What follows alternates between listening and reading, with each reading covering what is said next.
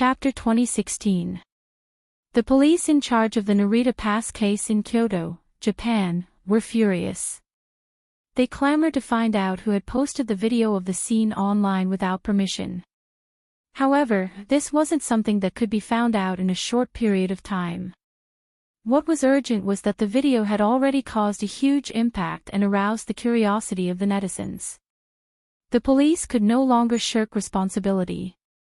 They didn't even wait to confirm with people before announcing that they were going to hold a press conference.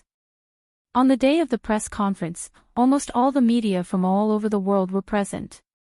Everyone was gathering their strength to teach a big country in the East a lesson. The reporters and anchors from various news agencies stood in front of their own news agencies' cameras and excitedly told the whole story of the lawsuit. It was as if they weren't here to mourn the death of Narita-kun, but to attend a grand carnival. The Huaxia Empire also attached great importance to this press conference. The Senate, where Gu Nianji was even more prepared.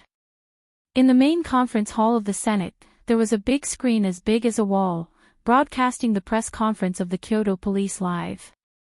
Although it was Japanese news, everyone could still understand the content because there were subtitles. Moreover, the senators also wore an automatic translation headset that could translate at the same time as the live audience. Gu Nianji sat in her office and watched the live broadcast. She didn't watch it in the main conference hall with the senators. Because not only did she have to watch the live broadcast, but she also had to check the online public opinion. Her own team also had their own tasks. Lu Yuan and Lu Jin sat in Song Jinning's apartment and watched the live broadcast on TV. Lu Jin knew many languages, including Japanese. Therefore, he could understand and speak Japanese, but he never bothered to show it. He often found an interpreter to pretend. However, this time, Lu Yuan didn't allow him to find an interpreter to come to Song Jinning's house, so Lu Jin had no choice but to act as Lu Yuan's Japanese interpreter. Looking at the Japanese police officers on the television who couldn't hide their excitement, Lu Jin sneered, crossed his arms, and said, "Investigate these people at the press conference one by one. Everyone must have something to do with the person behind the scenes." Lu Yuan rubbed his chin and muttered to himself, "That makes sense, but it's a waste of time to check everyone. Can we find out who has the closest relationship with the person behind the scenes? The average one. Hisashi."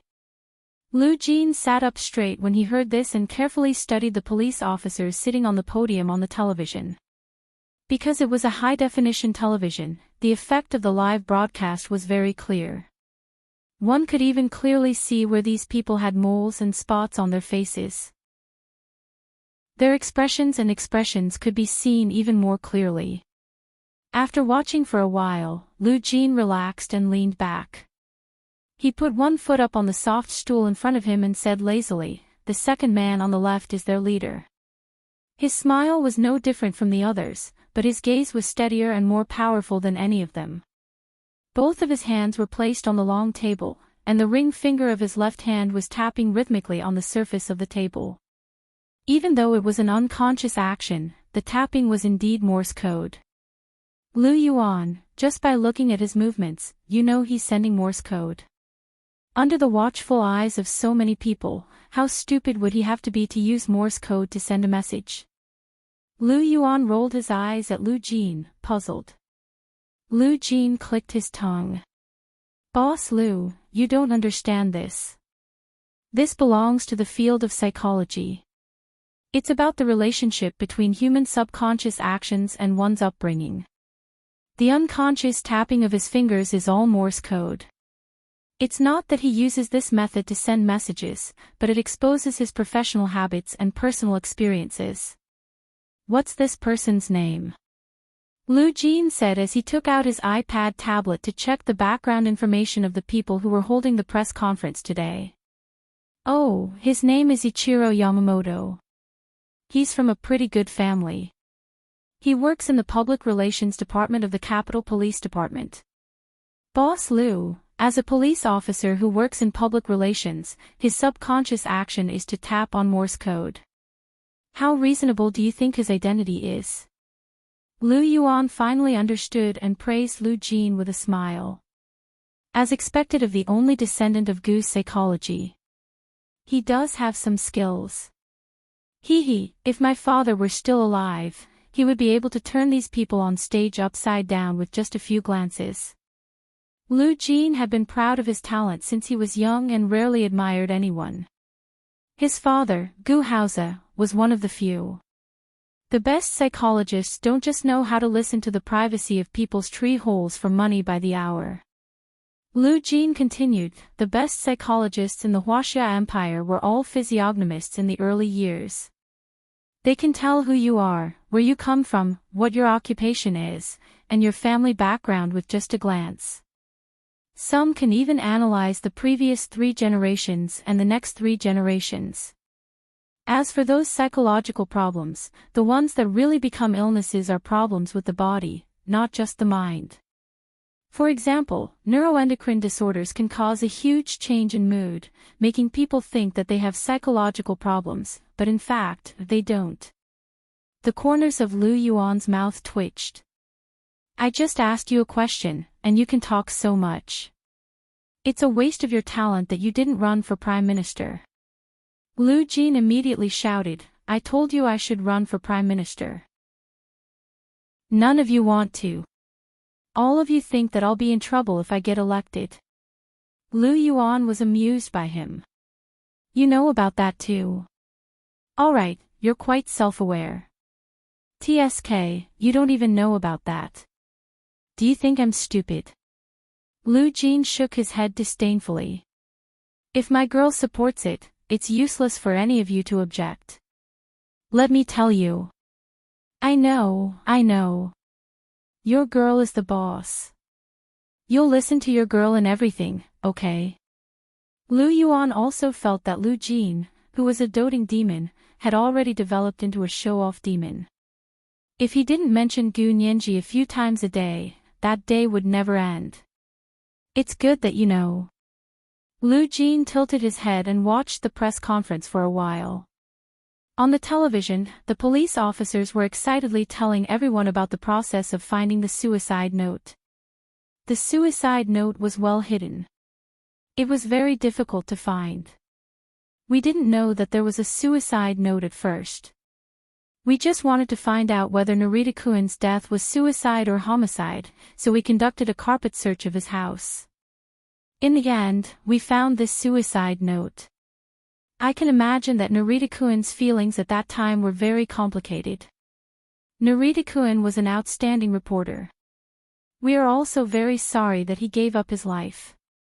As he spoke, a group of police officers in police uniforms stood up and bowed in unison. The scene was spectacular. Some of the reporters below the stage couldn't wait any longer and shouted, quickly open the suicide note and see what's written. Only then did the police officer on the stage take out the suicide note sealed in red lacquer and show it to everyone. Everyone, as you can see, we haven't opened this suicide note yet. It came from Narita-kun's spirit in heaven. Hearing this, the reporters at the scene instantly quietened down.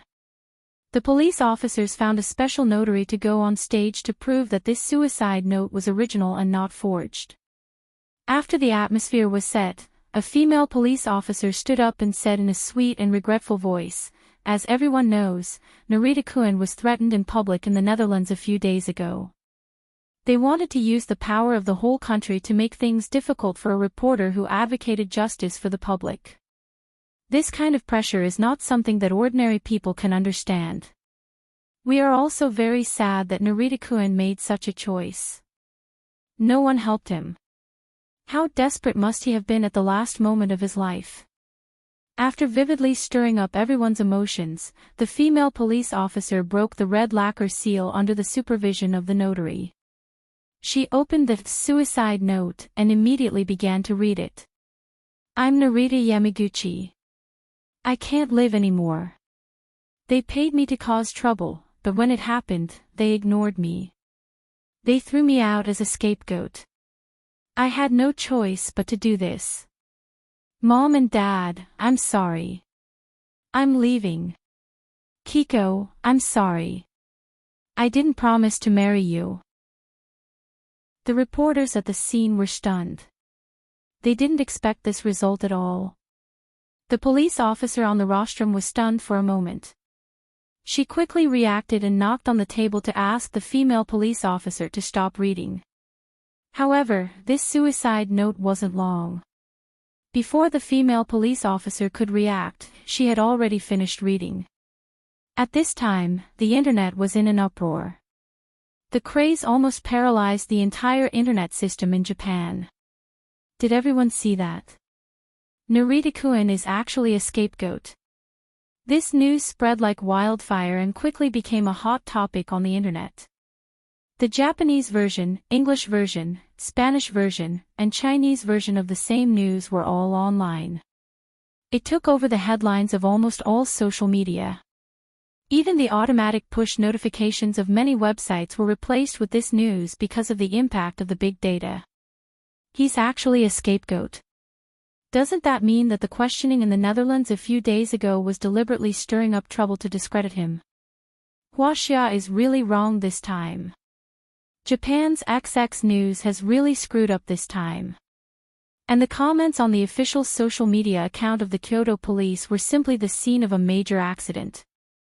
The momentum that they wanted to build up was used by others. Aren't you guys going to tell us who the person behind this Narita-kun who committed suicide is? As the police, shouldn't you guys protect the citizens from the threat of criminal gangs? Narita-kun committed suicide not because he was accused, but because he was used as a scapegoat and had no other way out. If he didn't die, you guys would have also made him commit suicide, right? Soon, this suicide reply also went viral on the internet. The calls to investigate the truth and find out who the mastermind behind Narita-kun were getting louder and louder. Now, even the conclusion of suicide could not be preserved. Forensic experts from a large country in the East came out at the right time. They used interviews, short videos, and various jokes to educate the public about the difference between suicide and suicide. The cause of death of this Narita-kun, judging from the photos at the scene, is very likely not suicide. On the surface, it looks like a suicide, but in fact, it was a fatal stab. In this kind of situation, it would be very difficult for a person to commit suicide. Because when committing suicide, the hand holding the knife would be very tight, because a fatal stab requires a lot of strength. If you don't hold the knife in your hand tightly and find the fatal point, it would be impossible to kill with a single stab. And look at the picture released by the Kyoto police. Narita-kun's hand holding the knife was actually not holding it. Holding the knife this way, not to mention killing myself with a single stab, even if I could cut the skin, it would be considered my loss. It's obvious that Narita-kun was killed. It wasn't suicide. The short animated videos were even more classic. Talented netizens even took screenshots and made them into emojis. Some even added Japanese to it and spread it everywhere on the internet. Gu Nyenji, who had been paying attention to the public opinion on the internet, finally breathed a sigh of relief. Playing with the remote control in her hand, there was a curved wall-mounted TV on the opposite wall. It was showing the chaotic scene of the Kyoto police press conference. It was no longer a live broadcast from the Japanese TV station. Their live broadcast had been cut off 5 minutes ago. The current scene on the TV was the scene sent back by the Huaxia news agency. At that moment, the landline on her desk rang. Gu Nyenji looked at it and saw that it was Speaker Long's internal line. She answered the phone and said with a smile, "Speaker Long." Speaker Long's face was glowing as he said loudly, "Nyenji, quickly prepare a speech to express the Senate's view on Narita-kun's matter." The TV station agrees to broadcast it immediately. Speaker Long was very dedicated to anything that could make the Senate proud and expand the Senate's influence. He didn't care about the life and death of Narita-kun pass at all, but he couldn't ignore the Senate's reputation. Gu Nyenji agreed and went to the bathroom to tidy up her appearance. Then she came to the Senate's live broadcast room. After connecting with the TV station, she said gently and calmly with a calm expression, "The Huaxia Senate is extremely saddened by the news that broke out in Kyoto today." Narita-kun was a reporter. As a reporter, he disregarded the principles of fairness and impartiality of the news. He cooperated with people with ulterior motives and wantonly smeared other countries. I think he had already repented at the moment of his death. I am here to condemn those behind the scenes. Don't think that you can get away with murdering Narita-kun. Narita-kun's death can only make people full of disgust and disgust for you. Not only will the general public despise you, but your own people will also tremble in fear. An organization that has no responsibility and is used to using its own people as scapegoats. How many people are willing to give their all for you and die for you? I advise those who help the evildoers to wake up as soon as possible, leave this behind, and report this behind to find a way to survive for Narita-kun and yourselves. Gu Nianji's live broadcast was subtitled in all the major languages of the world by the Huaxia television station. It was continuously broadcast 24 hours a day. On the internet, this trending video, which was less than 3 minutes long, was also constantly being reposted. The official system of the Kyoto Police Department in Kyoto was directly tagged and crashed. The netizens were even more excited. I hereby announce that I have officially become Chief Gu's diehard fan. Get out of here. I am Chief Gu's wife's fan. Is that less? I am Chief Gu's husband's fan. I am Chief Gu's husband. Who said I am a husband's fan? Come out and fight me one-on-one. Chief Gu is amazing. This shout must have disintegrated the organization of the behind-the-scenes mastermind, right? Disintegrated a criminal organization without bloodshed.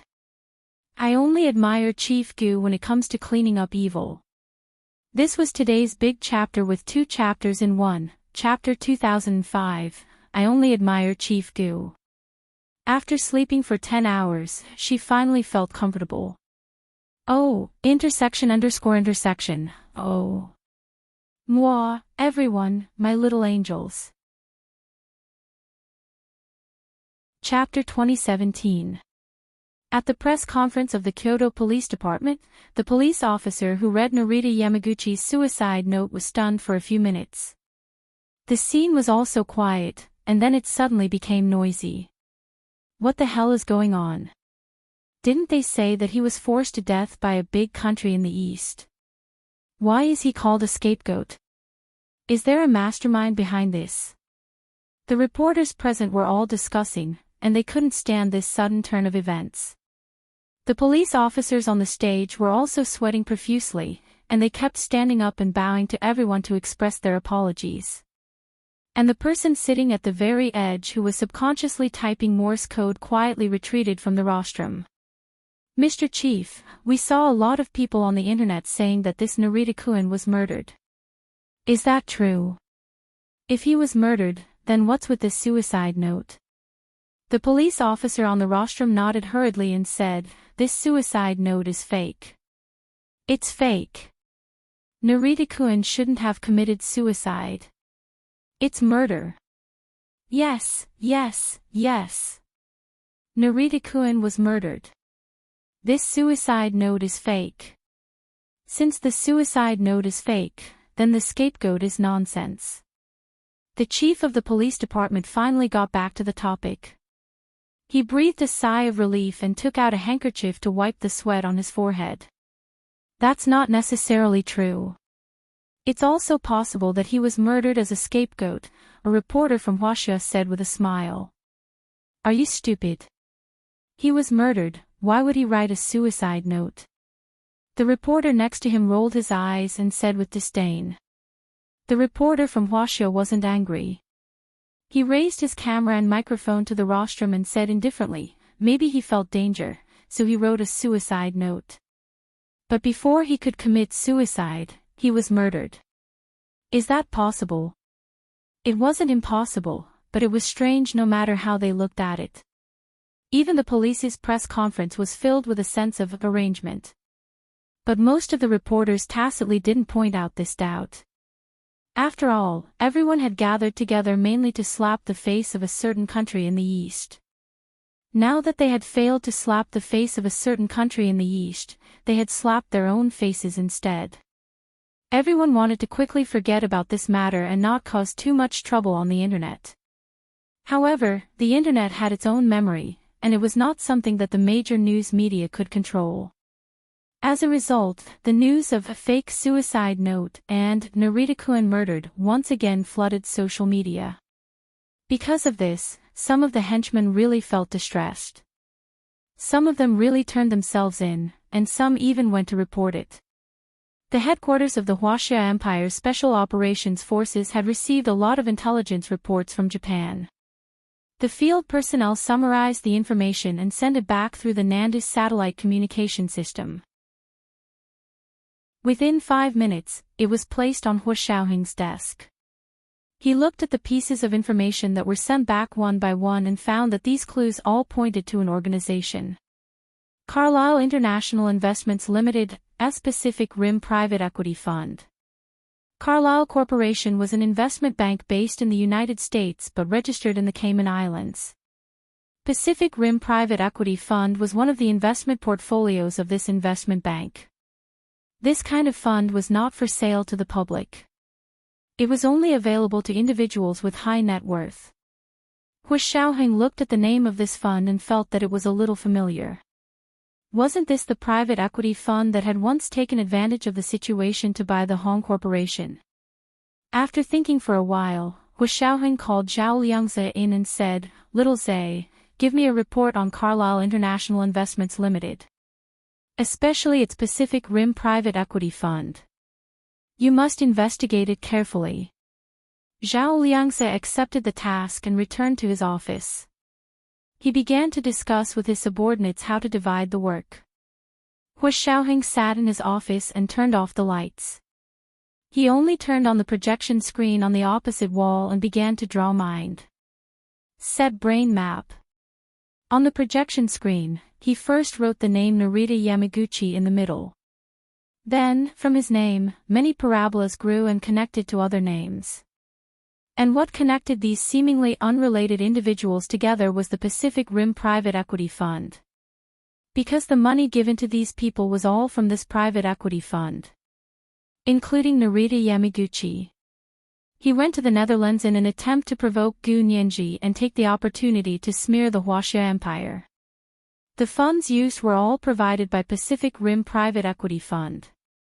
This private equity fund's actions were originally very secretive. Most of the time, they used cash for transactions. Originally, outsiders wouldn't be able to find out. Even if they hacked into the internal computer of this Pacific Rim Private Equity Fund, they might not be able to find any clues. However, Gu Nianji's speech was too provocative. She actually encouraged many of the people behind the scenes related to Narita Yamaguchi to turn themselves in and report it. It was precisely because of these small fries reports that this Pacific Rim Private Equity Fund gradually surfaced. However, in Japan, this news had been completely blocked and suppressed. The Pacific Rim Private Equity Fund, which was dominated by American investors, was still a pure white lotus. It was most loved by the beautiful Japanese. Hu Xiaoheng was able to get the news all because of the Huaxia Empire's powerful field personnel. However, looking at the Pacific Rim Private Equity Fund on the voting screen, Hu Xiaoheng still didn't understand. Why did this private equity fund do this? If he hadn't noticed it before, he could now completely see it. What this private equity fund had been doing recently was related to Gu Nianji. It couldn't be said that it was coming for her, but it was faintly discernible around her, sometimes close and sometimes far away. Hu Xiaoheng thought about it for a while and put away the intelligence report. Without turning on the lights, he took his car keys and left the office. He went to the Senate building to pick up Gu Nianji from work. After he went out, he realized that it was only 6:00. Gu Nianji was busy now and hadn't gotten off work before 7 o'clock. Hu Xiaoheng thought about it and drove to Song Jinning's house first. He wanted to talk to Lu Jin first. When he arrived at Song Jinning's apartment, Hu Xiaoheng rang the doorbell. It was Lu Yuan who opened the door. Hu Xiaoheng was a little surprised, but he didn't show it. He smiled and said, "President Lu didn't go out today. I was out all day and picked out the company's office building. I just signed the lease." Lu Yuan smiled and said, "I was about to cook dinner. Do you want to help me?" Hu Xiaoheng politely declined. He actually didn't like to cook, but Gu Nianji liked to eat, so he was willing to cook for her. Other times, he would rather eat in the cafeteria than cook. Unlike Lu Yuan, he was a true lover of cooking. "I still have something to talk to Professor Lu about." "You go ahead. I'll come help after I finish talking to Professor Lu." Hu Xiaoheng perfunctorily brushed past Lu Yuan and went straight to Lu Jin. Lu Jin had just returned from the Institute of High Energy Physics and was tinkering with the computer program in his room. Hu Xiaoheng knocked on his door. "Professor Lu." Lu Jin heard Hu Xiaoheng's voice and pursed his lips. He turned around and said with a smile, "Xiaoheng, you're here. Where's Nianji?" Hu Xiaoheng, he didn't mind and walked in calmly. He sat in front of Lu Jin's desk and said, "Are you familiar with the old madam of the Hong Corporation?" Lu Jin raised an eyebrow. "Why did you think of asking about old Madam Hong?" "I'm not familiar with her. Boss Lu is more familiar with her." Hu Xiaoheng, he nodded, stood up, and said, "Then I'll go ask President Lu." Then he exchanged a few pleasantries and asked Lu Jin what experiments he had been doing recently. Lu Jin didn't even turn his head.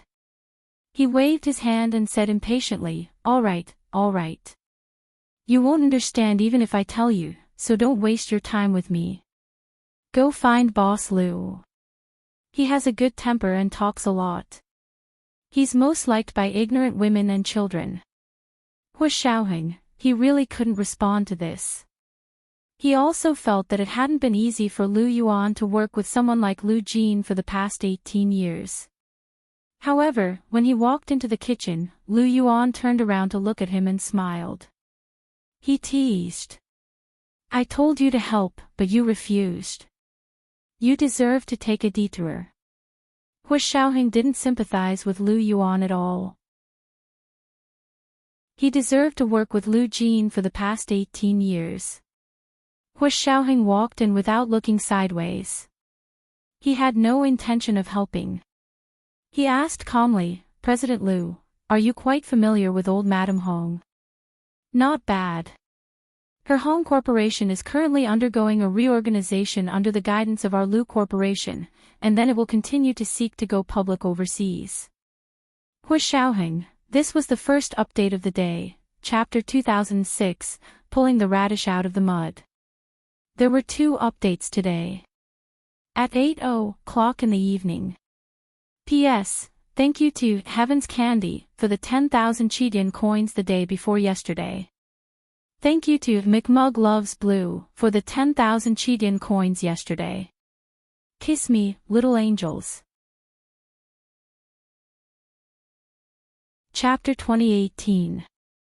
Lu Yuan waited for a long time, but seeing that Hu Xiaoheng still didn't speak, he turned around and looked at him in surprise. "What's wrong? Why didn't you continue asking?" Hu Xiaoheng turned around and leaned his back against the kitchen counter. He said calmly, "If you don't want to tell me, what's the point of me asking?" He actually didn't take the bait.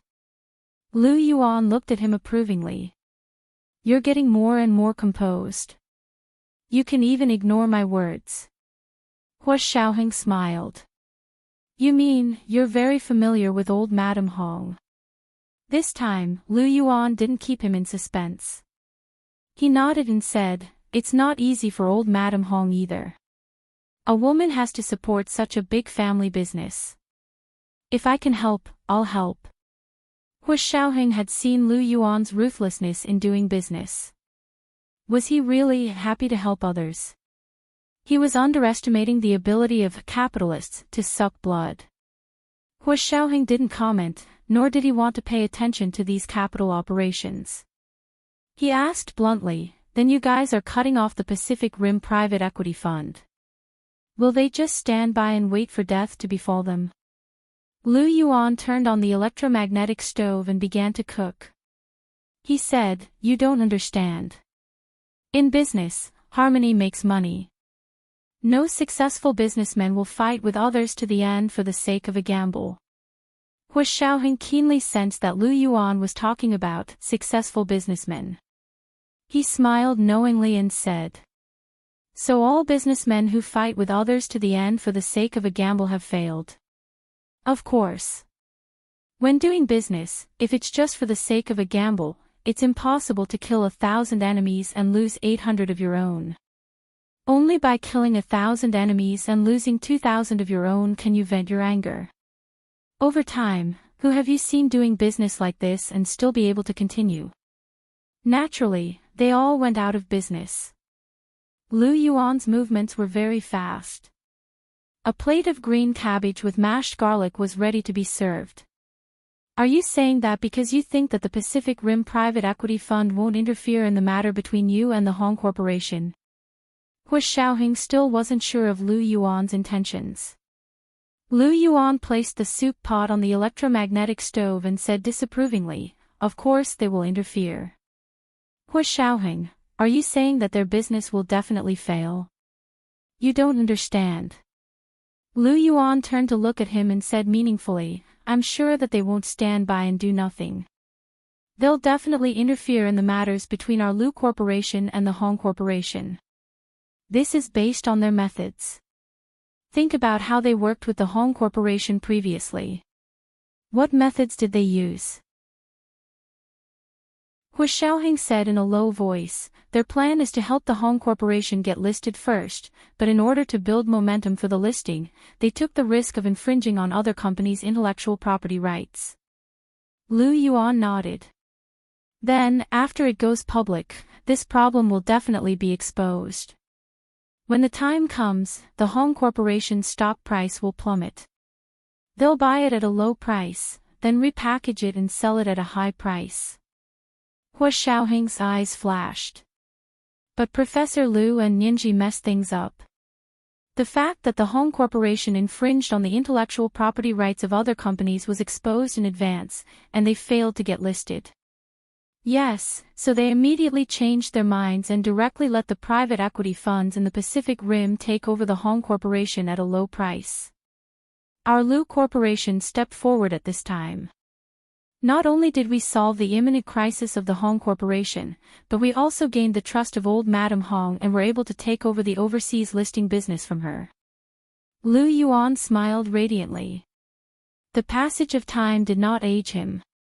Instead, it made him like a jar of old wine, making people unable to stop wanting to. But the Pacific Rim private equity funds that used underhanded methods. Hu Xiaoheng suddenly understood. They won't let go. But are they doing it for a gamble, or for other reasons? Lu Yuan gave Hu Xiaoheng a thumbs up in appreciation. That's the right way to think.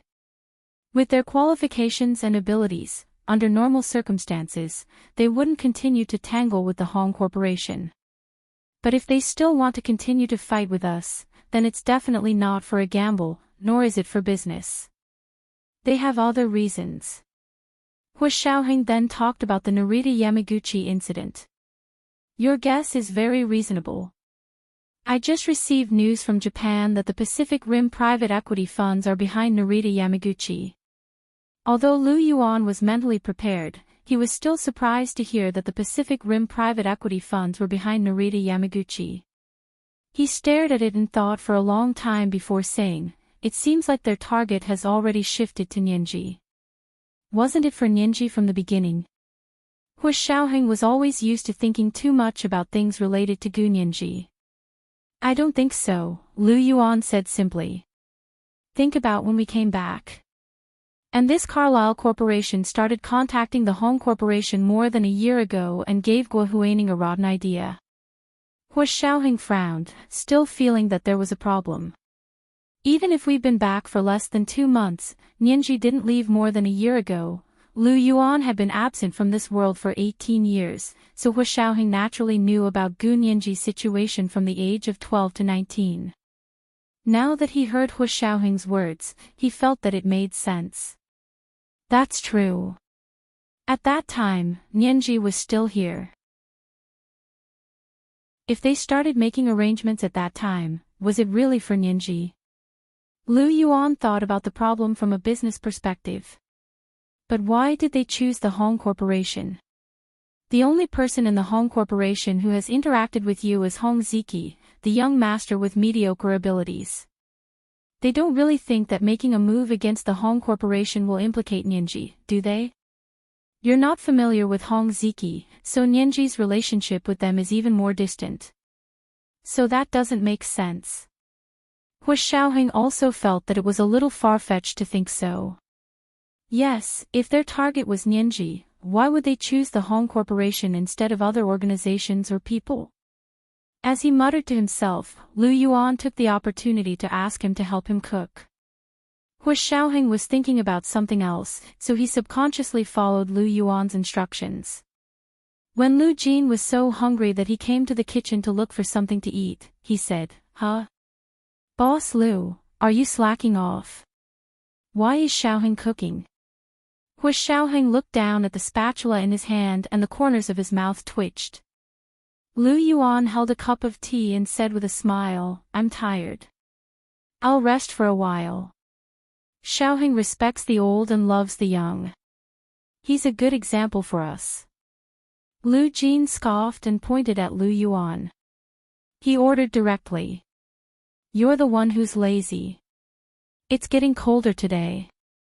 I want to eat steamed eggs with oysters, stewed lamb ribs with radish, and sea cucumber porridge.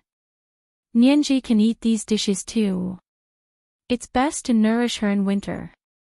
Hu Xiaoheng came back to his senses when he heard Lu Jin's words. He wanted to put down the spatula immediately, but when he heard Lu Jin order, he remembered that Gu Nianji had been busy with work recently and was under a lot of pressure. It seemed like he needed to make up for it. After dinner, Hu Xiaoheng looked at his watch.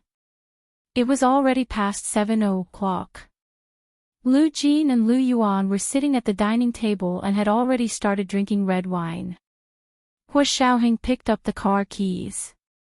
"I'll go pick up Nianji." He didn't call because he wanted to surprise Gu Nianji.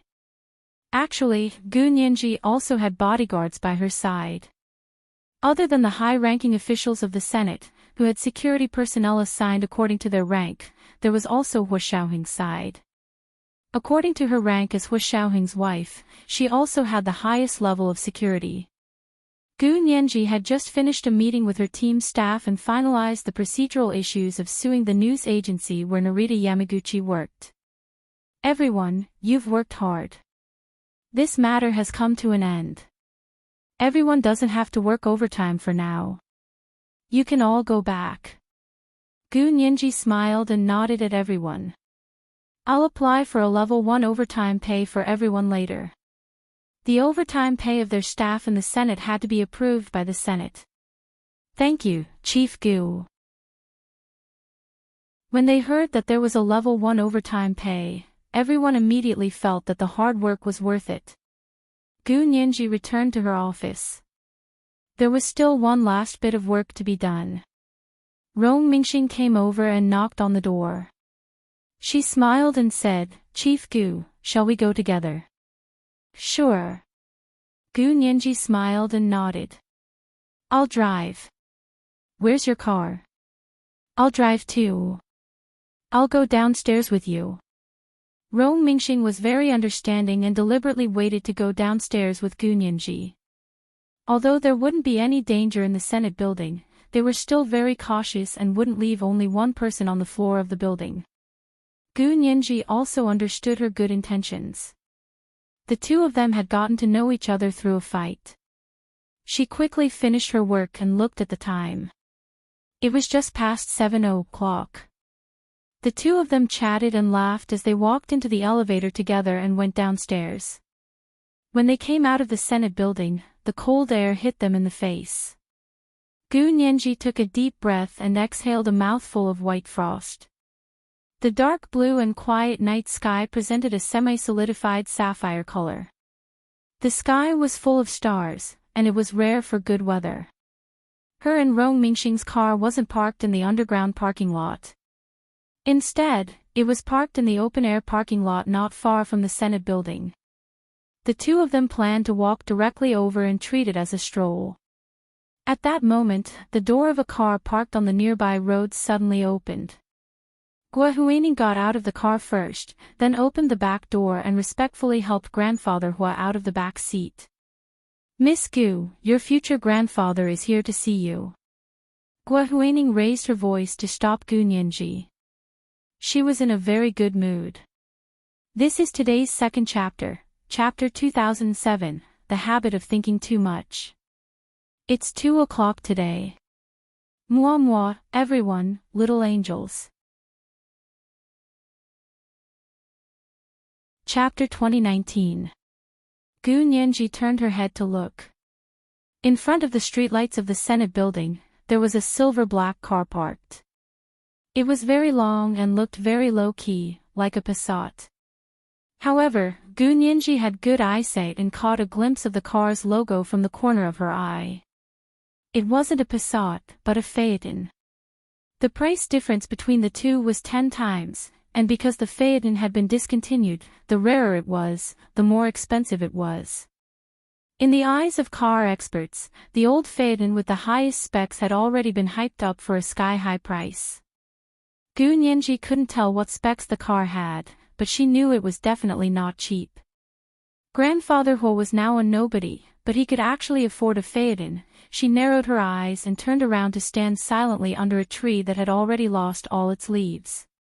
The streetlights shone through the bare branches, casting mottled shadows that flickered on and off. Gua Huining supported Grandfather Hua and stood by the car for a while. Seeing that Gu Nianji had no intention of coming over, she coughed awkwardly and said, "Miss Gu, won't you come over to meet your future grandfather?" Gu Nianji originally wanted to see what Gua Huining and Grandfather Hua were talking about. Hearing Gua Huining's words, her heart skipped a beat. She took out a pair of sunglasses from her bag and said lightly, "Hello, what can I do for you?" "It's already past 7 in the evening. I just got off work and haven't had dinner yet." In Miss Gu's heart, having dinner is more important than meeting your future grandfather. Gua Huining clicked her tongue. "We haven't had dinner either. Why don't we have dinner together?" Gu Nianji chuckled softly and said very gently, "I wouldn't dare. The last time I went to the Hong Group Hotel for dinner, Miss Gua kicked me out. You haven't even apologized yet. How would I dare to have dinner with Miss Gua? I have stomach problems, so I can't be angry or hungry." Rong Mingxing listened for a while and learned that Gu Nianji and Gua Huining had this conflict. She frowned. She really didn't expect that with Gu Nianji's status today, she would still be kicked out of a hotel during a meal. She looked at Gu Nianji inquiringly. Gu Nianji whispered, "It's a long story." Gua Huining was even more embarrassed, but she still nodded gracefully for Hu Guanchen's sake. "Miss Gu, I was wrong last time. I had eyes but failed to recognize you. I didn't know you were the chief legal advisor of the Senate. Please be magnanimous and spare me this time. Because of what happened last time, I lost my job, and the Hong Corporation also wanted to sue me. Thanks to Grandfather Hua speaking up for me, the Hong family let me go." She sighed and her voice sounded even more aggrieved. "It's just a meal. I came here today to sincerely invite you to a meal and personally apologize to you." Without waiting for Gu Nianji to speak, Grandfather Hua also laughed heartily and said, "Nianji, I know that you and Huining are both good girls. We'll be a family from now on. Let's just say that no discord, no concord." Ha ha ha ha. Gu Nianji raised an eyebrow. She thought to herself, Gua Huining lost her job because she cheated on the Hong Corporation scooter project. How did it become because of her meal? Of course, if Gua Huining hadn't humiliated her, Lu Jin wouldn't have studied the scooter launched by the Hong Corporation. Of course, Guo Huining's fraud wouldn't have been exposed by him. From this perspective, Guo Huining losing her job did have something to do with Gu Nianji. But she had only herself to blame. It was just like how a thief went to prison because he stole something, not because a passerby reported him. What was even stranger was that Gu Nianji had known about this a long time ago. The Hong Corporation's matter had already been brought to court, but Guo Huining still thought that others didn't know. What did she mean by that? Just as Gu Nianji was pondering Guo Huining's intentions, Wu Shaoheng walked out of the darkness. He came to Gu Nianji's side and held her hand naturally. It's so late. Why aren't you home yet? Gu Nianji looked up at him. Her dark eyes suddenly lit up, even more beautiful than the stars in the night sky. Wu Shaoheng couldn't help smiling and stroked her hair. It's cold. Why aren't you wearing a hat? Rong Mingxing saw that Wu Shaoheng had arrived and quickly said, Nianji, since Mr. Hua is here, I'll be leaving first. See you tomorrow. Gu Nianji nodded and said, text me when you get back and tell me that you've arrived home safely. Okay, I will. She turned around and waved before quickly walking away. Guo Huining didn't look at Rong Mingxing. Her gaze only fell on the couple standing under the bare tree in front of her. The man was tall and straight. His aura should be powerful, but he restrained it very well. The light from the street lamp reflected on his face. Half of it was light and the other half was dark, but it added an indescribable charm to his handsomeness. It made people subconsciously look away after a glance, but that face was already deeply imprinted in their minds. All the women who had seen him would be disappointed and frustrated. Guo Huining looked at him for a while. Thinking of Hu Guanchen, she felt proud again. No matter how good Wu Shaoheng was, he couldn't compare to Hu Guanchen. In her heart, Hu Guanchen was the real dragon among men. Grandfather Hu didn't expect Wu Shaoheng to come as well. However, after waiting for a long time and not seeing him come, he was angry and a little guilty. Although Wu Shaoheng was his grandson, he never put on the airs of a grandfather in front of him. Of course, Guo Huining didn't know this. She looked away and said with a smile, Wu Shao is here too. Your grandfather specially came to see Miss Gu. Why don't we go eat together? I can also apologize to Miss Gu in person. Gu Nianji waved her hand. It's too late. I want to go home. Miss Gu doesn't need to apologize. You take good care of grandfather Hua.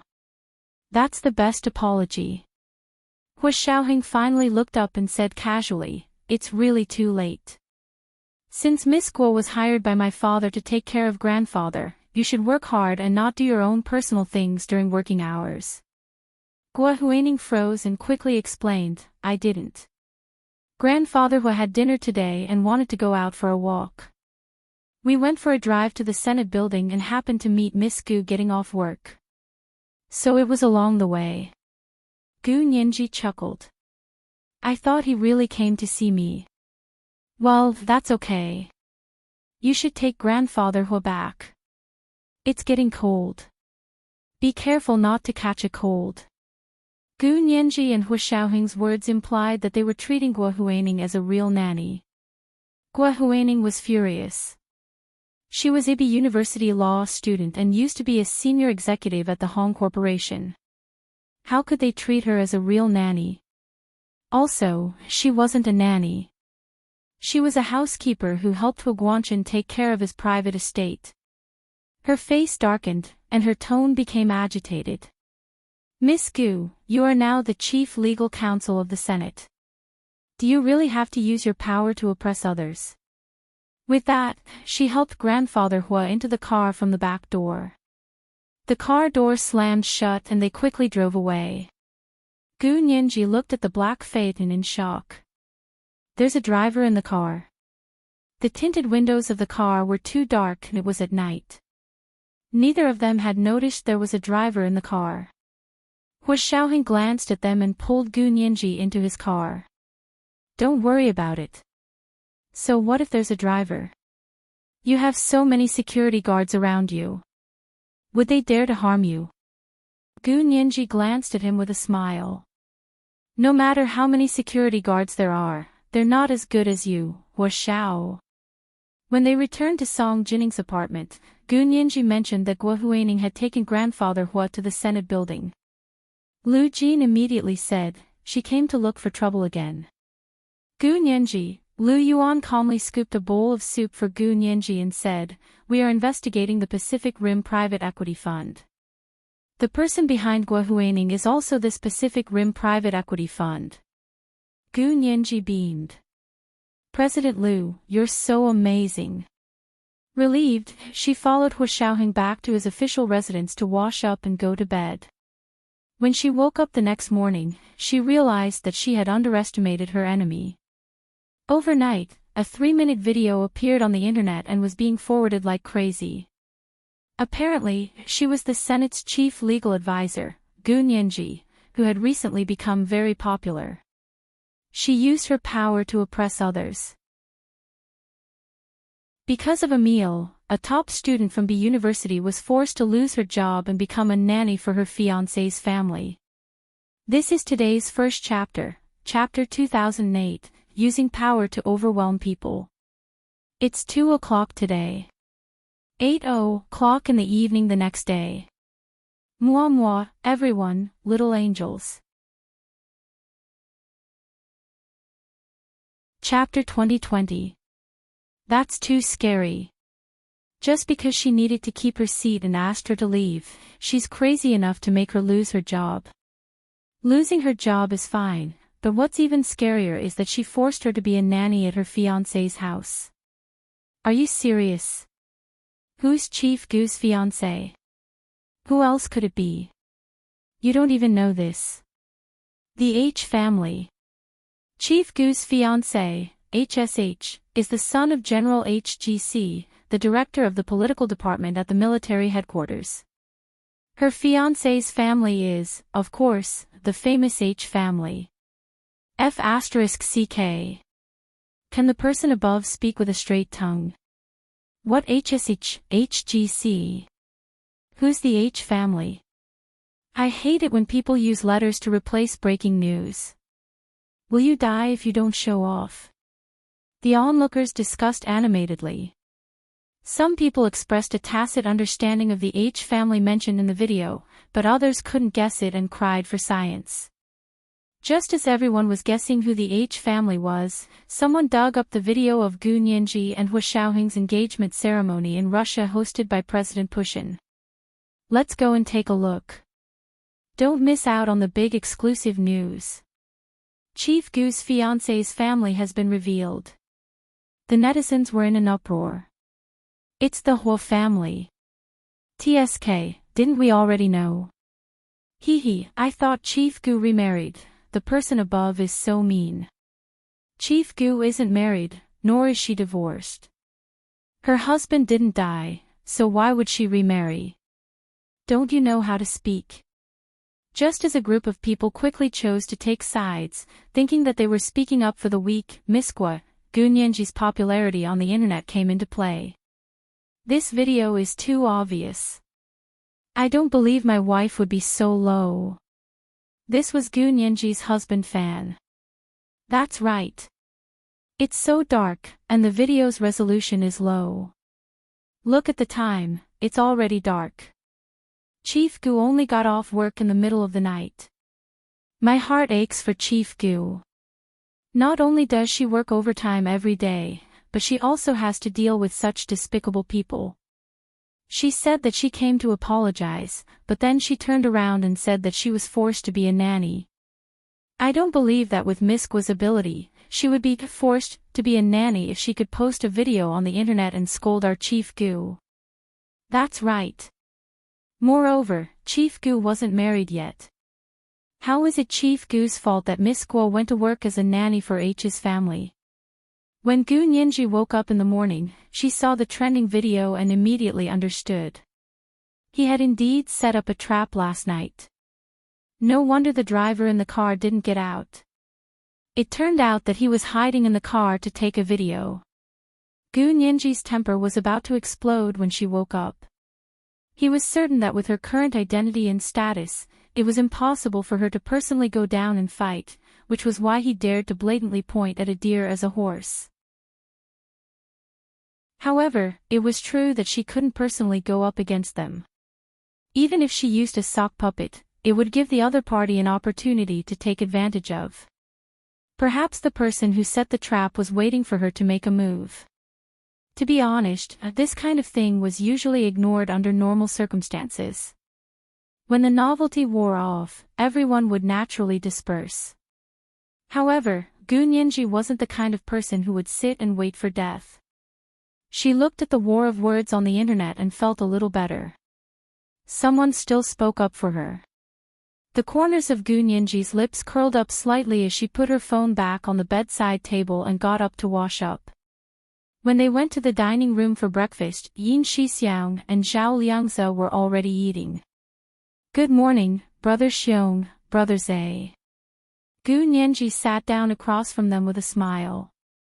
Zhao Liangze ate breakfast while scrolling through his phone. Without looking up, he said, "Nianji, if you're so powerful, why don't you force her to come here and be a nanny? Our Ah-ku needs a nanny."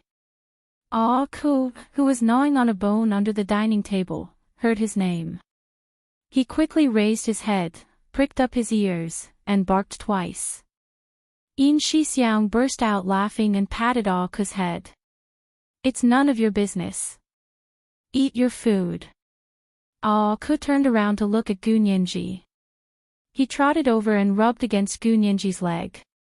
Gu Nianji smiled and half squatted down. She also rubbed the head of the short-legged little corgi. "Ah-ku, you're so bad. You're rubbing against my fur so early in the morning." He didn't seem to take it seriously. Yin Shixiang and Zhao Liangze looked at each other and smiled. "Nianji, do you need our help?" Zhao Liangze asked with a smile. "Although it's a small matter, the buzzing of flies is also very annoying." "There's no need for that. This kind of thing can be easily exposed. The things that Guohuaning has done have long been on the internet. They just suddenly used a specially edited video to shock the public and mislead the goldfish netizens who only have a 7-second memory." Gu Nianji spoke calmly, but she was actually still resentful. She gripped her knife and fork angrily and stabbed it into the smooth ice jade-like plate. "If I don't cause trouble for Guohuaning, she should be hiding and laughing. How dare she provoke me again and again? But the angle she found is quite tricky. Being forced to be a nanny. Those who don't know the cause and effect will definitely feel the same way when they see it." Hua Xiaoheng walked in at that moment. He had just returned from morning exercise and was still carrying the cool air outside the house. He bent down to kiss Gu Nianji on the head and said gently, "Morning." Gu Nianji also naturally tilted her head and kissed Hua Xiaoheng on the cheek. "Morning, Hua Xiao." The intimacy was undetectable and natural. Yin Shixiang and Zhao Liangze, who were sitting across from them, shouted in unison. "I refuse the dog food." The short-legged little corgi under the dining table immediately pricked up its ears and jumped up excitedly. It wanted to see where the dog food was. Gu Nianji caught a glimpse of it, and her stomach full of grievances immediately disappeared. She laughed so hard that she lay on the dining table. "Ah-ku, don't worry. Mommy will take you out for a walk after breakfast." Ah-ku was happy and immediately squatted beside Gu Nianji, waiting to go out for a walk with her. Gu Nianji said she was going out for a walk, but she was actually just going out for a walk. She had to come back to pack her things and prepare for work. Hua Xiaoheng sat down beside her and said casually, "We also have a video of what happened yesterday. I've already sent it to your mailbox." Gu Nianji was overjoyed. She tilted her head and asked affectionately, "Really? You also recorded the video? Was it before you came out yesterday?" Hua Xiaoheng smiled but didn't say anything. The Special Operations Force's ability to act within the country was greatly restricted. In order to deal with the endless inquiries of the Senate and the Cabinet, they had adopted new operational guidelines. It was to carry law enforcement surveillance devices with them. If they encountered an emergency, they must immediately turn on the surveillance devices to record. Seeing that there was a complete video, the trace of resentment in Gu Nianji's heart completely disappeared. Not long after, old Madame Hong personally sent her a text message, telling her that she would help her dispel the rumors. This was a pleasant surprise. Gu Nianji quickly replied with a "thank you." She beamed with joy as she showed old Madame Hong's text message to Yin Shixiang and Zhao Liangze. She said proudly, "Look, a just cause enjoys abundant support, while an unjust cause finds little support." Yin Shixiang and Zhao Liangze, who had originally wanted to comfort her, had mixed feelings. It was like discovering that their child had suddenly grown up and could take charge of things on his own. It was a mixture of gratification and joy, but also a sense of loss and depression. After breakfast, Gu Nianji put the dishes back in the kitchen and whistled. Little Ah Ke jumped up and followed her out for a walk. Just as they walked around the path in front of Hu Xiaoheng's official residence, a member of the Special Operations Forces ran up to her and said with a smile, "Miss Gu, someone saw what happened last night. Do you want us to come out and be bystanders?" Gu Nianji's face broke into a big smile. "No need. I think someone is even more anxious than me." She had been thinking about the hot news while she was eating breakfast, and now she had figured it out. The other party had released such an obviously edited video, so it actually had a limited impact on her. Moreover, she was working in the Senate, which was different from other departments. So this time, the other party's target seemed to be her, but it was actually targeting someone else. This person was, of course, the fiancé's house that was insinuated in the online news, which was Hu Guanchen's private residence. Guo Huining was in a position similar to that of a housekeeper in Hu Guanchen's private residence. She continued to analyze the hot news and the facts revealed by the video in the following order. A. It was true that he had a conflict with Gu Nianji. B. It was true that he had lost his job because his conflict with Gu Nianji had been exposed for fraud. C. It was also true that he had become Hu Guanchen's housekeeper and nanny after losing his job. However, in this line of logic, there were a lot of articles to be written about what had prompted Guo Huining to go from A to C. The hot video and the news had captured people's habitual weak imagination and directly pushed the reason from A to C to Gu Nianji. And the person who could help Gu Nianji abuse her power was the biggest mastermind, Hu Guanchen. What was he trying to do? While Gu Nianji was thinking along the way, Lu Jin also saw the news and video. He was instantly furious. Guo Huining is asking for a beating. She's courting death. Lu Jin immediately took out his phone to teach Guo Huining a lesson. Fortunately, Lu Yuan stopped him in time. You don't need to do anything for such a small matter. Old Madame Hong has already contacted me. She will help Nianji dispel the rumors. This was the second update of today, Chapter 2009, Abuse Your Power. There were 2 updates today. Moi, all the big shots and little angels. Chapter 2021. Really? Lu Jin glared at Lu Yuan. She said to refute the rumors. When will she refute the rumors? Let me tell you, you have to be quick and accurate in refuting the rumors online. Otherwise, it'll be useless. Lu Yuan didn't think too much about it. He paused, picked up his phone, and went to his room to call old Madame Hong.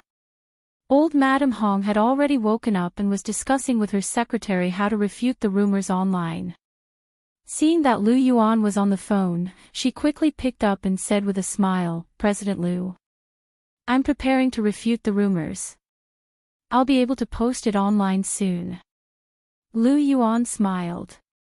"I was just about to remind you that you have to be quick in refuting the rumors online. Otherwise, it won't be as effective as it should be. Got it, I got it. I'm writing it, and it'll be posted soon. Old Madam Hong agreed readily. She planned to post the lawyer's letter online as soon as possible. The Hong Corporation was a large company, and it had its own rules and procedures. Old Madam Hong had to go through the proper channels and complete the procedures one by one. Therefore, it was almost time to get off work in the afternoon, but the lawyer's letter to refute the rumors had yet to be produced. Lu Jin was in all his high-energy physics classes today, but he was absent-minded and didn't have the mood to work all day. He had been waiting for old Madam Hong's letter to refute the rumors, but he didn't get it. He was completely furious and called Lu Yuan directly from Song Jinning's office. Where's the letter to refute the rumors? Look at what's going on online. After a day of fermenting, and with the professional water army stirring things up, those who supported Gu Nianji were shaken. What was going on? Why didn't Chief Gu say anything? Gu Nianji, on the other hand, didn't care. She was so busy that she wished she had 3 heads and 6 arms. She treated 1 hour as 2 hours, so since old Madam Hong said that she would personally refute the rumors, she didn't take it to heart. After another day of meeting at the Parliament building, they finally decided on the process of suing Narita Yama's news agency in the International Intellectual Property Arbitration Court. In the conference room, Gu Nianji's team was very excited. They were all young people in their 20s and 30s. Each of them was older than Gu Nianji by several years. But no one looked down on her. She used her ability and style to win the trust and obedience of her colleagues. When the day's work finally came to an end, Gu Nianji rubbed the back of her neck and stretched her legs. She picked up her phone and began surfing the internet to rest. The moment he opened his social media, he was flooded with news about the video. The focus was still on Gu Nianji. People kept saying that she was cold and aloof, that she couldn't tolerate sand in her eyes, and that she would seek revenge for the smallest grievance. Whoever offended her, she would punish them to death. At the same time, there was another dark line that pointed to the mysterious HGC. Although HGC wasn't mentioned many times in the posts and replies, his presence was the strongest and caused the most controversy. His identity, background, military rank, and position were all secretly circulated. Some people said that he was in a high position and took good care of his family. He loved his only son very much, so he loved his son's fiancée. When he found out that his son's fiancée had an argument with someone in the hotel, he intervened without hesitation and exerted pressure on the Hong Corporation, prompting them to fire Miss Guo. To avenge Gu Nianji, he forced Miss Guo to come to his house to be a nanny to take care of his father, who had just woken up from a vegetative state. He was Gu Nianji's future grandfather. In this way, HGC was like a domineering high-ranking CEO, but he wasn't very friendly to Miss Guo, who was in a vulnerable state. However, he was unconditionally good to his family. Just this alone made many people yearn for him. Because deep down, many people hoped to have a family member like him. Not only was he in a high position, but he was also rich and powerful. He also didn't discriminate between right and wrong and sided with his family. Gu Nianji looked at the reposts and replies one by one, and the corners of her mouth twitched. As she expected, the video belittled her on the surface, but secretly flattered Huo Guangchen. Even though Huo Guangchen appeared in a negative image, he did appear in a very negative image. However, Huo Guangchen's own identity and status meant that he couldn't become an internet celebrity, let alone become the focus of public opinion. A day passed, and several of the higher-ups in the military headquarters were very dissatisfied with Huo Guangchen. In the evening, General Ji called him to the conference room and said unhappily, "Director Huo, this was originally your family matter, and we can't interfere. But look at how the rumors are spreading. Aren't you going to solve this problem?" Huo Guangchen frowned and said, "The innocent are innocent, and the guilty are guilty. I can't just strangle these people's necks to stop them from talking, can I? You can't stop them from talking, but shouldn't you solve the problem first? Speaker Long also came to the military headquarters because of Gu Nianji's matter. He originally wanted to directly talk to Wu Guanchen about the matter, but General Ji said he was also dissatisfied. Therefore, they found a conference room and called Wu Guanchen over. Wu Guanchen could only stand and listen in front of this group of people. General Hua, just like General Ji said, this is your family matter, and it's not up to outsiders to interfere. However, this matter involves my chief legal advisor. Are you going to do nothing and let others slander her? Speaker Long's expression was solemn as he knocked on the conference table unhappily. I'm not talking about her personal relationship with your family. Just from an official point of view, you should protect her and not let people criticize her. Wu Guanchen's expression was calm as he listened to the senior officials throw their tantrums. Finally, he nodded and said, the senior officials have a point. I will handle this matter carefully. As he spoke, he turned to Speaker Long and said, Speaker Long, the truth is, we all know how much you have cultivated Nianji. She will have to experience these things sooner or later if she wants to establish herself in the Senate. It's better to let her handle it and see if she can change the public opinion. Bullsh *T. Speaker Long couldn't help but curse. Wu Guanchen's expression darkened. He was also a man in his 50s, and being scolded by Speaker Long in front of these senior officials made him a little angry. Speaker Long was so angry that he didn't know what to say and hurriedly said, I'm sorry. Then he quickly said, General Hua, this matter is very simple. It has to do with the nanny you hired. Why did you hire her to be your nanny? Could it be that you couldn't hire anyone else but her? This was because this round of online videos and news mainly stated that Guo Huining had offended Gu Nianji and was forced to be a nanny at her fiancé's house. Guo Huining was also a top student of the B University Faculty of Law and had once been a senior executive of a large company. It was indeed somewhat unreasonable for someone like her to lose everything because of a small mistake. Wu Guanchen said in a low voice, this matter is not what everyone thinks. I asked Miss Guo this morning, and she said she would investigate what exactly happened. Don't tell me that this has nothing to do with her. Speaker Long, who was such a well-mannered person, was about to fly into a rage. Why do you trust her so much? Wu Guanchen looked down and smiled bitterly. My father was able to wake up from his vegetative state thanks to her helping us contact the doctor. Just this fact alone makes it impossible for me to sit by and do nothing about what happened to her. Speaker Long glared at him for a long time and didn't know what to say. After a long time, he finally snorted and said, I didn't expect you to be such a filial son. Wu Guanchen took a deep breath. If there's nothing else, I'll go back first. I'll go talk to Miss Guo. This matter better have nothing to do with her. Otherwise, Speaker Long sat down with a flushed face and glared at Wu Guanchen. If she still acts like nothing happened, I don't mind teaching her a lesson. Wu Guanchen nodded and was about to turn around to leave when his personal secretary rushed over and said, There's new news on the internet again. Wu Guanchen was speechless. What news? His personal secretary said in surprise, It's Miss Guo. She posted a video to refute the rumors. The leaders in the conference room were speechless.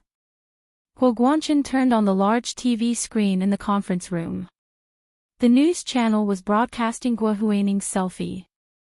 She had a ponytail and had very light makeup on her face. It had a subtle nude effect, so most people, especially straight men, wouldn't be able to tell. She was wearing a light gray heavy silk shirt. Her sleeves were rolled up and she didn't have any jewelry. She only wore a Vacheron Constantin watch on her left wrist. The first impression she gave was excellent. She was like a completely different person from the previous Guo Huining who liked to use famous brands to flatter herself and speak and act aggressively. She smiled apologetically and spoke slowly. Hello everyone, I'm Guo Huining. I'm one of the people involved in the video that has been circulating on the internet since last night. I'm sorry to keep everyone waiting. I'd like to make the following statements. First, I would like to inform the person who secretly filmed the video that your actions have violated the privacy rights of me, my employer, and Miss Gu. Please stop your infringement immediately and delete the false video from the internet. Second, I was just going for a drive near the Senate building with my employer last night and happened to meet Miss Gu. I would like to invite her to dinner and personally apologize to her. Third, I was careless and unscrupulous in the past and offended Miss Gu. It was my fault, and I sincerely apologize to Miss Gu. Fourth, I left the Hong group for personal reasons. It has nothing to do with Miss Gu. Fifth, I'm now at my friend's house helping him take care of his father who has just recovered from a long illness. I was not forced by Miss Gu to go to her fiancé's house to be a nanny. Please don't believe the rumors. Sixth, I would like to say one last point. My employer is a very kind and very forgiving person. He reached out his hands at my most difficult and helpless moment and saved me from the fire and water. You'll never forget someone's kindness. Our statuses are too different, and there's nothing I can do to help him. I volunteered to help him take care of his father. I hope everyone won't slander him, and don't use any nasty words to judge him. He's the most outstanding, magnanimous, and kindest man I've ever met in my life. He's the one who shouldn't be dragged into this. I hope everyone can show him some tolerance and understanding, and don't mention him again. I can't let the person who helped me suffer. If that's the case, who will reach out to help those who are unfortunate enough to fall into danger in the future? Everyone, please be more tolerant. If you want to scold, please scold me. I'm at fault, I'm guilty, and I'll bear all the consequences. This is today's first update, Chapter 2010, Quick, Ruthless, and Accurate Refutation of Rumors. It's Monday again. I'm begging for some recommendation votes. It seems like it's also the end of the month. Time flies. I'm begging for monthly votes as usual. There are 2 updates today. 8:00 in the evening of the second update. Moi, everyone, little angels. Chapter 2022. The meeting room in the military headquarters wasn't a secret meeting room. It was where everyone usually held democratic meetings. Therefore, it wasn't heavily guarded. In the crowded hallway, the guards at the door, and the personal secretaries who followed the leaders out were all fortunate enough to witness this grand rumor-refuting event. The video on the TV ended. The meeting room was silent for a moment, then everyone turned to look at Huo Guangchen, who had been refuted. Huo Guangchen still didn't have any special expression. He looked the same as before, but there was a slight hint of surprise. He cleared his throat and said with a smile, "I will ask Miss Guo about this again. The person who secretly filmed the video can't get away with it." Speaker Long's mood had been at rock bottom since the beginning of the video. He went from anger, to surprise, to grievance, and now he couldn't take it anymore. Speaker Long chuckled and twisted his neck to look at Huo Guangchen standing at the door. This rumor refuting is really good. She was singing General Huo's praises from the beginning to the end. Huo Guangchen said calmly, "I think Miss Guo's logic is still very clear. She clearly said in the video that she wasn't forced to be a nanny at my house. She did it willingly. Isn't this refuting the rumors for Ninji? Also, she even said what happened in the past. She publicly and sincerely apologized to Ninji in the video. Isn't that enough? Speaker Long, what else do you want? Sue her in court and put her in jail, or summon her to the Senate and have the members hold a hearing to question her. She has nothing left. She came to my house to be a nanny to preserve her last bit of dignity." The leaders in the meeting room looked at each other. General Ji looked at Huo Guangchen with a sullen expression. He tapped his fingers on the conference table a few times and said, "On the surface, this is indeed the case. But don't you think there's something wrong? He looked at everyone in the meeting room one by one. Don't tell me that you're all as touched as Director Hua. Haha, haha, haha. The meeting room was filled with all kinds of ambiguous laughter. There were less than 10 people in total. Other than Speaker Long, the rest were the top leaders in the military, who didn't have a score to settle. However, from their point of view, this was indeed Hua Guanchen's family business. Previously, they were only worried that this incident would negatively affect Hua Guanchen's reputation. This would also be publicly damaging the military's reputation. They weren't protecting Hua Guanchen, they were protecting the overall interests of the military headquarters. Now that Hua Huining refuted the rumors, the comments on the internet immediately changed. Many people consciously stopped mentioning HGC. Major websites now had enough reasons to filter HGC-related letters and Chinese words as keywords. In less than an hour, the entire internet could no longer search for HGC or anything related to it. The threat to the military headquarters' reputation had been resolved, and Hua Guanchen could also stay out of it. There were still discussions online about the feud between Gu Nianji and Hua Huining. The news of her being forced to be a nanny had already been quietly erased along with the ban of HGC. General Ji and Speaker Long looked at each other. They had no reason to blame Hua Guanchen or continue to interfere with the Hua family's affairs. Alright, this matter is over for the time being. Director Hua, we won't comment on your personal matters unless they involve official matters. General Ji looked up at him. If I don't sweep the house, how can I sweep the world? Director Hua understands this better than I do. How could a person who worked in politics not understand this principle? Hua Guanchen only continued to smile and nodded. The chiefs have a point. I will continue to follow up on this matter. His style had always been like this. Whether he was happy, in pain, angry, resentful, embarrassed, or wronged, he would never show it on his face. Moreover, the emotional fluctuations he displayed were not as simple as being emotional. He had suffered such a huge setback with Bai Jini, but he was still calm in the face of it. Other than expressing regret, he still acted as usual. He didn't feel that he had lost face in front of others because of it. Everyone in the conference room knew that Hua Guanchen had a nickname in the military headquarters, the White Stripe in the Waves. It was actually a description of how slippery he was and how he was able to do things without getting stained. Alright, that's all for today's meeting. Director Hua, you really need to do a thorough investigation. Not only are you the director of the political department, your son is also the chief of the Special Operations Forces. Your son's fiancé is now the chief legal advisor of the Senate. Your family matters can't be completely family matters anymore. In the conference room, a big shot who had a good relationship with Hua Guanchen smiled and tried to smooth things over. Hua Guanchen quickly stood up and gave a standard military salute to the people in the conference room. Yes, Chief. The commotion in the courtyard of the military headquarters fell silent because of Hua Huining's refutation of the rumors. However, the atmosphere in Song Jinning's apartment was even more heated. Lu Jin was so angry that he almost smashed the television in the living room.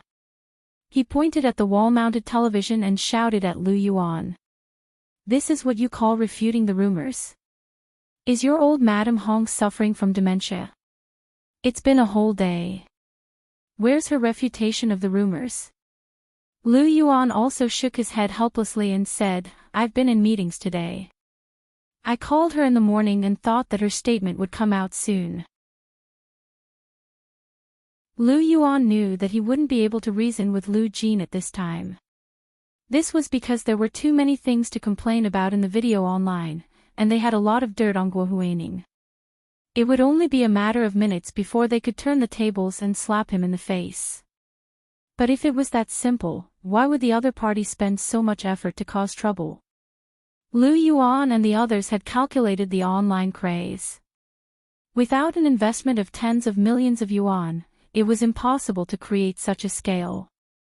Therefore, after discussing it with Hu Xiaohan, they both decided to wait and see how far the other party would go.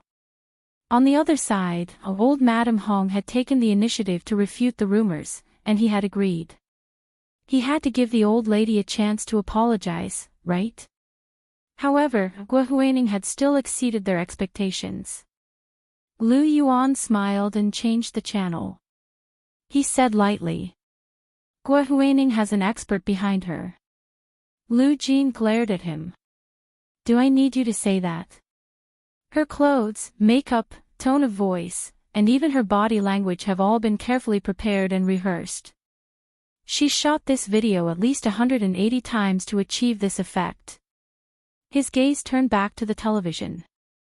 Some channels were broadcasting Guo Huaining's apology.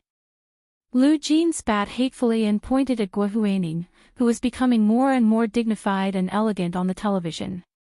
Nonsense. The grudge is getting bigger and bigger. Let me tell you. If you want to climb up by stepping on my daughter, you'll have to do it over my dead body first. Lu Yuan, just as they were arguing, old Madame Hong's lawyer's letter to refute the rumors finally arrived. The major media and television stations immediately followed up. Because the HGC could no longer be mentioned, the media also had to find a new hot topic. And the Hong Corporation, which was still at the forefront of the storm, was of course the best target. In old Madame Hong's lawyer's letter to refute the rumors, she focused on the matter of the Hong Corporation firing Guo Huaining and stated that they continue to reserve the right to pursue Guo Huaining's legal liability. However, this statement happened to echo what Guo Huaining had said in her video to refute the rumors. I was wrong, I was guilty, and I will bear all the consequences. It made it seem that Guo Huaining was sincerely apologizing and willing to pay the price for what she had done. Meanwhile, the Hong Corporation was still pursuing her relentlessly to completely destroy Guo Huaining. The netizens, who easily sympathized with the weak, were once again led by the Water Army to stand on Guo Huaining's side.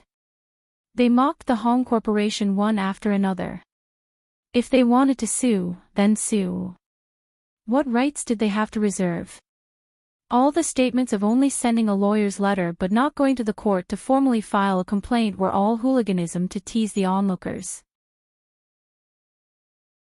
This was today's second update, Chapter 2011, The Grudge is Getting Bigger and Bigger. It's Monday again. Please give me a round of recommendation votes. It seems like it's also the end of the month. Time flies. Please give me a round of monthly votes as usual. There were 2 updates today. P.S. Some people always say, do I need to know how to refrigerate myself when I evaluate a refrigerator? But dear, you're not evaluating the refrigeration of a refrigerator, but teaching it how to refrigerate. Don't you need to know how to refrigerate yourself before you can teach a refrigerator how to refrigerate? I'm speaking from my feelings, don't take it personally.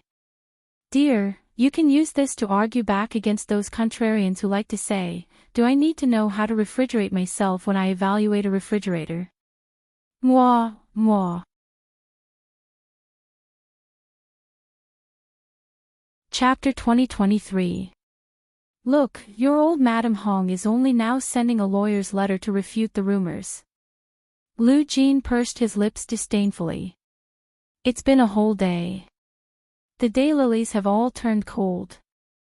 Lu Yuan ignored Lu Jin's sarcasm and carefully compared old Madame Hong's lawyer's letter and Guo Huaining's video of refuting the rumors.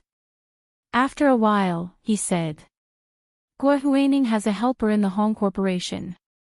The video she released to refute the rumors was almost directly related to the Hong Corporation's lawyer's letter. Lu Jin was in a bad mood and only wanted to argue with Lu Yuan. He knew that what Lu Yuan said made sense, but he still carried the largest steel lever on Blue Planet without hesitation. He frowned and said, what kind of foundation could she have in the Hong Corporation? Wasn't it the law firm who leaked the information? Lu Yuan was stunned, then he laughed and said, as expected of a great scientist. Even a word of argument is so logical. Lu Jin rolled his eyes at him. Who's joking with you? I'm serious. Yes, your reason makes more sense than I thought. The more Lu Yuan thought about it, the more he felt that Lu Jin's casual argument was very close to the truth. He analyzed. Old Madame Hong didn't know much about online public opinion, and she valued this time's refutation of the rumors very much, so she was extra cautious and delayed for a while. But it was precisely because she was cautious that she specially hired a lawyer to do this, and she personally contacted the lawyer. Even her secretary and assistant didn't know about the inside story. It can be said that no one in the Hong Corporation knew about this at all. So the problem could only be with the law firm. Lu Jin's mouth gaped open. No way. How can something I casually say become the truth? After saying that, he praised himself happily. Then there's nothing I can do. I'm smart, but my IQ is too high. If I'm not careful, there will be a spillover effect. Lu Yuan, he automatically filtered out Lu Jin's boasting and continued, which law firm did old Madame Hong contact? Lu Jin didn't even look at the TV and immediately said, the sovereign law firm. Lu Yuan was puzzled. How did you know? There was a picture of the lawyer's letter on the TV just now. Lu Jin took out his phone and searched the internet. I saw the official seal on the lawyer's letter. Lu Yuan remembered the full picture of the lawyer's letter on the TV for less than a second and was amazed. You can even remember this. You really have a camera's memory. Of course. My ability to memorize images is very good. People who have photographic memory are people who can memorize images in an instant. Lu Yuan's image memory is very good. Lu Yuan quickly changed the topic.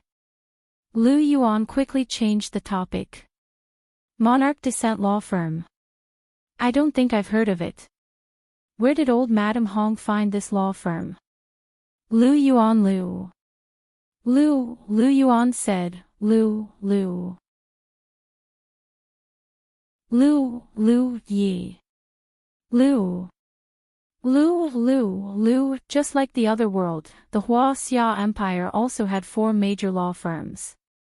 Lu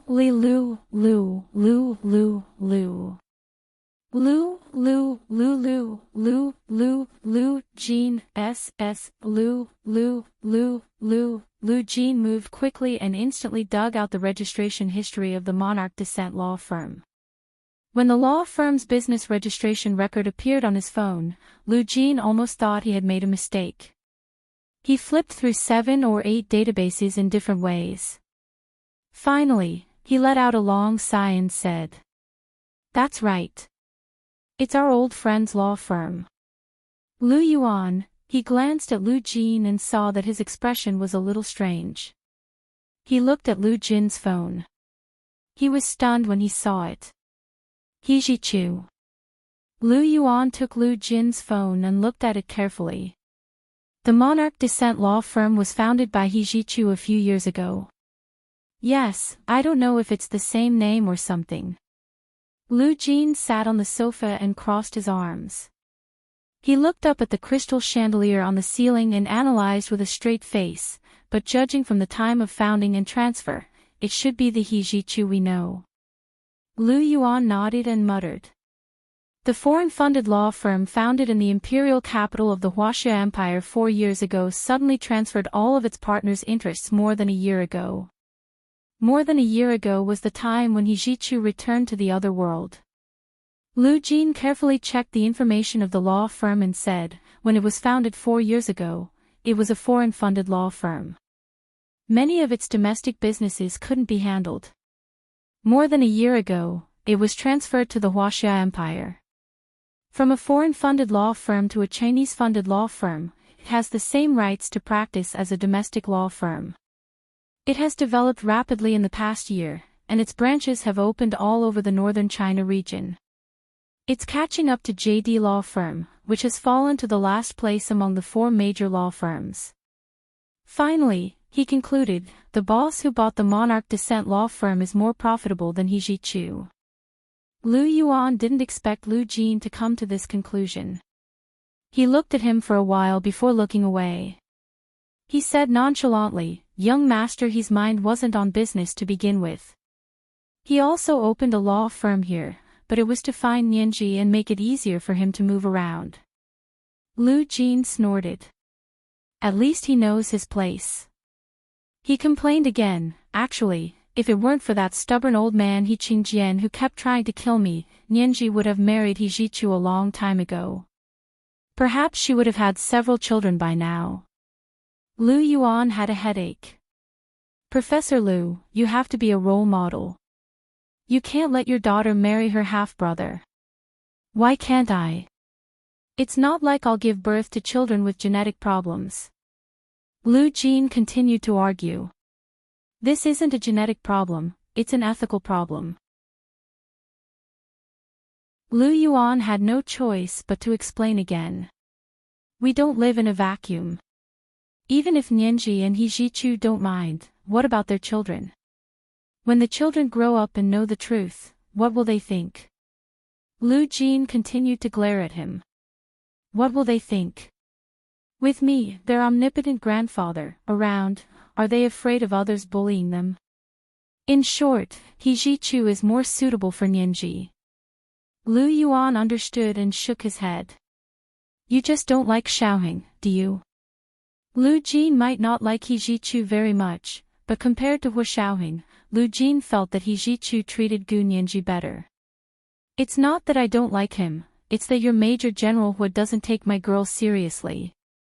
Lu Jin continued to be dissatisfied. He straightened his neck and said, if it was young Master he would have beaten someone like Guo Huining up from head to toe. And it's her turn to stomp her feet and continue to court death. To put it bluntly, he was unhappy that Hu Xiaoheng didn't immediately stand up to fight back against the online rumors and protect Gu Nianji. Lu Yuan sighed and tried his best to explain to Lu Jin.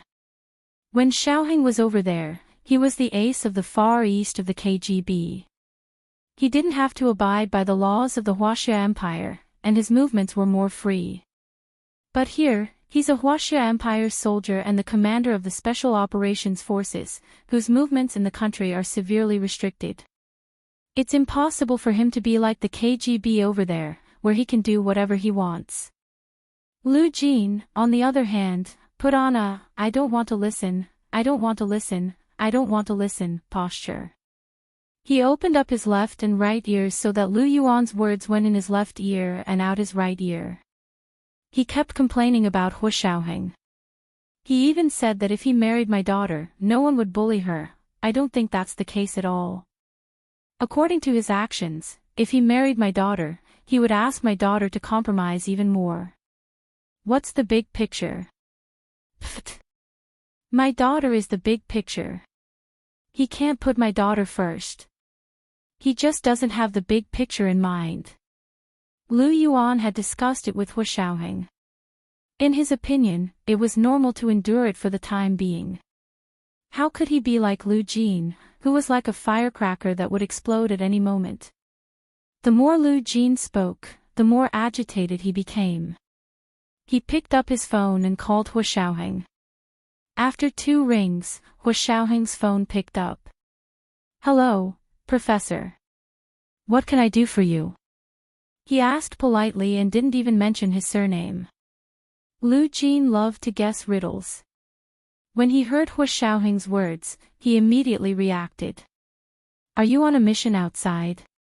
Is it inconvenient to talk? Hu Xiaoheng didn't seem to answer the question. He said, this is the Sovereign Descent Law Firm. We received a report from the people of Chaoyang that there have been a lot of foreigners coming in and out of this place recently. They suspect that there are spies here. Lu Jin was dumbfounded. But this is already a full-fledged Chinese law firm. It's no longer a foreign-funded law firm. And foreigners coming in and out means there are spies. Where's the logic? Where's the common sense? Hu Xiaoheng's expression was calm. He said calmly, we don't know about that. But since there are reports from the public, we can't just sit back and do nothing. The police will bring back all the people here to take notes according to the law. Those who are suspicious will be referred to the higher authorities. We were invited to assist the domestic police in carrying out foreign-related work. Lu Jin was dizzy from Hua Xiaoheng's long paragraphs of official language. He was stunned for a while before he said, "Old Madam Hong's lawyer's letter was prepared here." Hua Xiaoheng smiled slightly.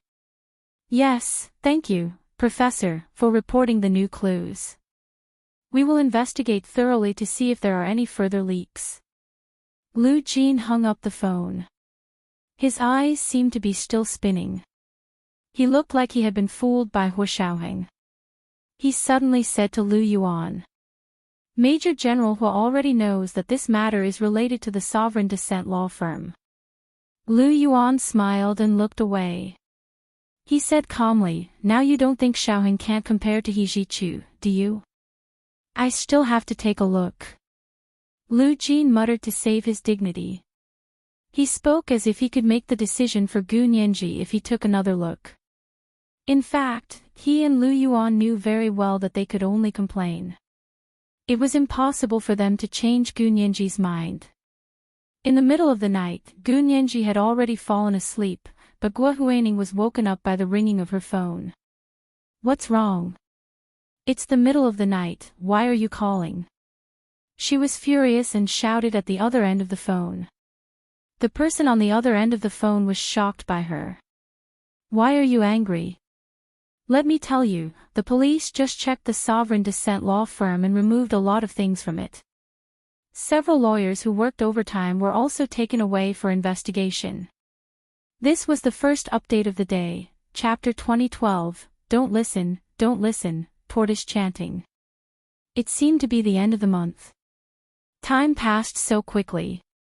As usual, she asked for a wave of monthly votes and recommendation votes. There were 2 updates today. 8:00 in the evening the next day. Mwah, all the big shots and little angels.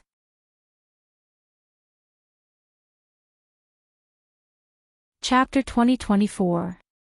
Guo Huaning's heart skipped a beat, her drowsiness instantly disappeared. The caller was Do Ayan. She sat up on the bed, and the phone in her hand felt hot. "What did you say?" "The Monarch Descend's law office is being investigated." "Why?" She asked guiltily, did they do something wrong? Or did someone do it on purpose? How could you not know if the Monarch Descend's law office is fine? Do Ayan mocked, "You're not that forgetful, are you? Don't blame me, you were the one who suggested the idea. Now that something has happened, what do you mean by that?" Guo Huaining put on her slippers and sat down on the sofa across from her in frustration. "Who's investigating? Don't you have someone? Can't you interfere? Isn't General Hu your backer now? Can't you ask him for help?" Do Ayan pouted. She couldn't understand what was so good about Guo Huaining. First, she was engaged to a rich young master like Hong Ziki for so many years. Although they didn't get married in the end, they were still an engaged couple. After falling out with Hong Ziki, she immediately got involved with Wu Guanchen. Wu Guanchen was older than Hong Ziki, but in terms of social status and personal status, they were worlds apart. The more Do Ayan thought about it, the more upset she became. But now that Guo Huaining had someone supporting her, even if she didn't like her, she still had to be polite to her. Guo Huaining thought about Wu Guanchen and shifted uncomfortably on the sofa. She leaned against the back of the chair and said quietly, "How can I trouble General Huo for such a small matter? He doesn't care about the police." "Oh, you're a good wife and mother already." Do Ayan was about to explode. "I sent you the photos from the Monarch Descend's law office. Take a look and you'll know why I asked you to ask General Huo for help." Do Ayan hung up the phone, afraid that she wouldn't be able to hold back and would fall out with Guo Huaining, who was becoming more and more hypocritical. She sent the photos to him. Guo Huaining received the photo and opened it. She was speechless. The photo showed the scene of the police raiding the Monarch Descend's law office. It was very eye-catching, and the person standing with the commanding officers was none other than Hua Xiaoheng. No wonder Do Ayin was so sure she could ask Hua Guanchen for help. This was his son's doing. Even an idiot would know that Hua Xiaoheng was abusing his position to avenge Gu Nianji. But why did he have to pick on the Monarch Descend's law office? Didn't the Monarch Descend's law office help old Madame Hong to send a lawyer's letter to refute the rumors? They were speaking up for Gu Nianji. Guo Huining didn't understand and quickly asked, but this is Hua Xiao's job, right? What was the point of looking for General Hua? General Hua can't possibly say that his own son is wrong. Putting herself in Hua Guanchen's shoes, she didn't think that complaining like this would be of any use. Instead, it would leave a bad impression on him. Guo Huining felt that she understood too well the importance of a son in such a wealthy family. She wasn't arrogant enough to think that she was more important to Hua Guanchen than his only son, Hua Xiaoheng. Also, how can I speak up for this matter? If I speak up, won't General Hua know that I'm in contact with them? Then what if he thinks of my video refuting the rumors? Guo Huining was even more nervous. She didn't want to ruin the image she had just created. Do Ayin snorted, Guo Huining, you only know one thing, you don't know the other. I'd like to hear the details. Guo Huining smiled teasingly, as long as Ayin can convince me, I'll definitely speak up. Pfft, she's already panting even though she hasn't even started yet. Do Ayin secretly cursed, but still had to put on a brave face and said to Guo Huining, it's like this, Hua Xiao's job dictates that he can't interfere with domestic affairs.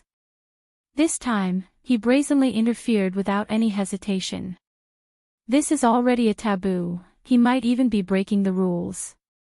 Breaking the rules is a big taboo for people in their line of work. You don't understand, but General Hua definitely does. Do Ayin's words reminded Guo Huining and quickly said, oh right, how could I have forgotten about this? Hua Xiao really can't interfere with domestic affairs. She actually didn't know the ins and outs of the matter, but after working with Hong Ziki and Xue Jingjiang for so many years, it was impossible that she didn't know anything. Now that she heard Do Ayin speak so bluntly and combined it with what had happened in the past, she completely understood. Yes, but we didn't expect Hua Xiao to personally cause trouble for the Monarch Descent firm. Although they acted quickly, Hua Xiao obviously had more responsibility. TSK, he even threw away his future just to help Gu Nianji get back at him. Huining, you killed 2 birds with 1 stone this time, you're amazing. Do Ayin spared no effort in praising Guo Huining. Guo Huining was a little pleased with herself. Although someone had given her advice behind the scenes, she had come up with the main idea herself. The other party had only stated her attitude, but hadn't said anything specific. Do Ayin loved to see Gu Nianji hate her, but couldn't do anything about it. It would be even more interesting if Do Ayin could become Gu Nianji's stepmother in the future. Thinking of the arrogant Hua Xiaoheng and the arrogant Gu Nianji lowering their noble heads in front of her and calling her mom, she felt that her life hadn't been in vain. The corners of her mouth gradually curved into an indecipherable smile. She fiddled with her phone for a while and suddenly wanted to call Hua Guanchen to test his tolerance. Looking around at the low-key but luxurious bedroom, she knew she couldn't go back. She thought that her previous penthouse apartment had allowed her to cross the social class and enter the upper class. Now she realized that she had been a frog in a well. She was still thinking about it when she instinctively dialed Hua Guanchen's number. At first, she only had Hua Guanchen's personal secretary's number. Later, she said that she was worried that something had happened to grandfather Hua and she couldn't contact Hua Guanchen immediately. Hua Guanchen gave her his private number. Thinking about it this way, Hua Guanchen must have feelings for her, right? After the call went through, Guo Huining's heart beat even faster, pounding against her chest. She felt that the room seemed to be even more stuffy. It rang a few times before Hua Guanchen picked up. A lazy, deep, and sleepy mature male voice sounded from the phone. Hello? Miss Guo. Why are you calling so late at night? Sure enough, he treated her differently. Gua Huining's chaotic emotions immediately calmed down and she said gently, General Hua? I'm sorry to disturb your rest. It's like this, you know that I'm a lawyer and most of my friends are lawyers too. I just received news that Hua Xiao took his men and raided a law firm. I think you should know about this as soon as possible. Hua Guanchen was stunned. What did you say? Xiaoheng took his men to raid a law firm. That shouldn't be. How could Hua Xiaoheng interfere with domestic affairs? Gua Huining saw that Hua Guanchen's reaction was within Do Ain's expectations and her voice became even gentler. Yeah, I just heard it from my friends. They sent me a photo, I'll forward it to you. As she spoke, Gua Huining forwarded the photo Do Ain had sent her to Hua Guanchen. Hua Guanchen received the photo and opened it to take a look. His eyes flickered slightly and his expression was unreadable. This was the second chapter of the day, chapter 2013, only knowing 1, not knowing 2. Hurry up and vote for the monthly votes. It'll be invalid if it expires. And recommendation votes. Mwah, my little angels.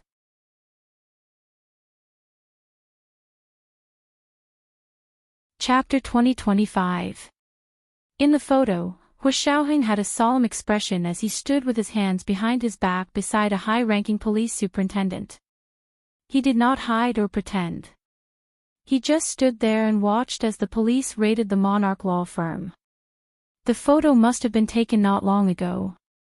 The law firm was brightly lit and reflected Hua Xiaoheng's face, making it difficult to look at him directly. Hua Guanchen looked at the photo carefully and did not speak. Gua Huining waited for a while, but Hua Guanchen did not speak. She became anxious and could not help but ask. General Hua. Are you still there? Hua Guanchen replied, yes. Then what do you want to do? Should I? Gua Huining hesitated, not sure if she should remind him. She and Hua Guanchen were still in the stage of tacit flirtation and had not made anything clear.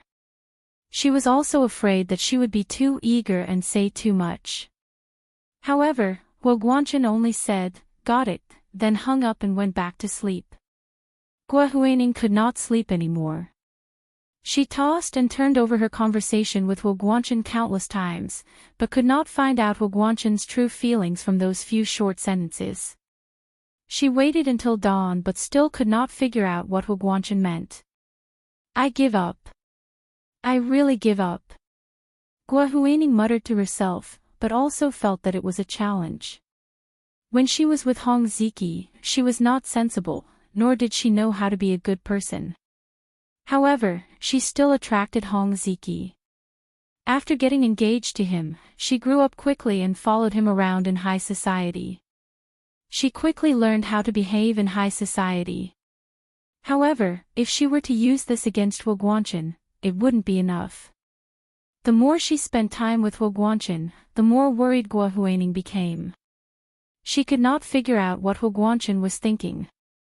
She only intuitively felt that Hua Guanchen had feelings for her. Otherwise, he would not have reached out to help her settle the Hong Corporation's lawsuit. The Hong Corporation's new statement to refute the rumors was a slap in Hua Guanchen's face by stating that they reserved the right to pursue Gua Huining's legal liability. Gua Huining got up from the bed and went into the bathroom to wash up. She changed her clothes and came out for breakfast before pushing grandfather Hua out for a walk. This was her main job these days. There were professionals in charge of old Master Hua's rehabilitation. She only needed to manage these professionals. Pushing grandfather Hua through the tree-lined path in the West Mountain Villa area, Gua Huining said casually. Grandfather Hua, Major General Hua has been really busy in the country recently. Isn't he only responsible for foreign affairs? Why is he participating in a domestic operation now? Grandfather Hua didn't know about the sovereign descent law firm yet. He leaned back in his wheelchair indifferently and said calmly. If he has authorization, he can also act within the country. Authorization? Who would authorize him? Gua Huining pretended not to care and tilted her head with a smile. Of course it's the Senate. The key military personnel also have to sign, Grandfather Hu explained in detail. Of course, what he said was a matter of public procedure, so it could not be considered as a leak. Old Master Hu no longer had the opportunity to come into contact with the more confidential information. That was why Gua Huining only understood one thing after listening to him for so long. It wasn't that Hu Shaoheng couldn't act within the country. If he had the Senate's authorization, he could still act within the country. Gua Huining's heart suddenly skipped a beat when she thought of this, and her entire face lit up. She thought of a way to bring down Gu Nianji. This method would be enough to bring her back to her original state. She could no longer use the title of Chief Legal Advisor to disgust her. Gua Huining was anxious but still patiently pushed Grandfather Huo for a walk outside before returning to Hu Guanchen's private villa in the West Mountain. Grandfather Huo was in his 80s after all. He had also gone through 2 very draining stages of being in a vegetative state and waking up, so he was still recuperating. He went to his room to sleep after returning to the villa. Now he had to sleep twice during the day. He would sleep in the morning after taking a walk, then sleep again after lunch. Sleep helped with the recovery of bodily functions. After Gua Huining sent Grandfather Hu back to his room, she hurried out of the villa and called Do Ayin in the open space outside. Ayin, are you free these days? Let's go for coffee. Gua Huining took the initiative to invite her. Do Ayin immediately knew Gua Huining wanted to say something. She looked at her schedule and said, I happen to have 2 hours free today. Do you want to go to Aroma Cafe and try their new South American black coffee? Gua Huining quickly nodded. Do you want to go first or should I? I'll go. Do Ayin picked up her handbag and car keys. See you in a bit. Aroma Cafe was located in the 3rd ring road of the imperial capital and was very close to Carlyle International Investments where Do Ayin worked. Gua Huining took the car keys and sped all the way to the 3rd ring road of the imperial capital within 30 minutes. Do Ayin sat by the window and waved at her with a smile, this way. Gua Huining was led to Do Ayin's table by the waiter. Ayin, sorry to keep you waiting. It's fine, I just got here too. Do Ayin said as she ordered coffee and 2 plates of muffins, enthusiastically introducing, the muffins here are very delicious. They're fragrant and crispy, melts in the mouth, and have just the right amount of sweetness. They go best with black coffee. Gua Huining wasn't there for coffee. She casually ordered a cup of mocha and ate a small muffin before saying in a low voice. Do you know that the Special Operations Forces needs to be authorized by the Senate in order to operate within the country? I do. It's a public procedure, you can find it online. Do Ayin casually took a sip of coffee and ate a muffin. She wished she could also order a boiled egg. To her, this was the standard for a nutritious breakfast. So it's possible that Hu Shao's involvement in raiding the Monarch Descends law firm last night wasn't illegal at all. It was actually legal. Gua Huining continued. Do Ayin choked and suddenly felt that her favorite muffin wasn't sweet anymore. It tasted like wood residue. She spat and asked suspiciously. How did you know he had authorization? Who told you? Or did you see it with your own eyes? Did General Hu show it to you? Gua Huining covered her mouth with her hand and giggled. She didn't have good teeth when she was young, so she was used to covering her mouth when she giggled. Even after she earned a lot of money and had her teeth fixed, the habit she had developed since she was young still inadvertently showed itself. Do Ayin looked away in disdain when she saw how petty Gua Huining was.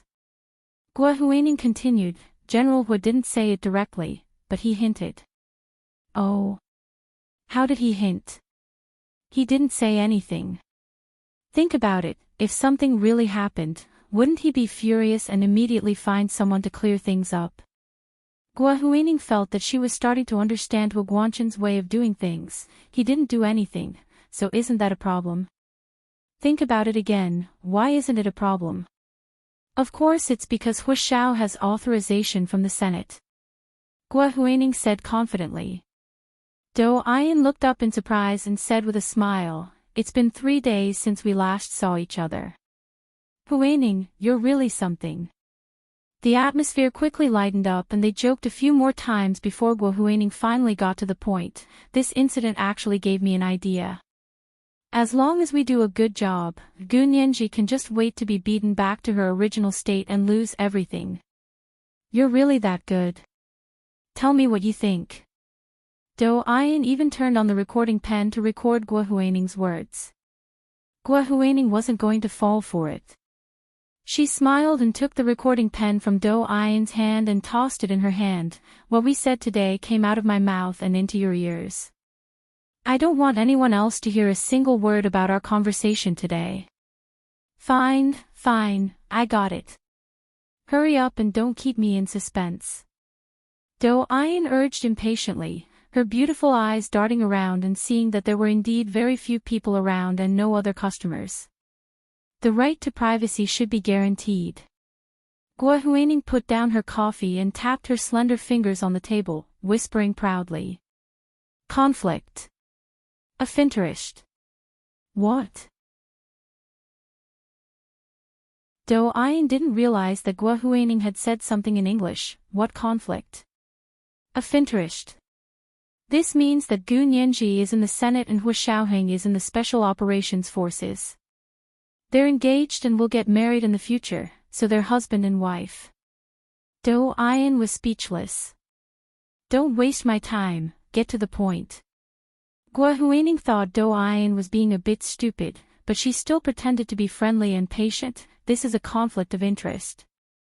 According to the law, husband and wife are not allowed to work in an organization that has a conflict of interest at the same time. Hu Xiao's Special Operations Forces operations within the country are controlled by the Senate to balance power. But Gu Nianji, as his fiancé, also works in the Senate and holds a very high position as the chief legal advisor. This will affect the Senate's independence from the Special Operations Forces." Dou Ayan understood and exclaimed in surprise, "That's right. Why didn't we think of that? If Gu Nianji still wants to be with Hu Xiao, she can't continue to be the chief legal advisor of the Senate." Guo Huining nodded and added, "If she still wants to be the chief legal advisor of the Senate, then she can't be husband and wife with Hu Xiao. They can't even be lovers. This will constitute a conflict of interest and damage the independence and legitimacy of the Special Operations Forces." Dou Ayan laughed heartily. The few customers in Aroma Cafe all looked over curiously. Guo Huining quickly covered her mouth. "What are you laughing at? Why don't you hurry up and discuss this with someone and spread the word online?" "No, this time we'll look for the Hu family's political enemies." Dou Ayan was better than anyone when it came to internal strife. She smiled as she smoothed her freshly cut short hair. "There are many people who want Gu Nianji and Hu Xiaoheng's positions.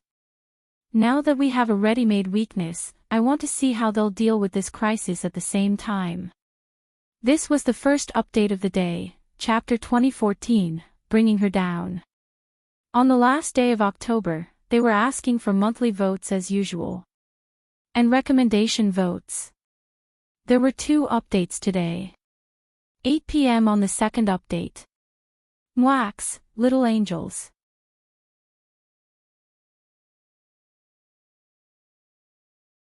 Chapter 2026. Guo Huining blinked and asked in confusion. "Look for the Hu family's political enemies. Is it that easy? This isn't the first time Gu Nianji has been the chief legal advisor in the Senate, and no one has objected. Would it work if you looked for the Hu family's political enemies?" Dou Ayan choked on Guo Huining's words. Although she didn't want to agree, she had to admit that Guo Huining had a point. Although she didn't like Guo Huining's way of doing things, she still had her redeeming qualities. After all, she was a top student of the B University Faculty of Law and had worked for the Hong Corporation for so many years. It was impossible for her to not have a certain level of vision and means. You don't think it's possible? Do Ian's eyes darted around. I'll ask first. If everyone says it's not possible, we'll think of something else. Do Ian sent a text to her uncle and aunt, pretending to be curious about the matter. Although Do Ian's uncle and aunt were currently abroad, they had once been in the same circle in the country. They immediately replied, "No, you can't start a discussion online because it's related to the Special Operations Forces. Any topic will be removed immediately and won't achieve the desired effect." Do Ian snorted at the reply. I underestimated this organization. Her sister, Do Qingyan, used to be a field agent for the organization, but due to confidentiality, Do Qingyan had never told her sister about it. The only information Do Qingyan had leaked was related to Hua Xiaoheng himself. As for the true status and function of the Special Operations Forces, Do Qingyan didn't have the time to discuss it with her sister. As a result, Do Ian was taught a lesson by her uncle and aunt. Uncle, even if you want to blackmail someone, you can't do it with this organization. It's like throwing an egg against a rock. Aunt, what are you doing, Xiaoyan? Are you trying to get yourself killed by asking this kind of question? If you dare make a move, I won't have you as my niece. Do Ian thought of what she was doing and panicked. She immediately replied, "Got it, I'm just asking for a friend. It has nothing to do with me. And you better be asking for someone else. Also, what kind of friend is this? Break it off immediately." Do Ian, after a series of text exchanges, Do Ian changed her mind and said with a frown, "Oh, Huining, you're right. My friends say it's not easy to deal with this internally. Just like you said, Gu Nianji is already the chief legal advisor of the Senate. If there were people at the top who were unhappy, they would have pulled her down a long time ago. Now that no one has touched her, it means that those people don't think it's a good point to attack." I knew it. Gua Huining smiled with satisfaction. Based on my interactions with General Hua these days, I know a little about the rules of their circle. Huining, you're amazing. Do Ian quickly gave her a thumbs up. You're really going to make a breakthrough this time. Knowledge really changes one's fate, ha ha ha ha. Do Ian's attitude was warmer than usual as she spoke. She flattered Gua Huining for a while until she was feeling smug. Then she said, "That's a good idea. Why don't you take charge this time?" Gua Huining had long been eager to try. She was used to being a leader, so she was used to making decisions. Besides, she already had a certain amount of capital and backing, so she really had to try to do it herself. She couldn't put her fate in the hands of others. Gua Huining thought to herself, if Gu Nianji can do it, why can't I? In her mind, she was better than Gu Nianji in every aspect. Of course, that included her age. But because her target was Hua Guanchen, her age was not a disadvantage, but an advantage. But I don't have anything now. I'm afraid there's a limit to what I can do by myself. Gua Huining made up her mind and began to ask for more resources. Pull Gu Nianji down from her pedestal and have her post and video all by herself. That would be nothing but a dream. Do Ian was scared by her aunt and uncle and quickly said, "Of course, you can contact Deputy Director Jia directly from now on. He has money and people, so he doesn't need a little girl like me, right?" The posthumous title of Su Tsang Pai Yu Ping Ping Forgive. Do Ian giggled.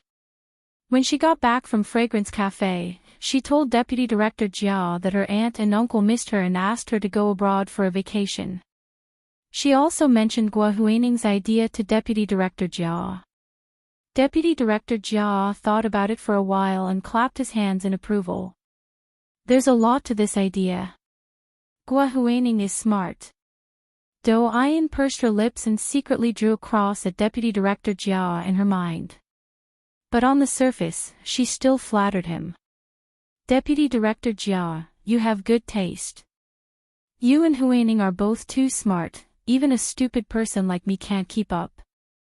How about this, since I'm going abroad for a vacation soon, you can contact Huining personally. She has a lot of ideas and is also a B University law student.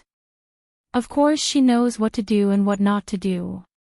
Also, it's not convenient for me to contact you when I'm on vacation. Don't let me hold you up. Deputy Director Jia had originally wanted to contact Gua Huining personally. Seeing Gua Huining climb up the tree that was Hu Guanchen, she would be an incredible resource. But because Gua Huining was contacting them because of Do Ayan, Deputy Director Jia couldn't directly contact Gua Huining without Do Ayan's permission. Now that Do Ayan was smart enough to concede, Deputy Director Jia would be impolite to refuse. He smiled and nodded. Then I'll approve a long vacation for you. Have fun abroad and you'll have more energy to focus on work. Do Ayan quickly nodded. Thank you, Deputy Director Jia. You're only approving it for 3 months. That long? Deputy Director Jia pretended to look at the calendar. It's already November. If you approve it for 3 months, won't you be spending the new year abroad? Yes, I'll be spending the new year abroad. Do Ayan seized the opportunity and used this excuse to cover up her true reason. Okay, then remember to come back after the new year and work hard. Deputy Director Jia said as he took out a blank leave form and handed it to Do Ayan. Do Ayan immediately filled it out and signed it. After Deputy Director Jia also signed it, she happily handed the leave form to her supervisor. The next day, she left the imperial capital for a vacation in America. Because of this, Gua Huining didn't get in touch with Deputy Director Jia until the next day. Ayan went abroad for a vacation. She asked with a smile. That's unfortunate, I'll be counting on Deputy Director Jia in the future. Miss Gua, what are you saying? We still need Miss Gua to take care of our business in the future. Deputy Director Jia was in a good mood and spoke politely to Gua Huining.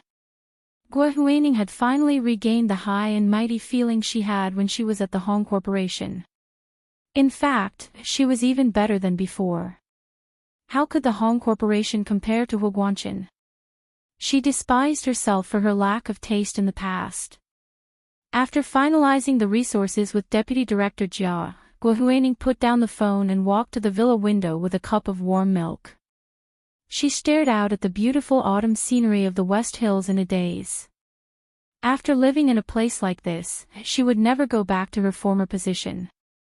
After finishing the preparations, Gua Huining called Hu Guanchen and asked indirectly, General Hua, is there a result regarding the Monarch Descends law firm? Hu Guanchen's indifferent voice sounded from the phone. Why are you asking about this? Are you in contact with them? No, why would I be in contact with them? Gua Huining immediately denied. But you know I'm a law student.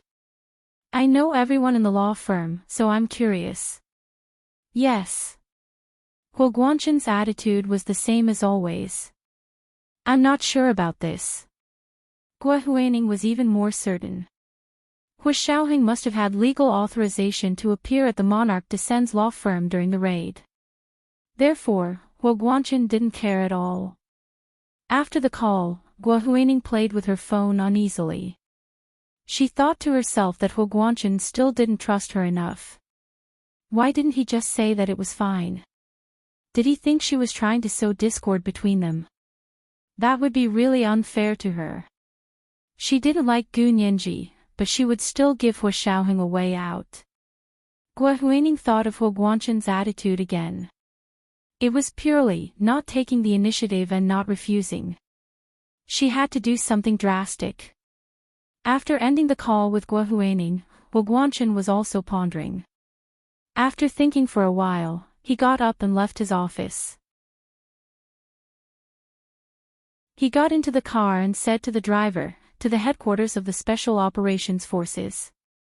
From the military headquarters to the headquarters of the Special Operations Forces, they had to pass through the Institute of High Energy Physics where Song Jining was located. When Hu Guanchen arrived, it was almost noon. He happened to see Lu Yuan delivering lunch to Song Jining. Lu Yuan got out of the car gracefully, and Song Jining actually went to the gate to pick him up. She was only wearing a simple white coat, and her hair was directly tied up in a bun. She didn't have any luxurious jewelry, but she was still beautiful. The two of them looked at each other and smiled. They walked into the Institute of High Energy Physics together. Huo Guanchen's expression instantly darkened. This wasn't the first time he had seen Lu Yuan and Song Jining together. Get someone to investigate who Director Song has been very close to recently, Huo Guanchen instructed his personal secretary in a low voice. Yes, Chief. When they arrived at the headquarters of the Special Operations Forces, Huo Guanchen went straight to Hua Xiaoheng's office building. Hua Xiaoheng was reading an internal reference when Yin Shixiang's internal call came in. Major General Hua, your father, General Hua, is here to see you. Hua Xiaoheng said without looking up, let him in. Soon, Yin Shixiang brought Huo Guanchen in. After Yin Shixiang left, Hua Xiaoheng didn't even look at Huo Guanchen. He said calmly, hello, may I ask what General Hua needs? Huo Guanchen was a little upset when he saw that Hua Xiaoheng hadn't called him father for the past few days, but he didn't flare up. He just sat down in front of him and said, Xiaoheng, what have you been doing recently? Work, Hua Xiaoheng said simply. Huo Guanchen choked for a moment and asked tentatively, where's your mother? Her birthday is coming up. Let's have a meal together as a family of 3. It's been a long time since we've had a meal together. Hua Xiaoheng looked up from the computer and thought for a moment. He refused, you have to ask her for her opinion on Miss Song's birthday. It's useless to ask me. He added, if there's nothing else, I still have a meeting to attend. He was practically chasing him away. Huo Guanchen hesitated for a moment, but still asked. Who is your mother celebrating her birthday with? I don't know. Huo Guanchen held it in and thought about what he had just seen. He still asked. Is she dating your uncle? This was the second update of the day, Chapter 2015, Don't Take the Initiative, Don't Refuse. On the last day of October, they were asking for monthly votes as usual. There were also recommendation votes. Moi, all the big shots and little angels.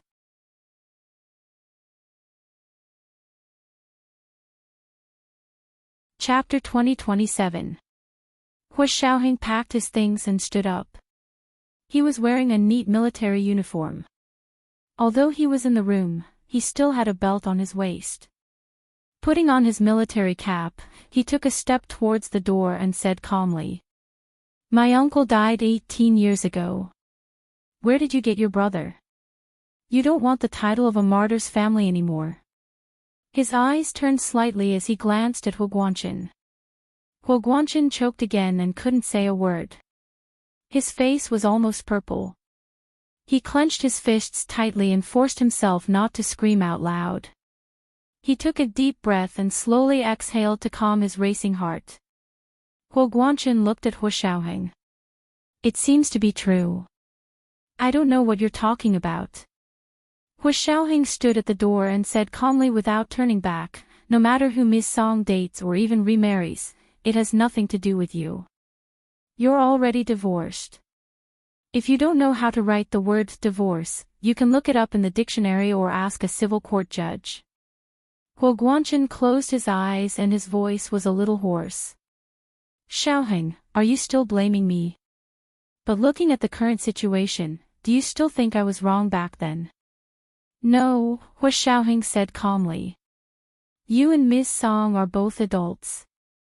You don't need to explain anything to others. You only need to explain it to yourselves. Alright, I'm really busy. If there's nothing important, I can't accompany you. Hua Xiaoheng strode out after saying that. Huo Guanchen looked at his back and pursed his lips. Yin Shixiang poked his head in and said with a smile, Chief, can you come out for a moment? Major General Hua's office has very high security. You can't stay in there alone. Huo Guanchen glared at him. I won't stay here. He also walked out, holding his military cap in his hand as he walked towards the door. Halfway there, he suddenly stopped and said to Yin Shixiang, "Tell your chief to visit his grandfather when he's free. He's an elder after all. If he doesn't care about him for a long time, his reputation won't be good. If he wants to be promoted in the future, people will make an issue out of the public's opinion." Yin Shixiang, this explanation was too strange. He scratched his head and dutifully sent the message to Hu Xiaoheng. Hu Xiaoheng was sitting in the conference room and couldn't bring his phone with him, so he didn't see the text immediately. After the meeting, he walked out of the conference room and took out his phone to see Yin Shixiang's words.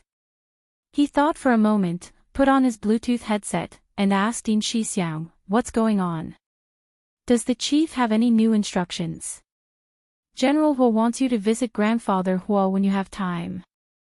Yin Shixiang checked the address. The chief said that Grandfather Hu is in his villa in the West Hills. Miss Gua is the head housekeeper there. Hu Xiaoheng understood and said calmly, "Got it." Gua Huining asked Hu Guanchen about the Special Operations Forces in an indirect manner and confirmed her conclusion. Hu Xiaoheng had probably been authorized by the Senate to raid the sovereign descend's law firm. However, because of Gu Nianji, in Gua Huining's eyes, his authorization was a little unjustifiable. It was like the relationship between athletes and referees. You can't be a player and a referee at the same time. Hu Xiaoheng's close relationship with Gu Nianji made him both an athlete and a referee. This show was quite interesting to sing. It was the weekend, and Hu Guanchen called in the morning to say that he would be coming to his villa in the West Hills to visit Grandfather Hu. Gua Huining was overjoyed and busied herself in the villa. She ordered the chef to prepare a feast and took out her precious red wine to have a candlelit dinner with Hu Guanchen. She planned it very well and prepared dinner for Grandfather Hu in advance, and personally brought it to his bedroom. Gua Huining also secretly put some sleeping pills in his dinner, so Grandfather Hu was sleepy after eating.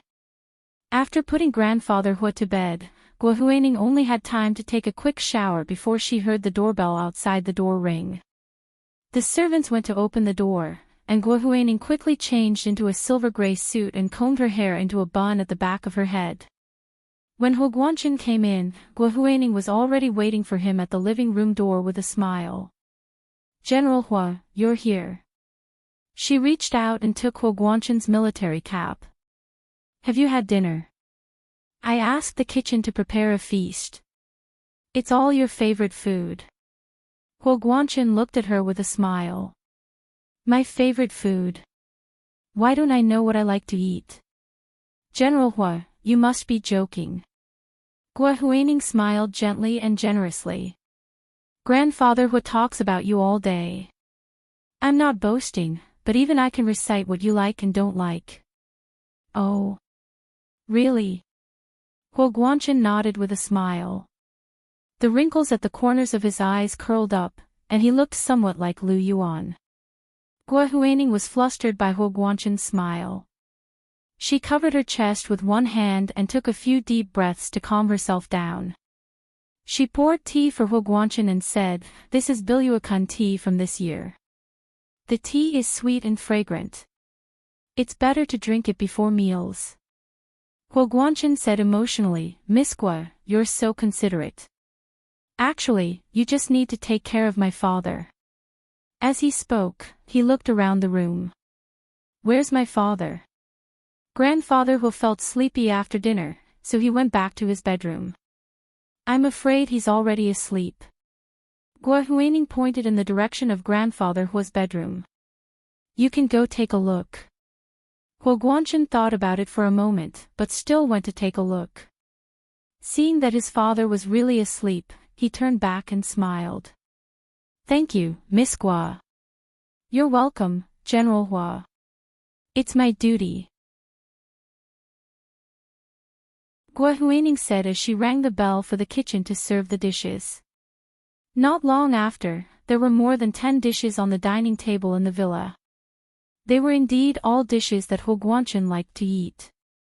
He looked at her meaningfully and said, "Miss Gua, you've really put in a lot of effort." "You're welcome. It's my duty." Gua Huaining smiled and scooped a bowl of soup for Hu Guanchen. "Have some. This is the best turtle soup. It's very nourishing." Hu Guanchen tasted it. It was indeed delicious. He finished the entire bowl of soup. Gua Huaining was very happy and said, "If you like it, I can make it for you every day." Hu Guanchen smiled and shook his head. "That's not necessary. I actually don't like soup." "You don't like it? Then why did you drink it just now?" Gua Huaining didn't understand. "Are you okay now?" "No, it's just that your soup is too delicious." "It's delicious," Hu Guanchen said as he poured a glass of red wine for himself and one for Gua Huaining. "Drink red wine after the soup. It'll help you lose weight." Gua Huaining blushed. To her, it sounded like he was flirting. Was he just flirting with her? She caressed her face and said softly, "Okay. Thank you, General Hua."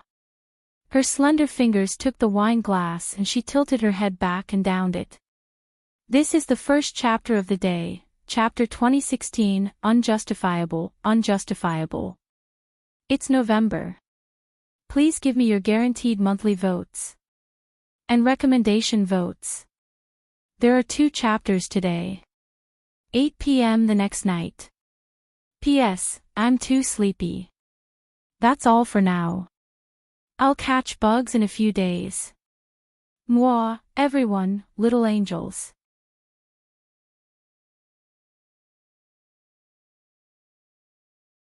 Chapter 2028. You're a good drinker. Hu Guanchen smiled and glanced at the dishes on the table. They were all his favorites. "Thank you, Miss Gua." Gua Huaining's alcohol tolerance was actually quite good, but after only 1 glass of red wine this time, she felt a little dizzy. It was the same feeling as when she drank a liter of white wine. Could it really be that it wasn't the wine that intoxicated her, but she was intoxicated? Gua Huaining thought about it as she watched Hu Guanchen pour her another glass of red wine. He said in a deep voice, "This glass is to thank you for taking care of my father, Miss Gua." Gua Huaining would be impolite to refuse, so she took a sip. She didn't want to finish it in one gulp, but Hu Guanchen sat beside her and looked at her. Under the light, his eyes seemed to be misty, making him seem even more mysterious. It was this high and mighty attitude that struck a chord in her heart. All her defenses crumbled, and she just wanted to crawl at his feet, submit to him, and be conquered by him. Gua Huaining couldn't stop and finished the glass of red wine in one gulp. Hu Guanchen raised a brow. "Miss Gua's alcohol tolerance is quite good. Why don't we have something stronger?" Gua Huaining couldn't refuse and quickly nodded. This was Hu Guanchen's private residence, but the bottle of red wine wasn't his. Gua Huaining had brought it in herself. Hu Guanchen smiled and went to his wine cellar to get a bottle of white wine and a bottle of red wine to put on the dining table. Gua Huaining leaned against the dining table with her head propped on her hand and looked at Hu Guanchen with a smile. She didn't hide her admiration and adoration for him anymore. "Come, have a taste of my collection." Hu Guanchen opened the white wine and red wine with a bottle opener. Gua Huaining's gaze shifted to the 2 bottles and she glanced at them casually. Suddenly, her eyes widened. "Macallan. 1928. She pointed at the ordinary-looking bottle in shock. "This is top-notch whiskey." Hu Guanchen smiled without saying anything. He picked up the whiskey bottle and poured half a glass for Gua Huaining. Then he picked up the other bottle of red wine and poured it into the same glass for her. Gua Huaining looked at the bottle of red wine and was even more shocked. "Ma Sandra. Sherry. And it's from 1817. This type of sherry had long been priceless. Not only did she see it, but she also had the honor of tasting it. Gua Huaining was also an expert at drinking and naturally knew that mixing white wine and red wine would make one drunk. Although Huo Guanchen didn't have to do this, she would have been drunk a long time ago. She didn't have to do this. Guo Huining looked at Huo Guanchen with even more dreamy eyes. She grew bolder. She got up, walked to the door, and turned off the lights in the dining room. Then she took out a lighter and lit the candlestick that she had prepared earlier. The snow-white candles flickered, and the dining room was suddenly filled with an ambiguous atmosphere. Guo Huining returned to her seat and picked up her wine glass. She looked at Huo Guanchen lovingly as she sipped her wine. Hu. Hua. Guer, Guo Guanchen. At. Huo Guanchen was also holding a crystal goblet, but he didn't drink it. He leaned back in his chair and smiled at her. She took another sip of wine and gradually leaned over to get closer to Huo Guanchen. Huo Guanchen didn't move. He didn't step back or avoid her, but he didn't move forward either. Guo Huining's face was burning. Her heart was beating like a drum, but she couldn't stop. She wanted to get closer, closer, and closer, but she stopped 5 centimeters away from Huo Guanchen's handsome face. She stared at him, mesmerized. She was so close to him that she could feel his shallow breath on her face. Miss Guo, are you drunk? Huo Guanchen asked calmly. No. Guo Huining shook her head. General Huo, you don't have to be so polite. You can call me Huining. Huo Guanchen smiled. His back was to the candlelight. His face was hidden in the dim candlelight, but Guo Huining felt that he was waiting for her to come over. But when she tried to get closer, Huo Guanchen put down his glass and brushed past her. The courage that Guo Huining had just mustered up vanished into thin air. She rubbed her temples and said worriedly, I think I'm a little drunk. Huo Guanchen tilted his head to look at her and suddenly asked, Miss Guo, is Dr. Tony someone you know? Guo Huining was in a daze at the moment, so she naturally answered whatever Huo Guanchen asked. She immediately shook her head, no, he's not someone I know. Then how do you know him? I don't know him, my friend knows him. She said Dr. Tony is very good. Your friend? Is it Do Ian? Yes, General Huo, you know her too, right? I heard her say that her sister almost became your daughter-in-law. Guo Huining said in a daze. She felt her head getting heavier. Huo Guanchen didn't comment. He tapped his fingers on the dining table. The quiet dining room emitted a mechanical clicking sound. Guo Huining felt that something was wrong, but she was distracted by the clicking sounds. It was as if she couldn't think on her own. She looked at Huo Guanchen in a daze. She wanted to confess her feelings, but Huo Guanchen always cut her off. Prime Minister Do's daughter. When did she meet Dr. Tony? Huo Guanchen asked with a smile. I heard her say that she met him when she was overseas. You believe that? I don't. Guo Huining wanted to confide, she hid a lot of things from me. She thought I didn't know, but I'm not stupid. How could I not know? For example. Huo Guanchen narrowed his eyes. For example, she wasn't doing well abroad, but suddenly her luck changed. Not only did she have a lot of money to spend, but she was also able to meet a lot of people she normally couldn't reach. Guo Huining continued, for example, Dr. Tony. He's such an amazing doctor, and his family background isn't ordinary. Even if her father was the prime minister, she might not be able to hire someone to perform the surgery. Moreover, she's a former prime minister, and the daughter of a former prime minister who's in prison. Who would trust her? She must have someone helping her. Huo Guanchen finally got to the point. From the moment Guo Huining recommended Dr. Tony for grandfather Huo's surgery, they had been investigating Guo Huining's relationship and background with Dr. Tony. However, although Dr. Tony's background was clear, the distance between Guo Huining and Dr. Tony was worlds apart. There were some important links that could not be found. Later, when they investigated Do Ayan, they discovered that Do Ayan had made up some of the missing links. But it still wasn't right. They decided to expand their investigation, but the other party was also very cunning. They seemed to have sensed that something was wrong and retreated. In order not to alert the enemy, the easiest way was to start with Guo Huaining. If this woman wasn't stupid, she would have sensed something was wrong with Do Ayan. How could a talented student from B University's Faculty of Law be a fool? Since those people were using Guo Huaining as bait, Wu Guanchen didn't mind being a big fish that could pull the fisherman down. Then who do you think is helping her? This is the second chapter of the day, chapter 2017, Hooked and Salty Bait. It's November, please give me your guaranteed monthly votes. And recommendation votes. Mwah, everyone, my little angels.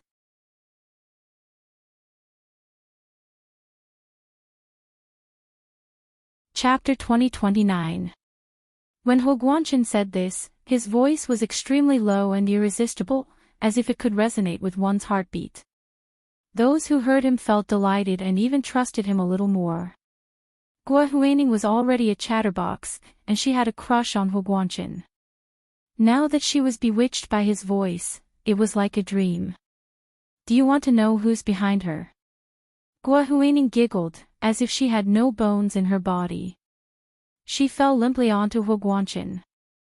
Wu Guanchen still didn't move, but he had crossed his legs at an angle. His long legs stretched out, naturally separating him from Guo Huaining. Guo Huaining was attracted to Wu Guanchen. All she could see was his half-smile. She couldn't fall onto Wu Guanchen, and tripped over the chair. Her legs weakened, and she knelt in front of Wu Guanchen. She didn't give up. She leaned forward and knelt down, resting her head on Wu Guanchen's knees. She mumbled dreamily. Hua. Mr. Hua, Wu Guanchen didn't speak for a long time. The room was very quiet, only the flickering candlelight, and the scent of lavender wafting through the room. Guo Huaining had lit scented candles.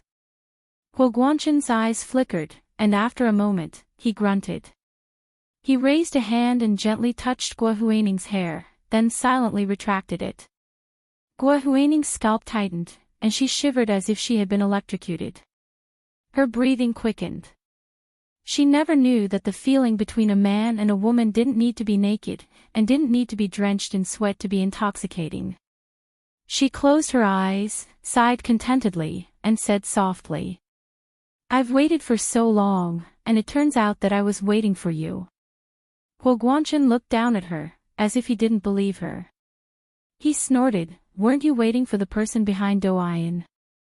Guo Huaining shook her head, her eyes still closed. She doesn't know who the person behind her is either. He's always calling her mysteriously, and it's obvious he's using a voice changer. Even that idiot Do Ayan thinks it's because it's inconvenient for him to show himself. Wu Guanchen laughed, and shook his head lazily. It's fine if you don't want to tell me, you don't have to brush me off. I didn't. Guo Huaining panicked. Opening her eyes, she looked up at Wu Guanchen and said anxiously, I really didn't lie to you. I'm just guessing, the person has been contacting Do Ayan on the phone the whole time, doesn't show up, and uses a voice changer. This person must be someone Do Ayan knows. Because only familiar people would use these methods to hide their true identity. Wu Guanchen was still unmoved. Oh, is that so? He shook his head. You don't have to say anything. I'm not interested. He looked at his watch. It's getting late. I should return to the military compound. He stood up as he spoke. Guo Huaining was indescribably disappointed. She knelt on the ground and looked up greedily at Wu Guanchen's tall and burly figure. His handsome face was wrinkled with age. Mr. Hua, don't you want to know who's behind Do Ayan? Guo Huaining's eyes sparkled. Wu Guanchen casually put on his military cap and smiled. Why should I care about this person? But you just asked me. Guo Huaining rubbed her temples hesitantly. Was she dreaming? Or was she imagining things? Her head felt like it weighed a few thousand pounds. She really had too much to drink today. Gua felt like she had a memory lapse. She couldn't remember what happened more than 10 minutes ago. I just wanted to talk to you. Guanchen seemed a bit regretful. What a pity, he didn't say what was a pity or why. He only said those 2 words before leaving the West Mountain Villa. Returning to the car and sitting down, the personal secretary in the front seat turned around. Chief, Gua put medicine in the soup this afternoon, but we changed it. The soup you drank was prepared by us. Guanchen asked. Then Gua drank the soup she made herself. Yes. Hee. The personal secretary couldn't help but laugh perversely. But it's okay. Her medicine doesn't do much to women. It just makes her unconscious. Guanchen snorted. How dare she? Actually, you wouldn't eat food cooked by others outside unless we saw the cooking process with our own eyes. Her little tricks won't affect you. Guanchen closed his eyes to rest and began to think about what he should get her for her birthday. Although they were divorced, he still had to show his appreciation for Song Jinning's birthday. The next morning, Gua woke up on the sofa in the dining room to find a blanket draped over her. Rubbing her head, she felt nauseous from the hangover. The cook who was making breakfast and the servant who was cleaning also came. They smiled at her and said, "Good morning." Gua waved her hand and sat up from the sofa with difficulty. Her legs were numb. This sofa really wasn't a good place to sleep. Gua suddenly remembered something when she thought of the word sleep. She looked down at her clothes. There wasn't much difference from yesterday except that she slept in the wrong position and there were wrinkles on her clothes. But no matter how she looked at it, she couldn't see any evidence of misbehaving last night. No one had touched her. Gua rubbed her numb legs with mixed feelings. After sitting for a while, she walked up to her room on the 2nd floor and showered in the bathroom. As soon as she walked in, she saw her swollen face in the bathroom mirror. She couldn't help but hold her face in horror. She was glad that Guanchen hadn't stayed over last night. If he had seen her like this, he would definitely have lost interest in her. Gua shook her head with a bitter smile. When she was a teenager, she would often stay up all night without sleeping. Her eyes were bright and her skin was glossy. But now she was 30 years old. The only thing was that she slept in the wrong place at night. Her entire body was exhausted. The skin on her face was loose and even the wrinkles were showing. It was a terrible sight. Gua meticulously started her maintenance routine. She showered, soaked in the bath, applied various skin care essences and lotions, and finally applied a variety of facial masks. She spent the entire morning in the bathroom before she could finally clean herself up. She couldn't stay up late anymore. Gua secretly made up her mind. It was already noon when she came out of the room. She was about to have lunch when her phone rang again. She took it out and saw that it was Do Ain's number in the United States. Gua swiped to answer the call. She was in a good mood. "Ain, is that you? You're not asleep yet. It should be midnight in the United States at this time." Do Ain was still recovering from jet lag and didn't have time to exchange pleasantries with Gua She immediately said excitedly, "Huining, how's it going with General Hua?" Gua was stunned. "What do you mean how's it going? I'm asking if you've had a breakthrough with him." Do Ain became even more excited. "A friend of mine just met General Hua at the best jewelry store in the capital." "What do you think he's doing?" "Doing what?" "Buying jewelry. I think he's looking at rings." "No way." Gua heart skipped a beat. She clutched her chest and leaned against the door. She really couldn't breathe. This is the first chapter of the day, chapter 2018, so I've been waiting for you. It's November. Please give me your guaranteed monthly tickets. And recommendation tickets. 2 chapters today. 8 p.m. the next night. Mwah, everyone, my little angels.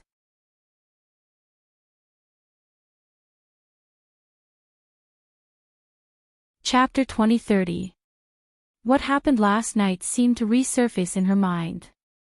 Although she didn't remember what happened after she got drunk, she still remembered what happened before she got drunk. The room full of romantic candles, Guoguanchen's eyes in the candlelight, his handsome and seductive face, she remembered it all clearly. She also remembered how close they were. If they got any closer, their faces would almost be right up against each other. Even now, she could feel the warmth of his shallow breath on her face. Afterwards, she seemed to be kneeling on the floor with her head on his knees, and his hand, touching the tip of her hair. Guohuaning suddenly remembered a saying, everything is like a dream, an illusion, a bubble, or a shadow, like dew or lightning. Guohuaning's face couldn't get any redder.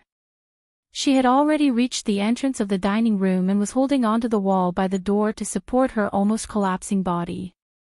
Do Ayan waited there for a while, and when Guohuaning didn't speak, she called out anxiously, Huaning? Huaning?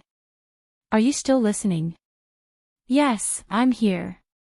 Guohuaning finally snapped out of her daze and found her voice. She took a deep breath and held onto the wall as she turned into the dining room. She sat down at her seat and the kitchen helpers placed lunch in front of her. They even arranged the bowls and chopsticks for her. Guohuaning nodded at her with a smile, and said casually to Do Ayan on the phone. Is that so? Of course. I'll show you the photos if you don't believe me. Do Ayan said as she immediately sent a few photos to Guohuaning. Guohuaning looked closely. It really was Huoguanchan in the jewelry store. The jewelry store's logo was above Huoguanchan's head, there was no mistaking it. This photo was obviously taken secretly, but the angle was very good. It perfectly showed Huoguanchan's handsome side profile, as well as his handsome military uniform and straight back. He held a small jewelry box in his hand and opened it, revealing a sparkling ring inside. It was obviously a diamond ring, and the stone was probably not small. The photo was taken from a distance, so it must have been taken with a telephoto lens, but it could still be clearly seen that the diamond was shaped like a pear with 2 sharp ends and an oval in the middle. If it was a 1-carat diamond the size of a grain of rice, it definitely couldn't be seen so clearly from the angle of the photo. Guohuaning estimated that the diamond on the ring that Huoguanchan was looking at was at least 7 carats. If the purity, cut, and color of a 7-carat diamond were all top-notch, then the price would be sky-high. Guohuaning had once seen a celebrity's engagement diamond ring. It was in the shape of a 7-carat mahjong tile and was worth about $5 million. The diamond ring on Huoguanchan's hand was several times more expensive than that celebrity's engagement ring. I really don't know what the price is. It wasn't that Guohuaning hadn't seen money before, but $5 million was almost all she had after so many years of hard work.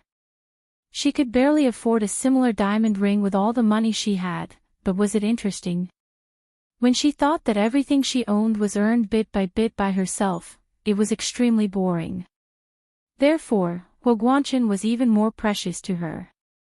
And this sense of urgency was different from when he had a crush on her in the past.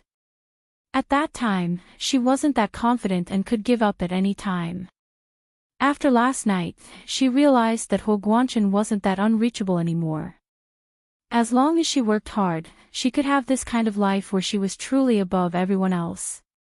Moreover, there was Huoguanchan, the man she truly loved. Only he was worthy of her. The corners of Guohuaning's lips curled up into a proud smile. She felt like she had been reborn, like a swan in the snow, and would soon soar into the sky. Do you believe me now? Why do you think General Hua is buying this kind of ring now? Do Ayan's tone was gossipy and persuasive. Guohuaning didn't disappoint. She laughed quietly and said ambiguously, who knows? General Hua only had 1 meal with me last night. What? Really, really? Do Ian was so excited she almost jumped up. Then he bought it for you. Huining, you're amazing. It's only been a few days and you've already made a sly old man like General Huo want to get married? Gua Huining smiled reservedly and denied it. How is that possible? We only had one meal alone for the first time. Ha! Why is this candle still lit? How did the servants in the restaurant take care of you? They even forgot to put out the candle. It was a simple sentence but it contained a lot of information. Do Ian immediately understood and said. You had a candlelight dinner for the two of you last night. And you said it had nothing to do with you. Huining, don't be so humble. Gua Huining turned on the camera on her phone and video chatted with Do Ian. See, why would I lie to you? Thanks to Gua Huining, this wasn't the first time Do Ian had seen Hu Guanchen's private residence in the West Hills. When she looked at the dining room again, she immediately believed that Gua Huining wasn't lying. So there were indeed candles of varying heights on the counters around the walls of the dining room. Traces of burning wax could be clearly seen. Do Ian was finally convinced that Gua Huining had made such substantial progress and wanted to hang up in satisfaction. But Gua Huining wasn't going to let her off so easily. She turned off the video call and continued talking to Do Ian. Ian, you managed to get a photo of General Hui even when you were overseas.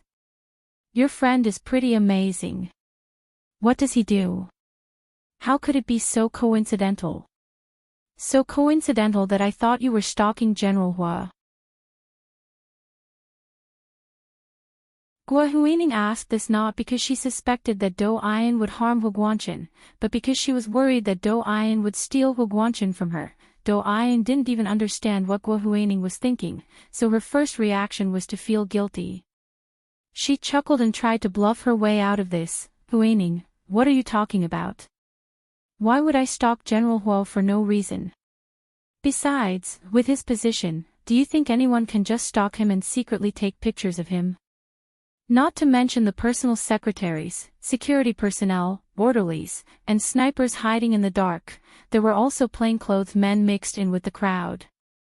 With so many people following him and being photographed at such a close distance, these people should all go to hell. Do Ian's photo was taken from a higher floor with a top-of-the-line camera. How else could she have gotten it? Do Ian was proud of herself. But Gua Huining quickly exposed her. That's right, so someone with status, means, connections, and money must be able to secretly take pictures of him, right? Gua Huining had studied law for many years and wasn't just for show. Just a few casual words from her were enough to make Do Ian feel like she was exposed. She continued to chuckle, you know my friends. Their identities are scary to say. My father used to be the Prime Minister and my friends are all rich and powerful. What's so strange about running into someone like that in the same jewelry store as General Hua? Gua Huining wanted to laugh too. Yes, when your father was the Prime Minister, it wasn't strange for you to be friends with the Prime Minister. But now your father is not only the former Prime Minister, he's also the former Prime Minister serving time in prison. How many rich and powerful people would have such a deep friendship with the daughter of the former Prime Minister, if they were out of their minds? Is that so? Gua Huining casually hung up and didn't continue the conversation. The more she didn't say anything, the more Do Ian believed it to be true. After the call with Gua Huining ended, Do Ian looked at her phone and thought for a while before dialing the number of the person she had contacted. Unsurprisingly, it was another voicemail. Do Ian left a voicemail. Hello, are you sure General Hu bought the ring for Gua Huining? She's about to get engaged to General Hu Guanchen. What do you plan to do next? Not long after she left the voicemail, the person called back. There was a hint of joy in his voice. Really? He really bought it for Gua Huining? So soon? She's about to get engaged. It's not that soon. Do Ian chuckled. Grandfather Hua has been recovering for a few months, and Gua Huining herself isn't too bad. She's younger than General Hua by more than 20 years. The old house is on fire and she can't wait to help. This is the second update of the day, Chapter 2019, The Old House on Fire, 1. It's November, please give me your guaranteed monthly tickets. And recommendation tickets. Moi, everyone, my little angels.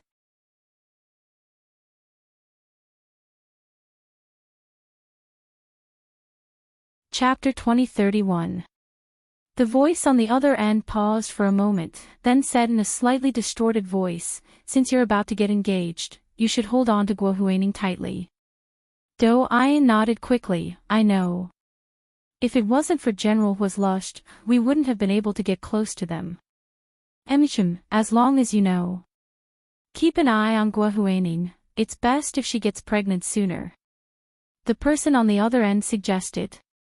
Do Ian raised her eyebrows in surprise. Why does she have to get pregnant sooner? Do you think she'll have a chance of marrying into the Hua family if she doesn't get pregnant?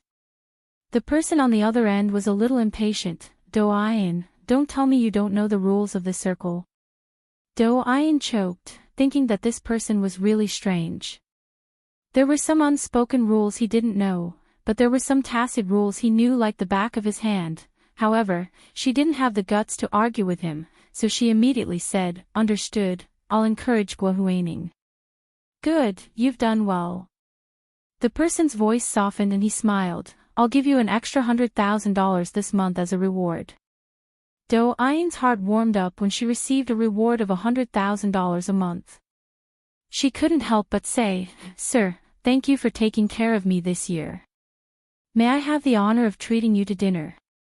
"No, you won't have the honor," the person said and quickly hung up. Do Ian put down her phone angrily and waited for a moment before opening a small app on her phone to find the coordinates of the person she had just spoken to. It didn't work, the person's coordinates were still blank and well hidden. How useless, and they call themselves the king of tracking apps on the dark web. Do Ian muttered, planning to ask the person for a refund when she had time. She couldn't even find the location of a phone number. What a waste of $1,000. After Guohuaning ended the call with Do Ian, she sat restlessly in the West Mountain villa.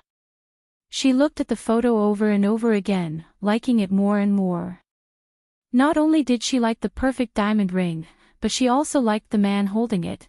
How she wished that she was the diamond ring in that man's hand, that he treasured and kept away. She had been waiting for such a person all her life. From then on, she would wash her hands and cook for him. The wind and rain outside would never touch her again. She would no longer have to struggle in society like a tomboy. She just wanted to hide under his wings and no longer have to wander around. After watching for a while, she couldn't sit still anymore. She informed the servants in the villa and drove into the city. Although the Shishan villa was luxurious and had mountains and rivers, to Guohuaning, she still liked the hustle and bustle of the metropolis. She felt that she could only stay in a place like the West Mountain Villa on weekends at most. Normally, it would be better to stay in the city, especially with Hua Guanchen at the Hua family's mansion in the military compound. She drove to the entrance of the military headquarters to take a look before reluctantly driving to the mall. It was the same mall where Hua Guanchen had bought the ring from. Even though she knew that Hua Guanchen should have left by now, she couldn't help but want to visit the place he had been. Carrying her Hermes platinum bag into the store, she was greeted by a young woman in a white professional suit with a smile. "May I ask what jewelry you are interested in, miss?" "We mainly sell diamond rings here, but we also have matching necklaces, bracelets, necklaces, and earrings." Guohuaning was speechless. She just wanted to see it. However, she still sat down where Hua Guanchen had been sitting. She looked down at the display case and pointed at a pear-shaped diamond ring. "Please show me this ring." The shop assistant in the store quickly smiled and said, "Unfortunately, this ring has just been ordered. We are waiting for the main store to send someone to engrave it." Although Guohuaning wouldn't buy such an expensive diamond ring herself, she had received a large diamond ring from Hong Ziki back then. She knew that if this kind of diamond ring had to be engraved, it would be sent back to their headquarters and then sent back after the engraving was done. She hadn't expected that the diamond ring Huo Guanchen had bought would actually make their headquarters send someone over personally. One had to know that the headquarters of this jewelry store was in France. Guo Huining couldn't help but ask, "Don't you usually send it back to the headquarters for engraving? Why did your headquarters send someone this time?" "Miss, you are also an expert," the shop assistant complimented, "because this gentleman wanted it in a hurry, and there wouldn't be enough time to send it back. Our headquarters decided to send someone to engrave it."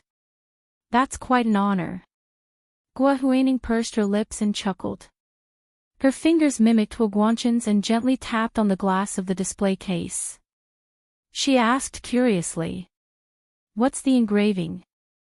The shop assistant only smiled and didn't say anything. Guo Huining knew that this might be a customer's privacy, and most shop assistants wouldn't say anything. However, she also knew that if there was no possibility of it being leaked, most shop assistants wouldn't mind gossiping about the customer. Therefore, Guo Huining spread her hands and said, "Actually, you don't have to worry about me telling anyone else what you said. I don't know the buyer, so there's no place for me to pass the message." The shop assistant smiled slightly and thought about it for a while before lowering her voice and saying, "Since Miss is so interested, why don't you buy a bracelet? We have this kind of decorative bracelet. It's 18K gold inlaid with diamonds. It's only 30,000 yuan. Guo Huining felt her heart ache, but she couldn't bear to part with her child. She gritted her teeth and spent 30,000 yuan to buy an extremely short 18K gold and diamond inlaid bracelet. The diamonds were really broken, and it was almost impossible to tell that they were diamonds. Fortunately, the purity was excellent. Wearing it on her wrist, it was like wearing a string of stars in the night sky. It was beautiful and unique, and there was a large logo for her to show off. After Guo Huining put it on, she immediately fell in love with the bracelet. The shop assistant completed a transaction, then lowered her voice and said, "I heard that the gentleman bought it as a gift. It must be for his lover." Guo Huining's heart almost skipped a few beats. "It's possible to give it to someone, but how do you know it's for his lover? Wouldn't it be for a relative, wife, or colleague? TSK, if it's for a wife, relative, or colleague, would they ask us to engrave endless on the ring? Love. Endless love." Guo Huining's eyes flashed. Endless love. Love without end. It's really quite romantic. Of course.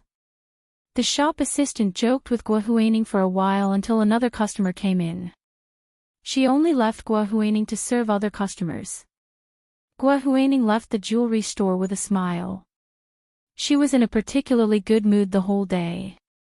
However, when she returned to the West Mountain Villa, she found that the villa's entrance was heavily guarded.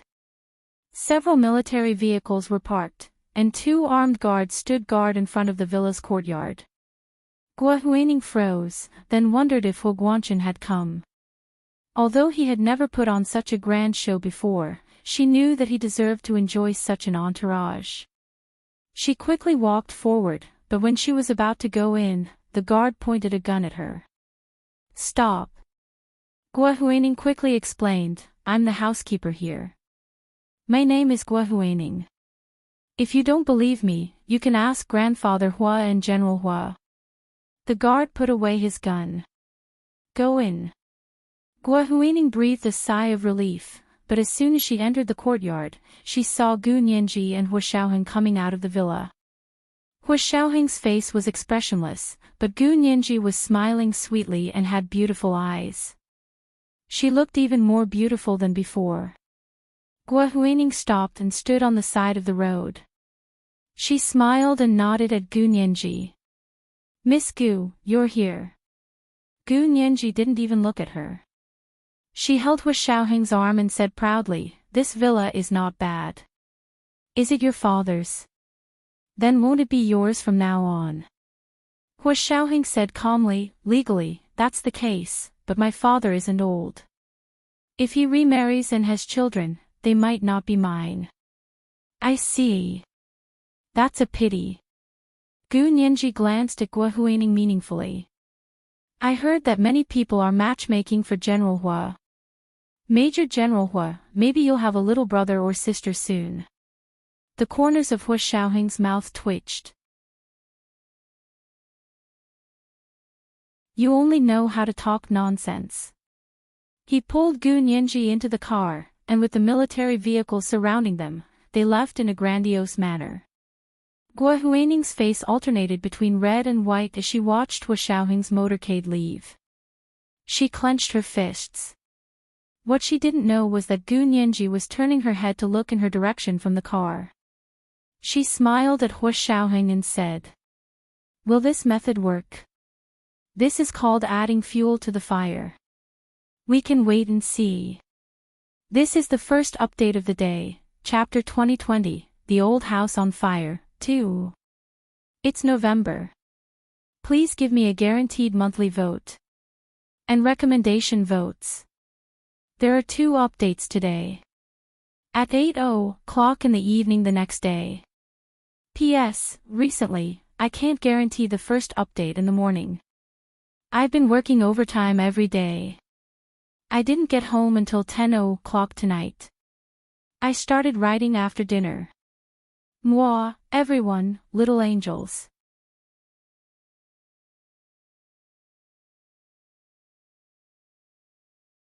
Chapter 2032.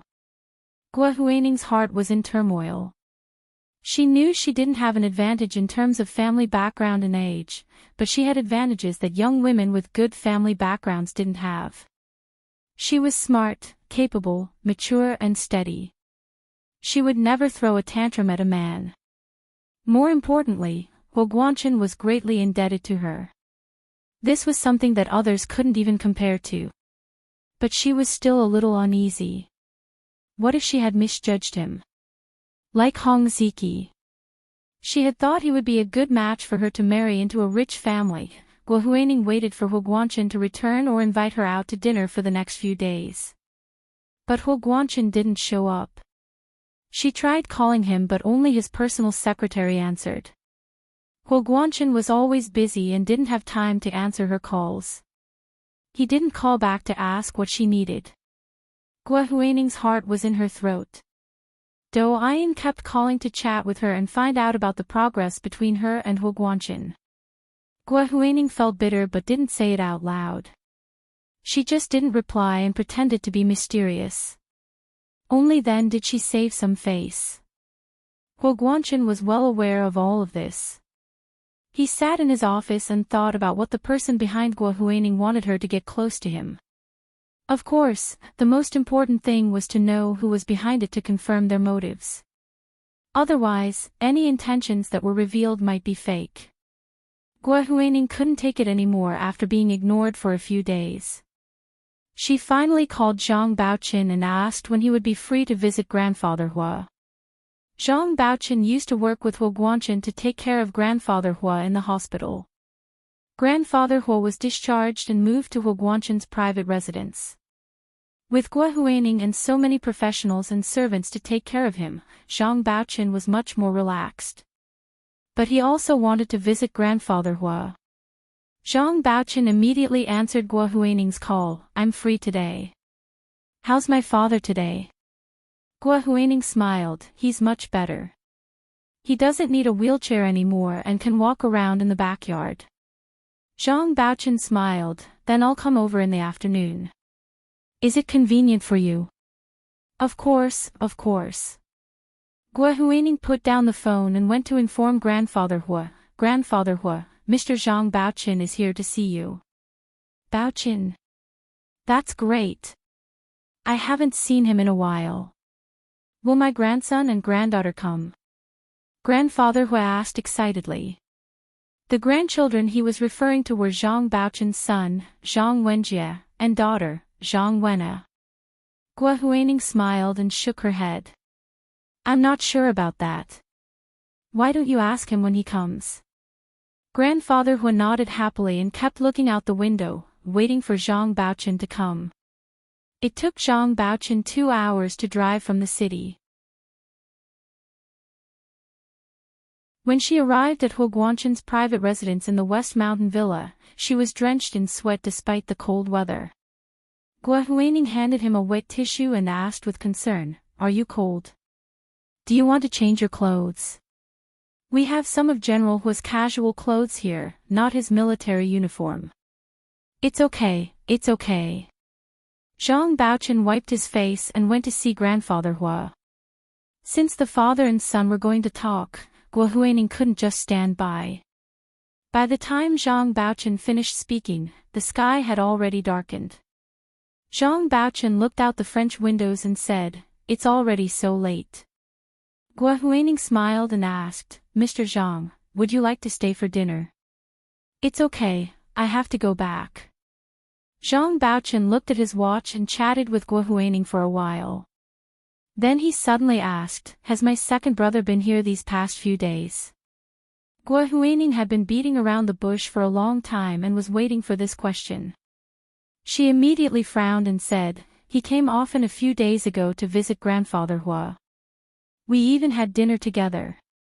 I don't think he's been here much lately." Zhang Baochen looked at her pitifully and sighed softly. "Miss Guo, actually, being a housekeeper isn't a long-term job, especially for a woman like you. It's such a pity." Guo Huining's heart beat wildly. She thought that if it wasn't for Hu Guanchen, she wouldn't have come to be a housekeeper. Of course, she couldn't say that. She smiled subtly and said, "I've worked for so many years, it's good to take a break. Mr. Hu also helped me a lot, so it's only right that I help him now." Zhang Baochen thought about what Grandfather Hu had said and couldn't help hinting, "But when my second brother remarries, this place might not need a housekeeper anymore." No matter how calm Guo Huining was, her expression changed. "Mr. Zhang, what do you mean?" "It's Guanchen."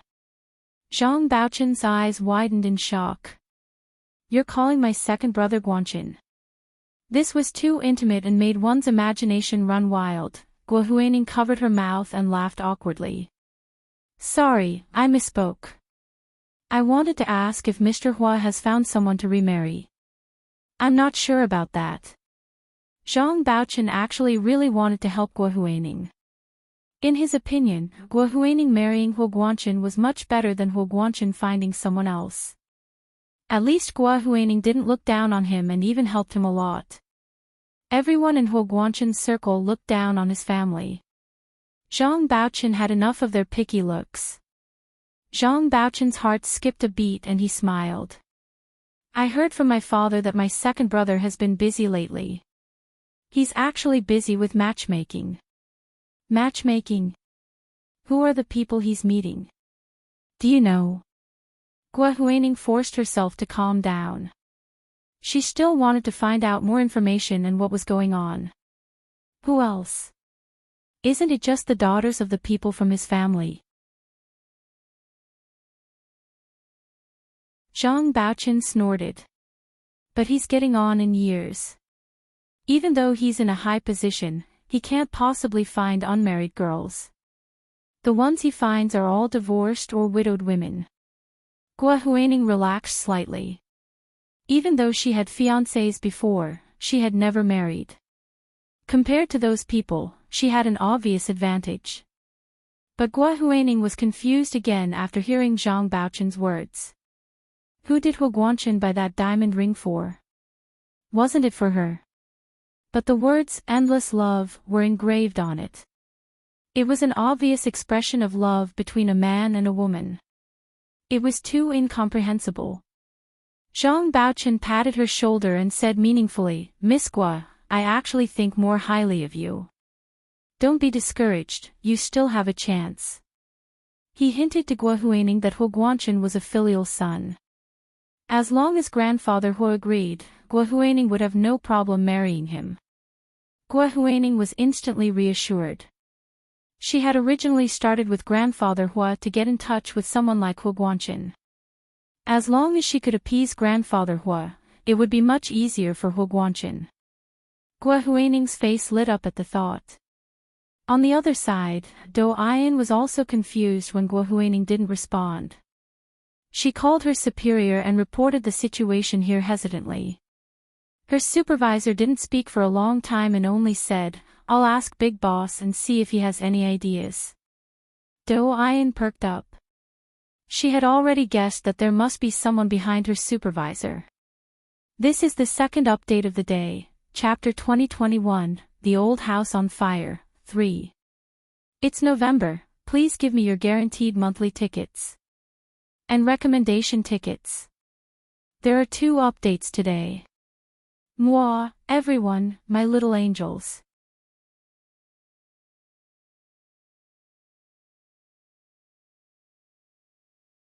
Chapter 2033.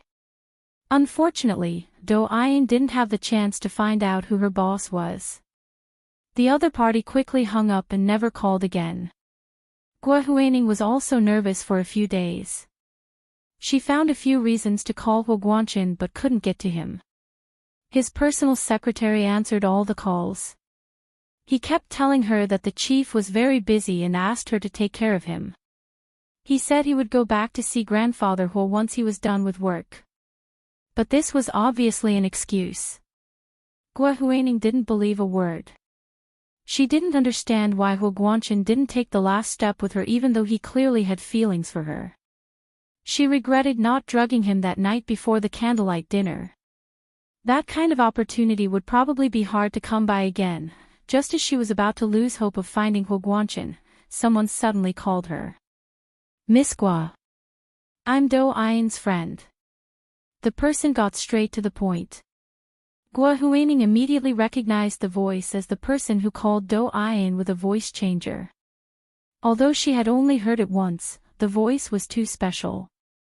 She had a good memory so she remembered it well. Although she recognized it, she knew she couldn't reveal it. So she pretended not to know and said dryly, "Hello, may I ask who you are? I haven't been in contact with Ayan for a while." The person on the other end seemed to laugh. She could tell it was an older man. Although he used a voice changer, it was difficult to change the basic sound quality. If Guo Huining had the software to analyze sound frequency, she could even restore the original sound of the voice changer. Of course, Guo Huining didn't care if the person was a man or a woman. She only wanted him to help her achieve her wish. The person seemed to be satisfied with her reaction and said politely, "I'm Do Ayan's friend. You can call me Uncle Dong." Guo Huining was speechless. She wasn't used to calling strangers uncle. She held the phone and said vaguely, "Mr. Dong, what can I do for you? I heard from Ayan that you and General Huo are getting close." He really touched a sore spot. Guo Huining's expression darkened. "Are you making fun of me? If there's nothing else, I'm hanging up. Don't be in such a hurry." The man smiled confidently. "Don't you understand the saying, an impatient person can't eat hot porridge?" Guo Huining choked at his words and braced herself to say, "How am I impatient? If you have something to say, just say it. Who would know what you mean by beating around the bush? All right, I'm only helping you out of kindness for Ayan's sake." Guo Huining held her arm and said indifferently, "You won't help me for free. Do you think I'm a child who doesn't know anything? Yes, we are businessmen. Of course we want to make money. If you can marry General Huo, of course, we will need your help in the future." Hearing that the other party wanted money, Guo Huining put down her arm and relaxed. She sat on the sofa and curled up the corner of her mouth. "You need to connect to heaven and earth to do business. What kind of business are you doing?" The other party also laughed. Miss Guo is an understanding person and also a smart person. A business that needs to connect to heaven and earth is obviously not a normal business, and this kind of business is also very profitable. "I can't guarantee that." Guo Huining smiled faintly. "If it affects Guanqin's career, I'd be crazy to help you." Why would she trade Huo Guanqin's career? Then why did she go through so much trouble to marry him? To be a commoner with him? The other party hurriedly explained, "Miss Gua, don't worry. We will never do anything illegal. In fact, it's very easy for us to help you. It doesn't take us much effort." "Oh. Then how are you going to help me?" Gua Huining asked tentatively. "Let me make this clear. I have no money, no job, and no status right now. I can't help you with anything. Miss Gua, you're too humble. With your influence, can't you just give General Hua some pillow talk in the future?" The other party's words were already quite explicit. However, Gua Huining found it very appealing and her smile widened. "You must be joking. Guanchen isn't that kind of person." The other party saw that Gua Huining was very familiar with Hua Guanchen, and from the conversation they overheard, they confirmed that Gua Huining was indeed one step away. "How about this, are you free now? Come to the second floor of Yuan AI restaurant. It's convenient for me and for others." That person sent an address to Gua Huining. Gua Huining looked at it. The address was a restaurant near the Institute of High Energy Physics in the 4th Ring Road called Yuan AI. "Okay, I'll be right there." Gua Huining was here. Hua Guanchen had a car in his private residence in the West Mountain Villa that Hua Guanchen had given to her. She got into the car with the keys and arrived at the entrance of Yuan AI restaurant near the Institute of High Energy Physics in 20 minutes. The waiter at the door brought her to the second floor. Gua Huining had never been to this restaurant before. She thought that the second floor was all private rooms. However, when she went upstairs, she realized that it was still an open hall. However, compared to the hall downstairs, there were many more screens and greenery, dividing the entire second floor into separate areas. It looked like a private room, but it was more open than a private room, and there was enough privacy between each area. The only drawback was the slightly poor soundproofing.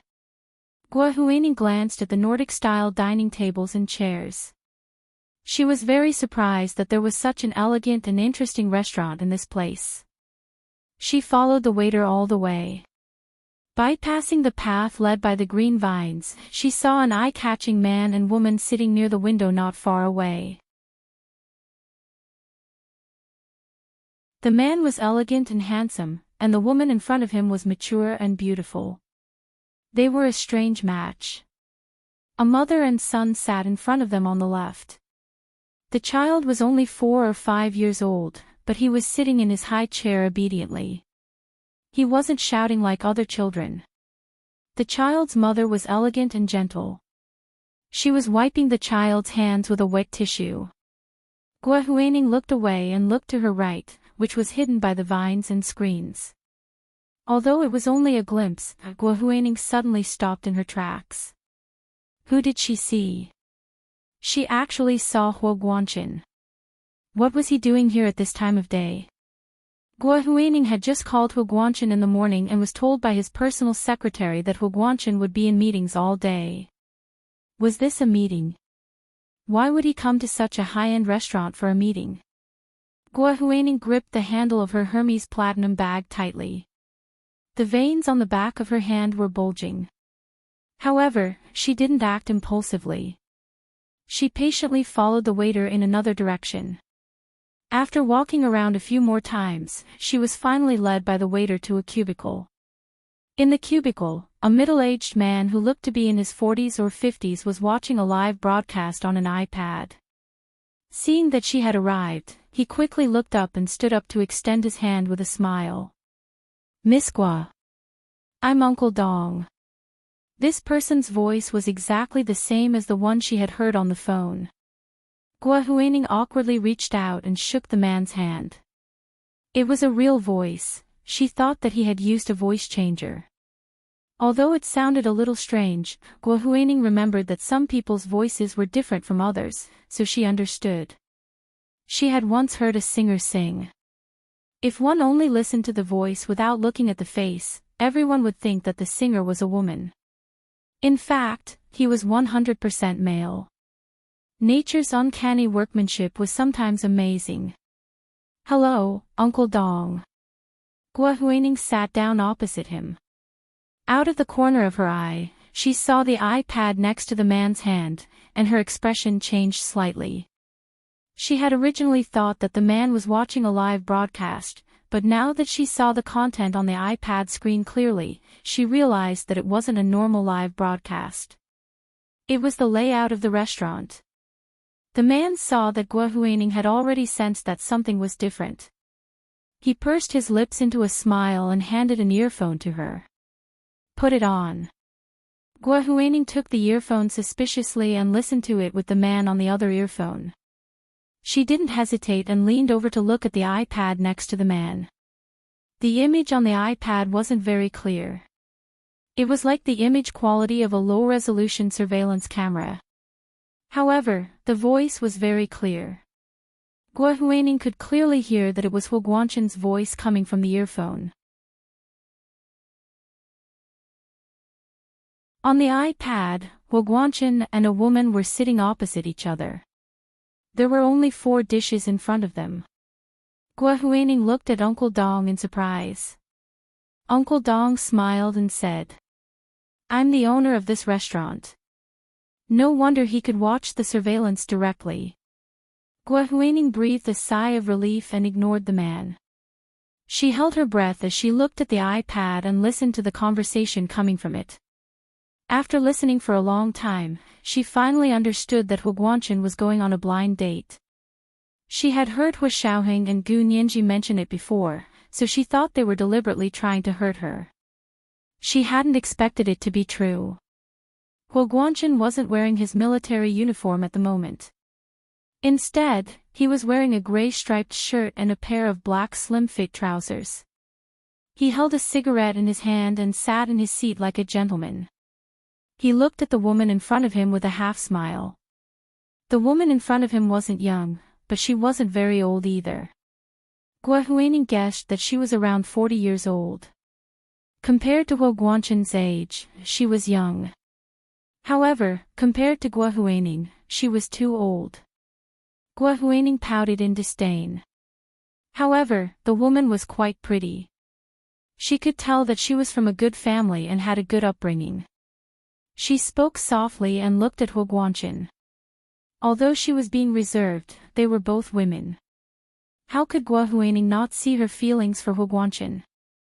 Through the earpiece, the woman said gently, "General Hua, I was divorced once, but I don't have children. I don't know if you still want children." Huguanchen interrupted her politely.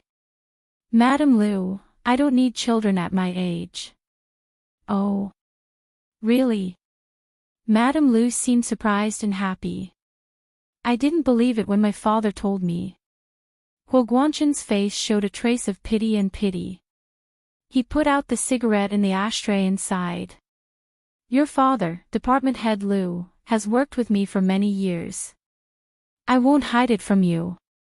I already have someone in my heart." This was the first update of the day, Chapter 2022, The Old House Caught Fire, 4. It's November. Please give me your guaranteed monthly tickets. And recommendation tickets for Monday. There were 2 updates today. 8 p.m. on the second update. P.S. I had a fever yesterday. I worked overtime in the afternoon and fell asleep as soon as I got home. I slept all the way until this afternoon. I've been seriously lacking sleep lately. I'll be fine once I get through this half a month. Moi, everyone, my little angels.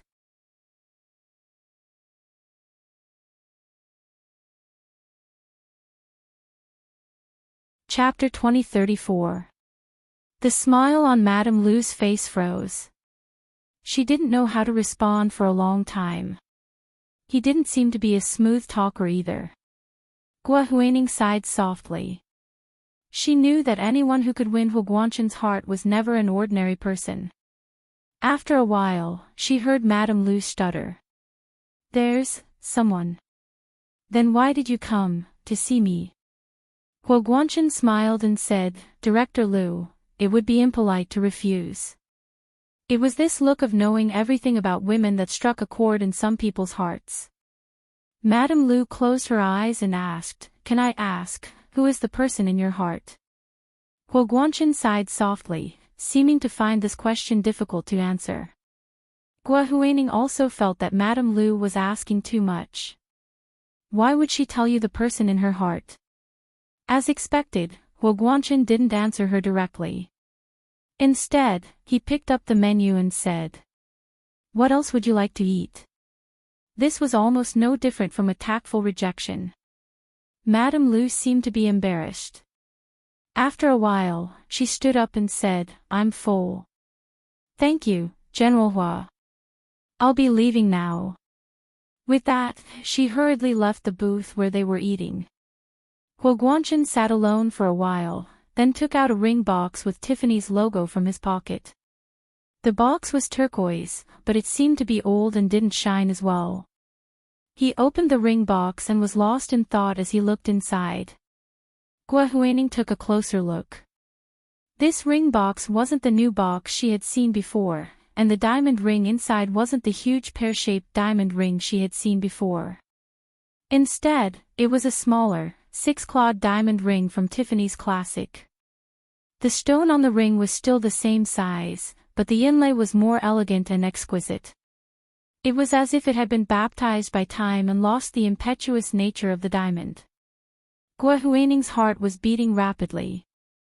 Deep in her heart, she still felt a sense of unreality. Who was the person in Huo Guangchen's heart?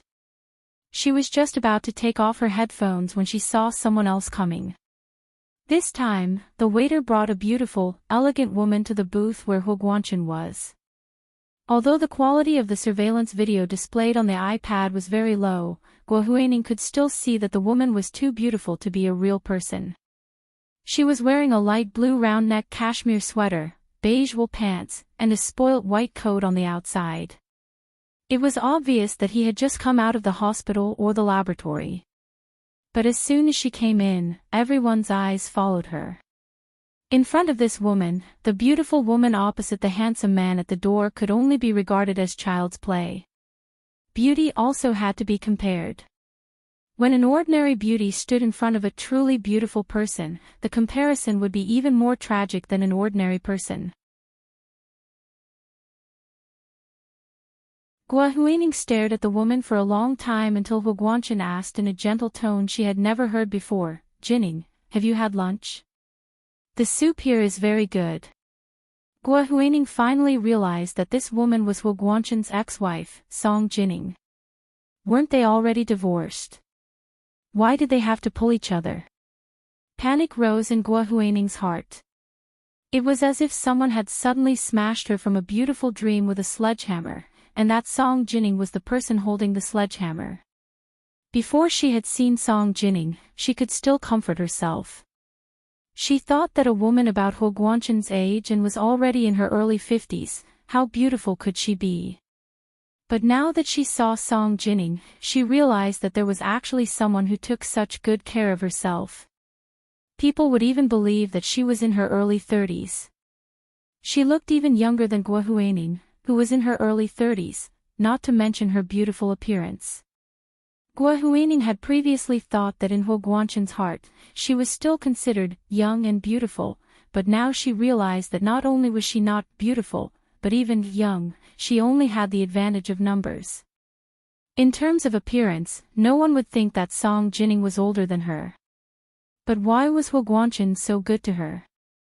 So good that she almost had inappropriate thoughts. Guo Huining was embarrassed and angry, and almost stormed out. Uncle Dong, who was sitting next to her, was not focused on the iPad video like Guo Huining, but carefully scrutinized Guo Huining's expression. He saw that her expression was getting uglier, and the anger in her eyes was difficult to hide, so he nodded slightly. A woman who was brainless in love would only ruin things. Only when she saw the cruel truth would she be truly useful to them. Uncle Dong didn't believe a word of what Do Ayan had said. From a man's perspective, he didn't think that someone like Huo Guangchen would be interested in Guo Huining. Even if the old house was on fire, with Huo Guangchen's status and charisma, he could even choose any young girl in his circle. Why would he be interested in Guo Huining? But Huo Guangchen's care and tenderness towards Guo Huining didn't seem fake. This didn't match their judgment, so they were also very confused and didn't know what was going on. So in the end, they decided to come see for themselves and assess the possibility of Heartwarming being the one. Today was a great opportunity. They actually discovered that Heartwarming was not only meeting with his blind date, but also meeting Song Jining. Now Song Jining was simply sitting in front of Heartwarming, and Heartwarming was already completely defeated. She looked at the iPad with an unreadable expression and found that the pixels on the monitor had unknowingly become clearer. It was no longer the extremely low resolution from before, but now so clear that even Song Jining's long eyelashes could be seen clearly. At this time, Song Jining's gentle and beautiful voice came through the earpiece. Although she no longer had any emotions, a beautiful voice sounded good even when scolding people. Moreover, with Song Jining's upbringing, it was impossible for her to curse in public. "General Hua, you said you wanted to see me about Xiaoheng." Song Jining's expression was calm. "Can't you just say it over the phone?" Heartwarming rubbed his temples and pushed the ring box in his hand towards her. "Your birthday is in 2 days. I think you've already made plans with someone, so I won't be part of it. This is an early birthday present for you." Song Jining didn't even look at it and pushed it back. "It's okay, we have nothing to do with each other anymore. We're not even friends anymore, so I can't accept your birthday present." Heartwarming smiled bitterly. "Jining, do you really have to be so heartless? We have a son, how can you say we have nothing to do with each other? Don't tell me you and I didn't even know each other at Xiaoheng's wedding." Song Jining glanced at him. "Are you here to talk to me about Xiaoheng's wedding?" Although it wasn't, it seemed that if he said no, Song Jining would immediately get up and leave. After being married for so many years, he knew her too well. Heartwarming could only nod and say, "Xiaoheng and Nianji have been engaged for more than a year, so it's time for the wedding to be prepared. I don't know if you know, but the Russian president, Mr. Putin, also said that he would attend the wedding and want to be a witness. This isn't a normal diplomatic occasion, so we need to plan it early." Song Jining's expression softened and she said, "Then we need to plan it well. What do you need me to do?" Heartwarming flipped the ring box around in his hand. In the end, he pushed the turquoise ring box over and said, "This was left behind by my mother. It was supposed to be given to my eldest brother for him to give to his wife. But you know about his situation. He didn't want it. Before my mother passed away, she gave it to me. You can give it to Nianji." This was today's second update, Chapter 2023, The Old House is on Fire, 5. It was November, so I was begging everyone for a guaranteed monthly vote. And recommendation votes. Mwah, all the big shots and little angels.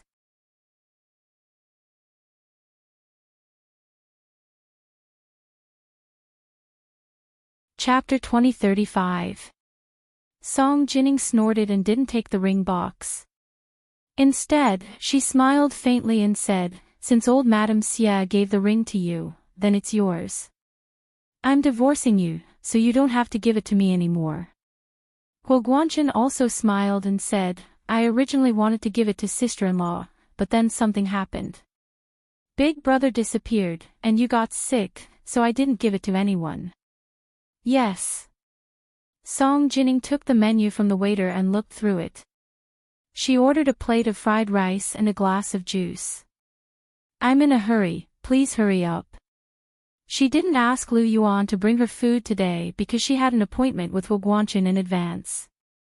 Since he was at the restaurant, it would be a waste not to eat. There was no need for Lu Yuan to make a wasted trip. Heartwarming didn't continue speaking. He watched Song Jining finish eating before saying, "You should keep it. Mother will be happy to see Xiaoheng's wife wear it." Song Jining was moved by Heartwarming's words. She sighed and said, "To be honest, you and I have let Xiaoheng down. Xiaoheng was brought up by old Madame Xia, but unfortunately, old Madame Xia has never enjoyed the happiness of a grandson. At that time, both husband and wife focused on their careers. Needless to say, Song Jining plunged into the laboratory and worked day and night with her father, Song Haichuan, to conduct experiments in cooperation with the military. Because Hu Guangchen married Song Jining, he was afraid that Song Jining would regret it one day, so he was also working hard to get a promotion. However, in times of peace, it was not so easy to rise in the army. Therefore, he had to put in more time and energy. Moreover, his target was the big brother that he had admired since he was young. However, before he could achieve his goal, his eldest brother and his wife met with an accident at the same time. Hu Guangchen's expression didn't change much as he thought about what had happened 18 years ago, but his heart was in turmoil. His smile faded and he suddenly asked Song Jining, "How much do you remember about the experiment accident 18 years ago?" Song Jining was startled. She put down the tissue and frowned. "Are you sure you want to talk about the experiment from back then in this place?" Hu Guangchen took out another cigarette and lit it between his fingers. He did not smoke it. Song Jining frowned and pointed at the cigarette in his hand. "Don't smoke in public." Hu Guangchen glanced at her. Although it wasn't forbidden to smoke indoors, he still listened to her and put out the cigarette in his hand. Song Jining felt that Hu Guangchen's attitude was a little strange. Although it was no different from usual, she could feel it. This feeling was based on the tacit understanding between the two of them as lovers and husband and wife. Only those who have truly loved can understand it. Although she no longer loved him, this intuition was still there. No one knew what Hu Guangchen was thinking, but he continued talking. "I know that experiments are risky, especially collaborating with the military. But I find it strange. You and my father-in-law were both top high-energy physicists. Would you really make such a mistake?" She looked at Hu Guangchen for a long time. "What's wrong with you?" "It's been so long, I don't remember." Hu Guangchen nodded and stood up. "Then let's talk in the car." He gestured for the waiter to pay the bill. The waiter quickly brought the bill over. After paying the bill, he and Song Jining walked out one after the other. Gua Huaning, who was eavesdropping from a nearby cubicle, was stunned. Uncle Dong's eyes flickered. "Sit here for a while. I'll go out for a bit." After Uncle Dong left, Gua Huaning sat alone in the cubicle. Her emotions were extremely conflicted. From the way Hu Guangchen was talking to Song Jining just now, it was obvious that he still had feelings for her. It was just that Song Jining didn't have feelings for him anymore. But since they didn't have feelings for each other and were divorced, why was he using his son's name to continue hooking up?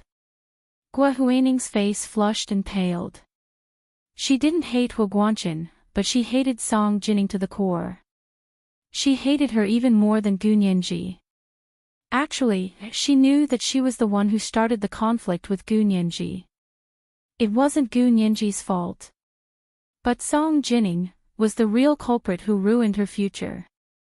Uncle Dong hurriedly left the second floor of the restaurant and went to a room on the third floor. Soon, he turned on a device that could receive sound waves. Hu Guangchen's car was parked in the restaurant's parking lot. There was a small transmitter under every parking space in the parking lot. The transmitter could amplify sound waves.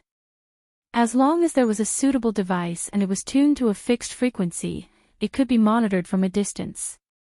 At that moment, Hu Guangchen and Song Jining were talking in the car. Hu Guangchen's personal secretary and guards all got out of the car and stood guard around the area. Hu Guangchen was silent for a while in the car. "Jining, tell me honestly. Did the experiment fail 18 years ago because of an error in your experiment, or did someone deliberately cause it to go wrong? If it was a natural error in the experiment, then it was a normal price to pay for climbing to the peak of science. But if someone caused their experiment to go wrong, then it was deliberate sabotage. It was a major criminal case that was premeditated and organized." Song Jining was shocked. "General Hua, why are you saying this?" Didn't we already find out the cause of the experiment accident? We researched high-energy magnetic fields. Because this field was too advanced, we didn't have a deep enough understanding of many aspects. Therefore, when we increased the frequency of the magnetic field step by step, it exceeded the limits of what our equipment could handle, which led to the explosion. Song Jining was very patient when it came to her profession. She patiently explained to Huguanchin, "I also hoped that someone deliberately sabotaged it. But all the signs showed that we really were too eager to make a breakthrough at the time, which led to a huge mistake." "Really?" Huguanchin asked slowly. "Jining, do you know? For the past 18 years, I've never given up on investigating the truth behind the failure of the experiment." Song Jining was speechless. She smirked. "Did you manage to find out anything?" Huguanchin shook his head. "Nothing." Song Jining nodded. "As far as I know, the military also evaluated the experiment in many aspects. It proved that it was indeed because we had underestimated the high-energy magnetic field data and energy that caused the abnormal explosion. This kind of explosion was similar to the big explosion in the Tunguska region of Siberia in Russia. Of course, the yield was not as large. And now, 18 years later, our understanding of high-energy magnetic fields has become more complete. We've already published several high-quality papers in cutting-edge science, proving how the mistake was made." Song Jining glanced at Huguanchin. "You don't have to waste time." She pushed the car door open. "I'm going back to the institute." Huguanchin walked her out of the car. As he adjusted the collar of her coat, he made a final struggle. "Go back. Your birthday is in 2 days. Are you really not going to invite me to your birthday party?" This was the first update of the day, Chapter 2024, The Old House on Fire, 6. It was November. "Please give me your guaranteed monthly tickets. And recommendation tickets." There were 2 updates today. 8:00 in the evening the next day. "Moi, everyone, little angels."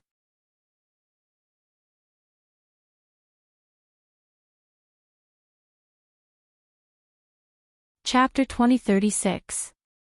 Song Jining quickly took a step back and swatted Huguanchin's hand away. She said unhappily, "Speak properly and don't touch me. I've already said that you don't have to come to my birthday." With that, he turned around and left. Huguanchin stood in the parking lot and stared in the direction Song Jining had disappeared for a while before getting into his car and leaving.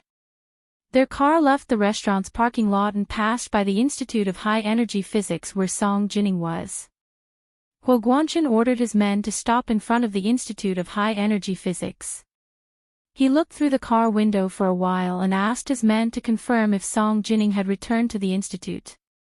In just a short while, Huguanchin actually saw Lu Yuan get out of the car and head towards the Institute of High Energy Physics. This was not the first time he had seen Lu Yuan go to the Institute of High Energy Physics. Now that he had seen him again, he frowned slightly and said to his personal secretary, "Go and find out who Director Song has been close to recently." The personal secretary agreed and immediately sent someone to investigate the matter after he returned. Song Jining's actions in the Institute of High Energy Physics were above board. In addition to attending classes, she also conducted experiments and held meetings to discuss the progress of the experiments. Therefore, Huguanchin's personal secretary easily found out that Lu Yuan came to deliver food to Song Jining almost every day. Every day. Huguanchin looked at his personal secretary in shock. "Are you sure? Doesn't he do anything else?" "It's just a lunch." Director Song went home for dinner, the personal secretary continued, not daring to look up at Huguanchin's expression. Huguanchin clenched his fists and pursed his lips. After a while, he waved his hand. "Got it. You can go now." After the personal secretary left, Huguanchin sat alone in his office for a long time. He only snapped out of his daze when his internal lines suddenly rang after the sky turned dark. He reached out to take the phone and said hello. The operator quickly said, "Sir, it's Miss Gua. Do you want to answer it?" Huo Guanchen collected his thoughts. Seeing that it was about time, he said, "Connect it." After a few days, Gua Huining finally spoke to Huo Guanchen again. Gua Huining had mixed feelings. She held her phone and stood by the window of the room in the West Mountain Villa. She looked at the dark night outside the window, but her voice was as crisp as usual. "General Hua. Have you finished your work? I don't want to interrupt your work." Huo Guanchen lit a cigarette, took a drag, and blew out smoke rings. He smiled faintly and said, "I just finished work. I've been really busy lately." "What's the matter, Miss Gua?" Gua Huining hurriedly said, "If you're very busy, I can wait until you have time to call." She wanted to hang up, but Huo Guanchen chuckled. His voice deepened as he said, "It's okay. I'll take care of your matters no matter how busy I am.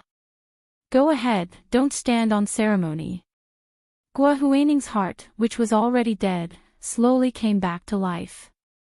She hesitated for a moment and said decisively, "It's like this. Grandfather Hua has been recovering well recently. He doesn't want to sit in a wheelchair anymore. He wants to get up and walk around by himself. I'd like to ask your opinion. What did my father's specialist physiotherapist say?" Huo Guanchen's first reaction was to ask for the specialist's opinion. Gua Huining frowned. The doctor said it depends on the situation. He also said that grandfather Hua's condition can be tried, but because he's old, his condition may be a little worse than a young man's. That would depend on the family's decision. If there was a problem, don't blame it on the doctor. Huo Guanchen also understood.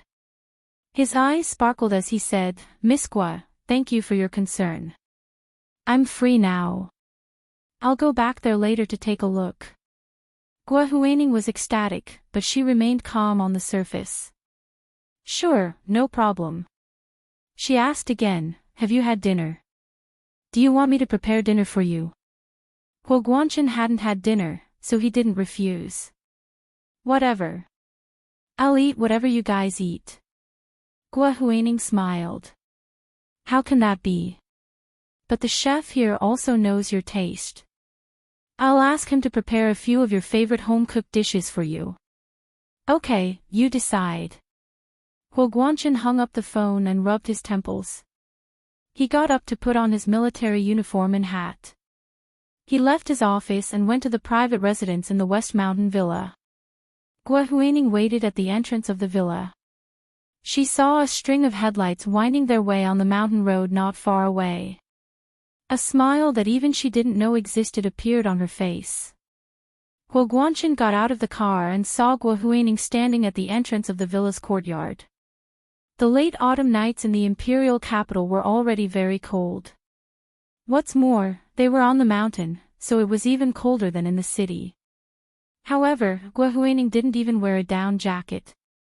She was only wearing casual clothes and a golden and black shawl with a Persian dahlia pattern draped over her shoulders. It made her tall and thin body look even more pitiful under the night wind. Huo Guanchen walked over and reached out to put the shawl on her shoulders. He said gently, "It's cold. Why don't you wear more?"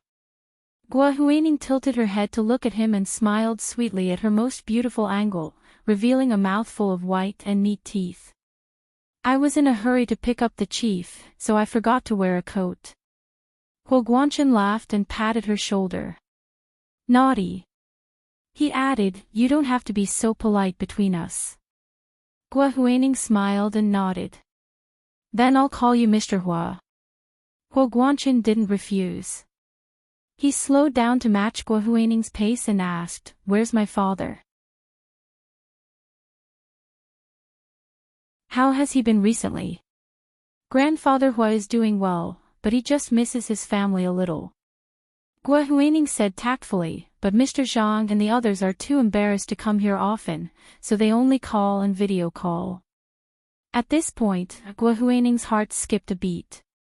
She remembered that when she first came here, even the cell phone signal was blocked, let alone video calls. She couldn't make any calls and could only use the landline. Now, she could use her cell phone and even video call. She turned to stare at Huo Guangqin and couldn't help but ask. Huo Guangqin smiled and said, "In the beginning, I did have very strict security measures here, but it's no longer necessary. Huining, you're not an outsider, and my father also needs to interact with people. Otherwise, the old man will be depressed if he stays at home alone, and his health won't be good." He actually said that she wasn't an outsider and also called her Huining. Guo Huining's eyes suddenly lit up. She hid the excitement in her heart and became more and more calm and natural. Mr. Hu trusts me so much, so I naturally won't let Mr. Hu down. I trust Huining to do things. Huo Guangqin said as he went to see Grandfather Huo with Guo Huining. Grandfather Huo sat on the sofa in his room with his back facing the door. He was video calling Zhang Baoqin's family. The room was filled with laughter and joy. It was indeed a happy family. Huo Guangqin looked at the door for a while and stopped Guo Huining from greeting him. He gestured and quietly left the door of Grandfather Huo's room. Guo Huining followed Huo Guangqin to the dining room and said apologetically, "Please wait for a while. Grandfather Huo will come to talk to you when the video call ends." Huo Guangqin didn't comment. He shrugged and said indifferently, "I know, but I'm hungry. Can we have dinner?" "Of course." Guo Huining quickly waved for someone to come over and serve the two of them. After dinner, Grandfather Huo still hadn't ended the video call. Huo Guangqin held the tea Guo Huining made for him and sat in his study on the second floor near the window. He quietly drank his tea. Guo Huining sat across from him and looked at the small gift Huo Guangqin placed next to her hand. Although it wasn't the ring box she had been longing for, she was still surprised to see the same earrings as the one Huo Guangqin had bought. Caressing the exquisite jewelry box, Guo Huining asked anxiously, "Mr. Huo, why are you so nice to me?"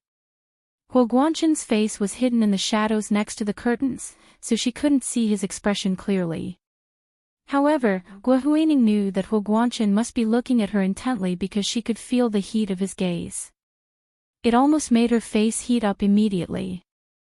Huo Guangqin looked at her for a while and suddenly said with confusion, "Maybe it's because your name is also Aning." Guo Huining's heart immediately beat wildly. The soft and thin zitouz shawl on her shoulders seemed to transform into thousands of Tibetan antelopes, running under the pure blue crystal sky of Tibet. But soon, her face turned pale again.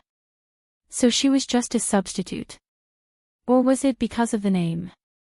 She was unwilling and struggling, but at this point, she knew that it was a great honor for her to be used as Song Jinning's substitute. That woman was so powerful and beautiful that she almost couldn't be jealous. This is the second update of the day, Chapter 2025, The Old House on Fire, 7. It's November. Please give me your guaranteed monthly votes. And recommendation votes. Moi, everyone, little angels.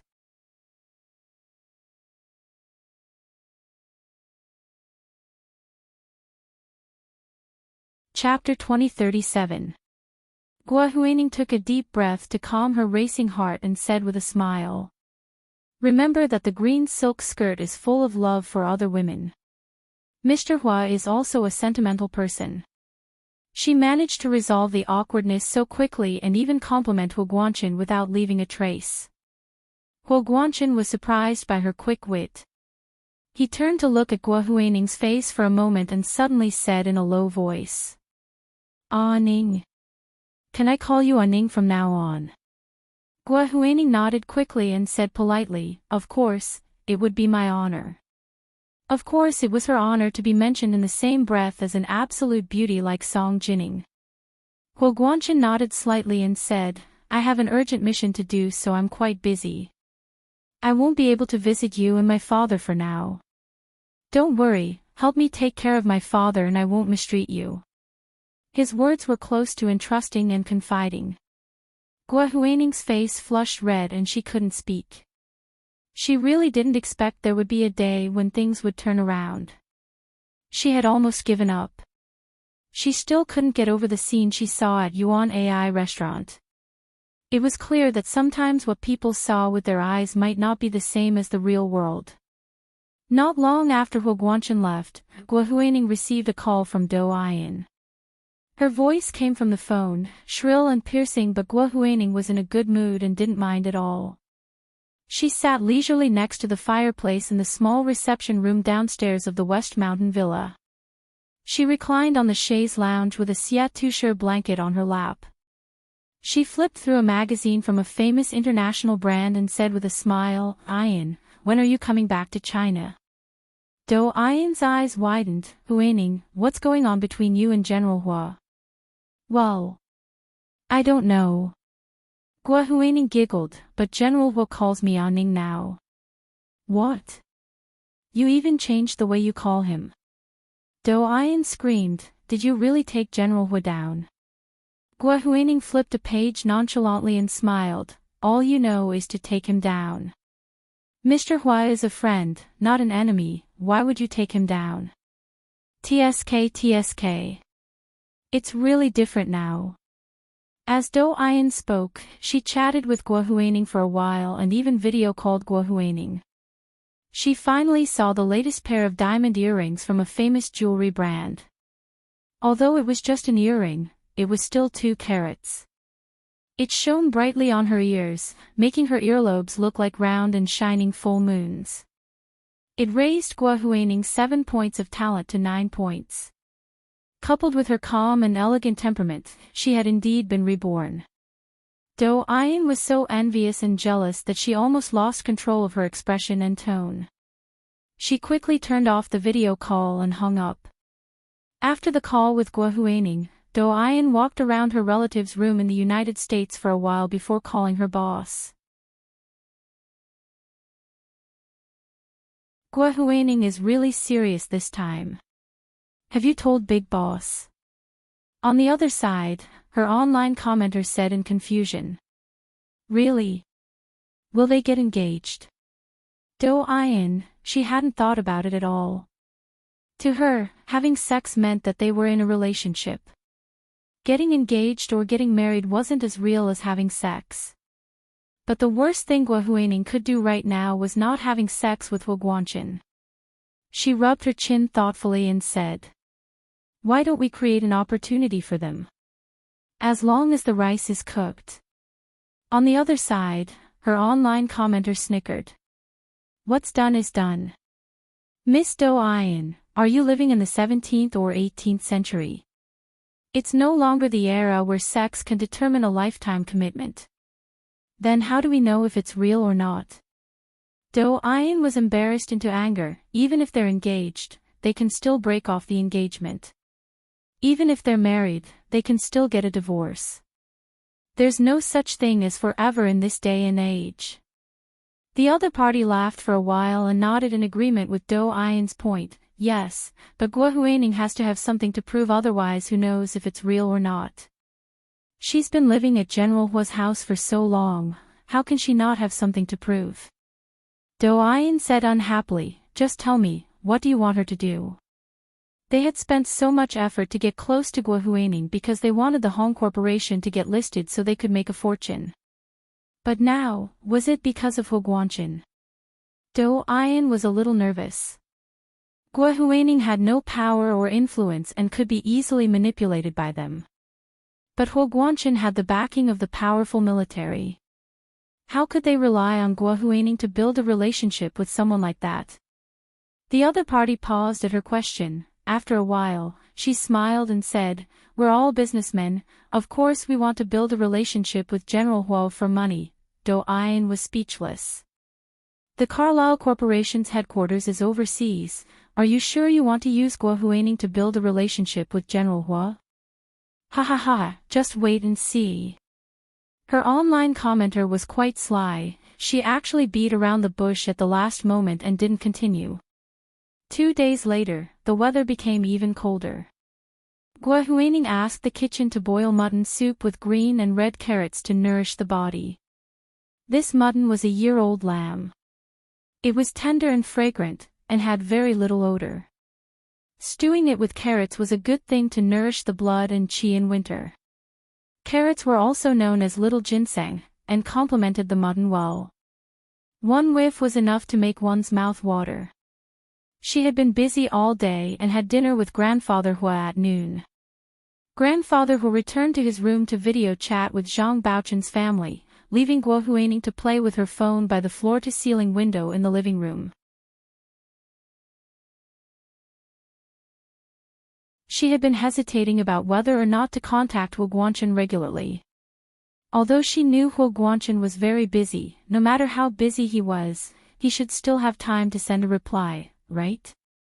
He didn't need to type a lot, he could just send an emoji. The more Gua Huaining thought about it, the more tempted she became. She couldn't help but send Hua Guanchen a few text messages, but he didn't reply. She waited all afternoon, but there was still no reply. She became very depressed, but still forced herself to take care of Grandfather Hua for dinner. After handing him over to the rehabilitation nurse and doctor, she returned to her room on the second floor. Lazily leaning against the edge of the bed, she rubbed her phone and couldn't help but send Hua Guanchen another text.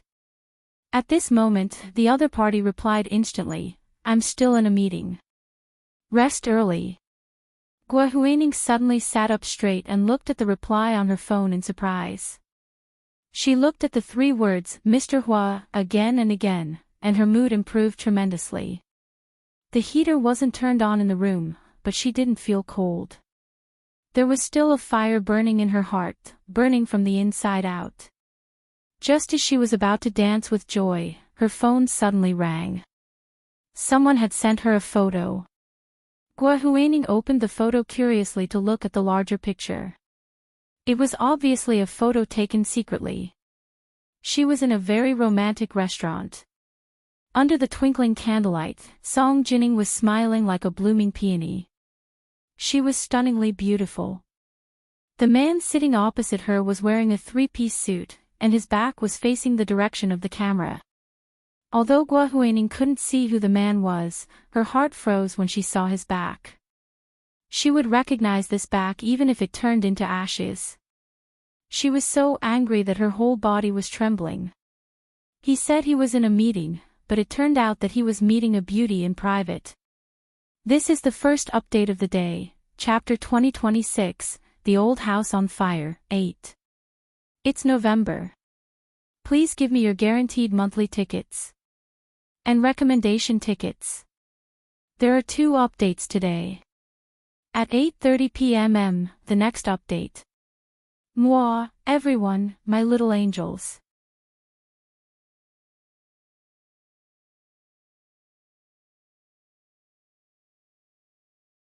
Chapter 2038. At this moment, Lu Yuan was sitting opposite Song Jining and telling her about his experiences over the years. Song Jining was actually very curious about what Lu Yuan had done in the other world for the past 18 years, but she had never asked. Because this was Lu Yuan's privacy. If he didn't take the initiative to tell her, she wouldn't ask. But now that Lu Yuan was talking about it without holding back, Song Jining was very happy to hear it. "So, you met Professor Lu the moment you went?" Song Jining asked very implicitly. Neither of them mentioned where Lu Yuan had gone. There was a tacit understanding between them. Therefore, it didn't matter if they were eavesdropped on when they said this. When no one mentioned the words "other world," even if they were eavesdropped, the other party would only think that this was about Lu Yuan's experience abroad. Now, many people knew that the 2 brothers, Lu Yuan and Lu Jin, had come back from abroad. However, very few people understood that this other world was not the other world.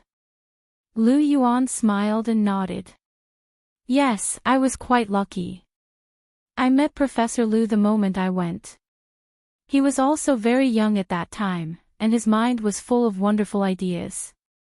What was even more frightening was that he had the ability to turn these wonderful ideas into reality. Professor Liu is indeed very powerful. Song Jining praised Liu Jin sincerely. I've only worked with him for a month, but I've learned a lot from him. You're not bad either. Professor Liu rarely praises people, but sometimes, he still reluctantly praises you, Liu Yuan said humorously and winked at Song Jining. Song Jining thought of Liu Jin's temper and expression and couldn't help but laugh. It's indeed difficult for Professor Liu to praise me, but I'm willing to do so. Liu Jin was best at praising himself, and rarely looked down on others. To be praised by him, even if it was just reluctantly, was still a great honor and affirmation. Liu Yuan smiled so hard that his eyes narrowed. He took out the gift he had prepared. It was also a jewelry box, the same brand as the ring Huo Guanchen had bought.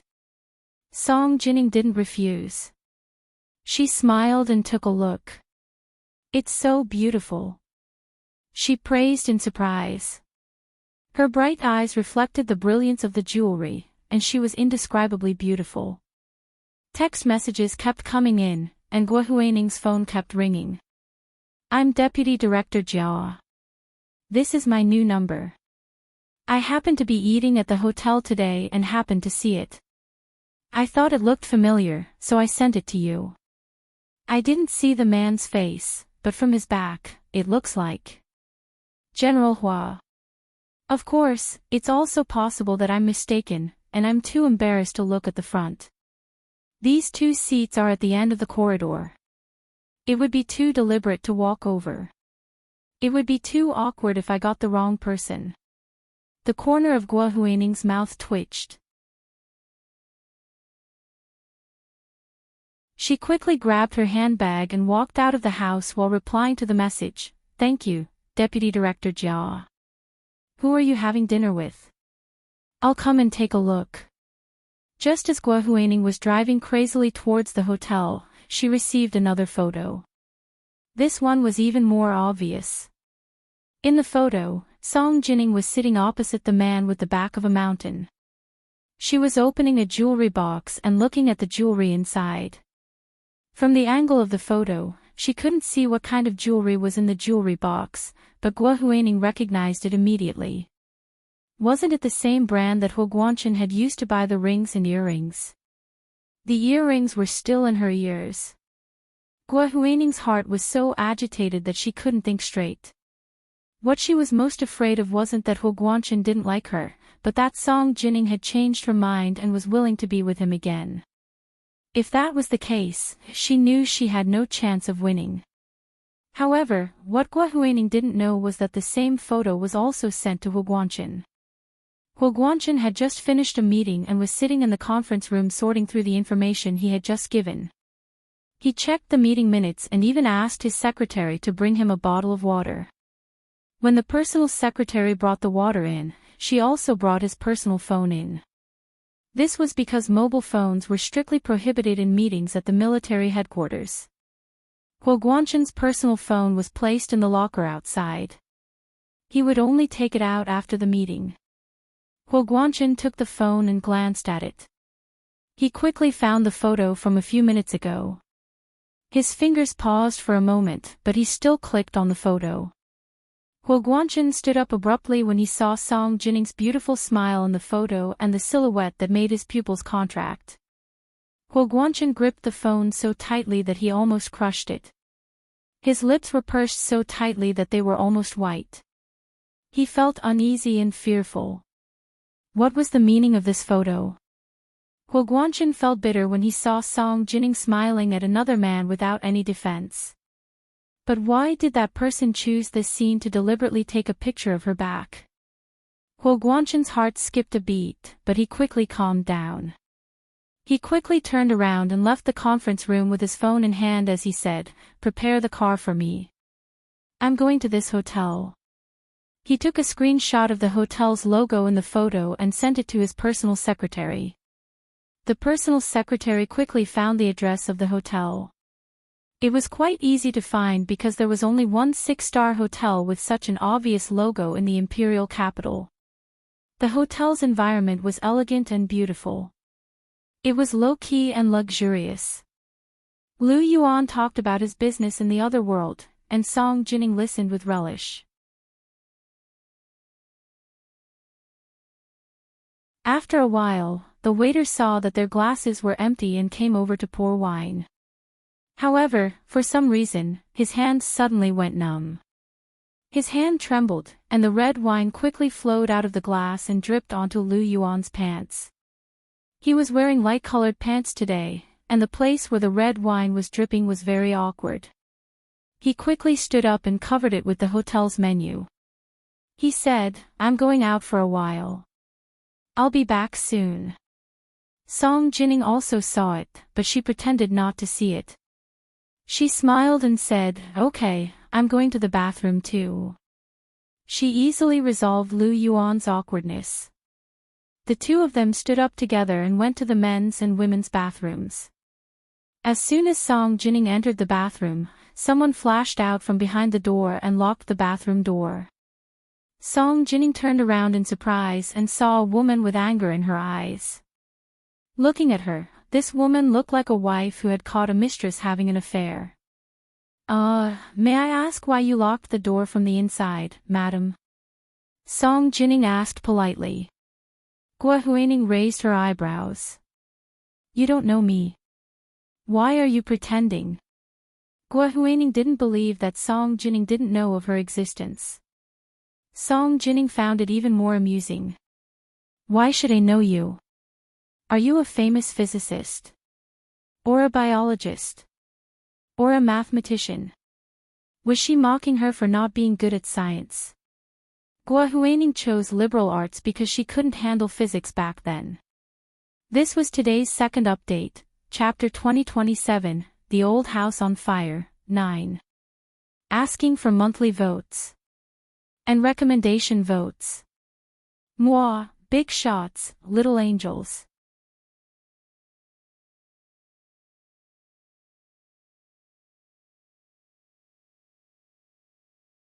Chapter 2039.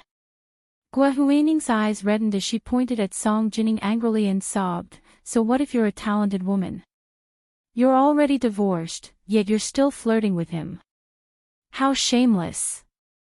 Song Jining finally understood and her expression darkened. "What do you mean? What does it have to do with you whether I'm divorced or not? How dare you accuse me of being shameless? Just because you're shameless." Gua Huining heard Song Jining's tone and thought of Gu Nianji. She couldn't stand Gu Nianji. "I'm just warning you. Don't think that he still likes you. If he really loved you, he wouldn't have divorced you when you were unconscious. Don't even think about getting back together with him." Gua Huining pointed in the direction of the bathroom door as if the person she was referring to was there. Song Jining understood, "You're Ho Guanchen's girlfriend." Gua Huining choked and mumbled, "What does it have to do with you whether I'm his girlfriend or not? I've realized that shameless people have double standards. They're strict with others and lenient with themselves." Song Jining mocked her. "You're saying I have double standards?" Gua Huining sneered as she crossed her arms, "I'm just stating facts. I said shameless people have double standards. You admit that you have double standards, so you're admitting that you're shameless." Song Jining shook her head in amusement and went to wash her hands. Gua Huining was furious and walked over to block the faucet. Even a great scientist knows how to scold people. "I'm warning you, don't try to go back to him or you'll regret it." Song Jining obviously didn't want to go back to him, but she was baffled that a stranger was telling her not to go back to him. She couldn't help retorting, "So I won't go back to him just because you told me not to. Who do you think you are? I'll call the police if you act like this again." Gua Huining was already blinded by jealousy and thought that her dream of a lifetime was going to be ruined by Song Jining. She wanted nothing more than to hit Song Jining. Just then, there was a knock on the bathroom door. "Is there someone in there?" Song Jining quickly said, "Yes." She pushed Gua Huining away and walked to the door to open the lock. At the door was a young woman who wanted to use the restroom. She looked at Song Jining suspiciously and then looked at Guo Huining. She didn't know what the two women were doing inside. She mumbled. "This is a public restroom. Why would you lock the door? What a joke." Guo Huining hurriedly walked into the cubicle and closed the door, calming her anxiety. After Song Jining went out, her good mood was swept away. She returned to her seat and said to Lu Yuan, who had already sat down, "I'm not feeling well. Let's pay the bill and leave." Lu Yuan saw that Song Jining's expression was a little off, so he quickly stood up and said, "Okay, I'll go and settle the bill. Let's go." He was very concerned about Song Jining. He had been keeping his distance, but when he saw that Song Jining was unhappy, he couldn't help but gently put his arm around her shoulders and asked in a low voice, "What's wrong?" "I met a lunatic." Song Jining shook her head and followed Lu Yuan to pay the bill. Then, they left the restaurant together. As soon as the two of them left, Guo Guanchen arrived in the car. However, he didn't get out of the car. He just watched Lu Yuan and Song Jining walk out with a deep gaze. One was tall and steady, while the other was beautiful and moving. They walked together in an indescribable harmony. Guo Guanchen clenched his hands tightly. It wasn't until the two of them got into the car that he ordered someone to drive the car away. However, just as his car left, Guo Huining came out of the restaurant and happened to see the license plate number of Guo Guanchen's car. The license plate number of a military vehicle, especially a license plate of Guo Guanchen's level, was very special and easy to remember. Guo Huining looked at it and felt as if she had been struck by lightning. She felt that her beautiful dream had been shattered into pieces. If Song Jining really wanted to turn back, she had no chance of winning at all. Guo Huining returned to the West Mountain Villa in a daze. She didn't sleep the whole night. She sat alone by the bed and looked at the spacious and exquisite bedroom like a clay sculpture. All the anxiety she had been feeling these days seemed to have come true. Would she not be able to keep anything? Guo Huining gritted her teeth. No, she wouldn't give up so easily. At that moment, her phone rang again. Guo Huining took out her phone and glanced at it. It was Deputy Director Jia's new number. He picked up the call listlessly and said, "Hello." Deputy Director Jia's voice was as greasy as his hair. "Is this Huining?" "I'm Deputy Director Jia." "Yes." Guo Huining continued to respond with one syllable. "Huining, I heard from Ian that you're getting engaged to General Hua soon. Do you want to introduce some business to us? Does someone of General Hua's status need to manage money? We, Carlyle International Investments, are dedicated to providing first-class financial services to all high-net-worth individuals and companies." Deputy Director Jia couldn't stop talking about business, like a door-to-door vacuum cleaner salesman. Guo Huining didn't say a word and waited for him to finish before replying indifferently. "No, I won't introduce business to you." Deputy Director Jia was stunned for a moment. He smiled sheepishly and said, "Huining, we're old friends. Don't forget about us just because you've climbed up the social ladder." Guo Huining held the phone with her other hand and said calmly, "Don't pretend to be a good person in front of me. It's fine if you pretend to others, but do you need to pretend to me too?" Her electric car battery plan was originally thought up by the elites of the investment bank. For these people who were committed to capital operations, there was nothing in the world that couldn't be operated. As long as there was profit to be made, South American drug lords and Northeastern farmers were treated the same to them. As long as it could help them make money, it was fine. Deputy Director Jia chuckled. "I'm not pretending. I'm just being straightforward and asking you to introduce business to me. You're not willing." "It's not that I'm not willing, I just can't right now." Guo Huining's face was serious and looked a little sinister. "But I can clearly state the price." "You can clearly state the price. What are you selling?" Deputy Director Jia couldn't help but mock. We're already so familiar with each other. If we want to have sex, don't we need to charge extra? Friend LFXXK. Who wants to have sex with you? Gua Huining scolded in a low voice. Okay, let's not talk here. We'll talk when we meet. Everyone here was Huo Guanchen's people. Gua Huining was worried that someone would hear them and tell Huo Guanchen. Deputy Director Jia saw that she was understanding and nodded in agreement. Go to the South City Club tomorrow. See you there. After setting a time with Gua Huining, Deputy Director Jia immediately called his superior. Hello, Gua Huining has basically taken the bait. May I ask what you want to do next? Get ready. The voice on the other side of the phone was a little sinister. We can't even get close to people of the Huo family's level. Only Gua Huining can get close to them. But does General Huo really have a good impression of her? Deputy Director Jia was a little doubtful. Actually, I heard from Love Yen. From a man's point of view, I think they're thinking too much. The person on the other side of the phone sneered. You still can't tell. General Hua is also fishing. Don't get pecked in the eye by the geese all day long. This was the first update of the day, Chapter 2028, The Old House on Fire, 10. It was November. Please get your monthly votes. And recommendation votes. There were 2 updates today. The second update was 8:30 p.m. Mwah, everyone, little angels. You're tuning into the LoveLore Library YouTube channel. We're so grateful for your support, and don't forget to subscribe to join us on this incredible journey through captivating stories. Your generosity through donations truly makes a world of difference, as it's the primary source of revenue that allows me to expand and enhance this channel for you. Thank you from the bottom of my heart for being a part of this adventure.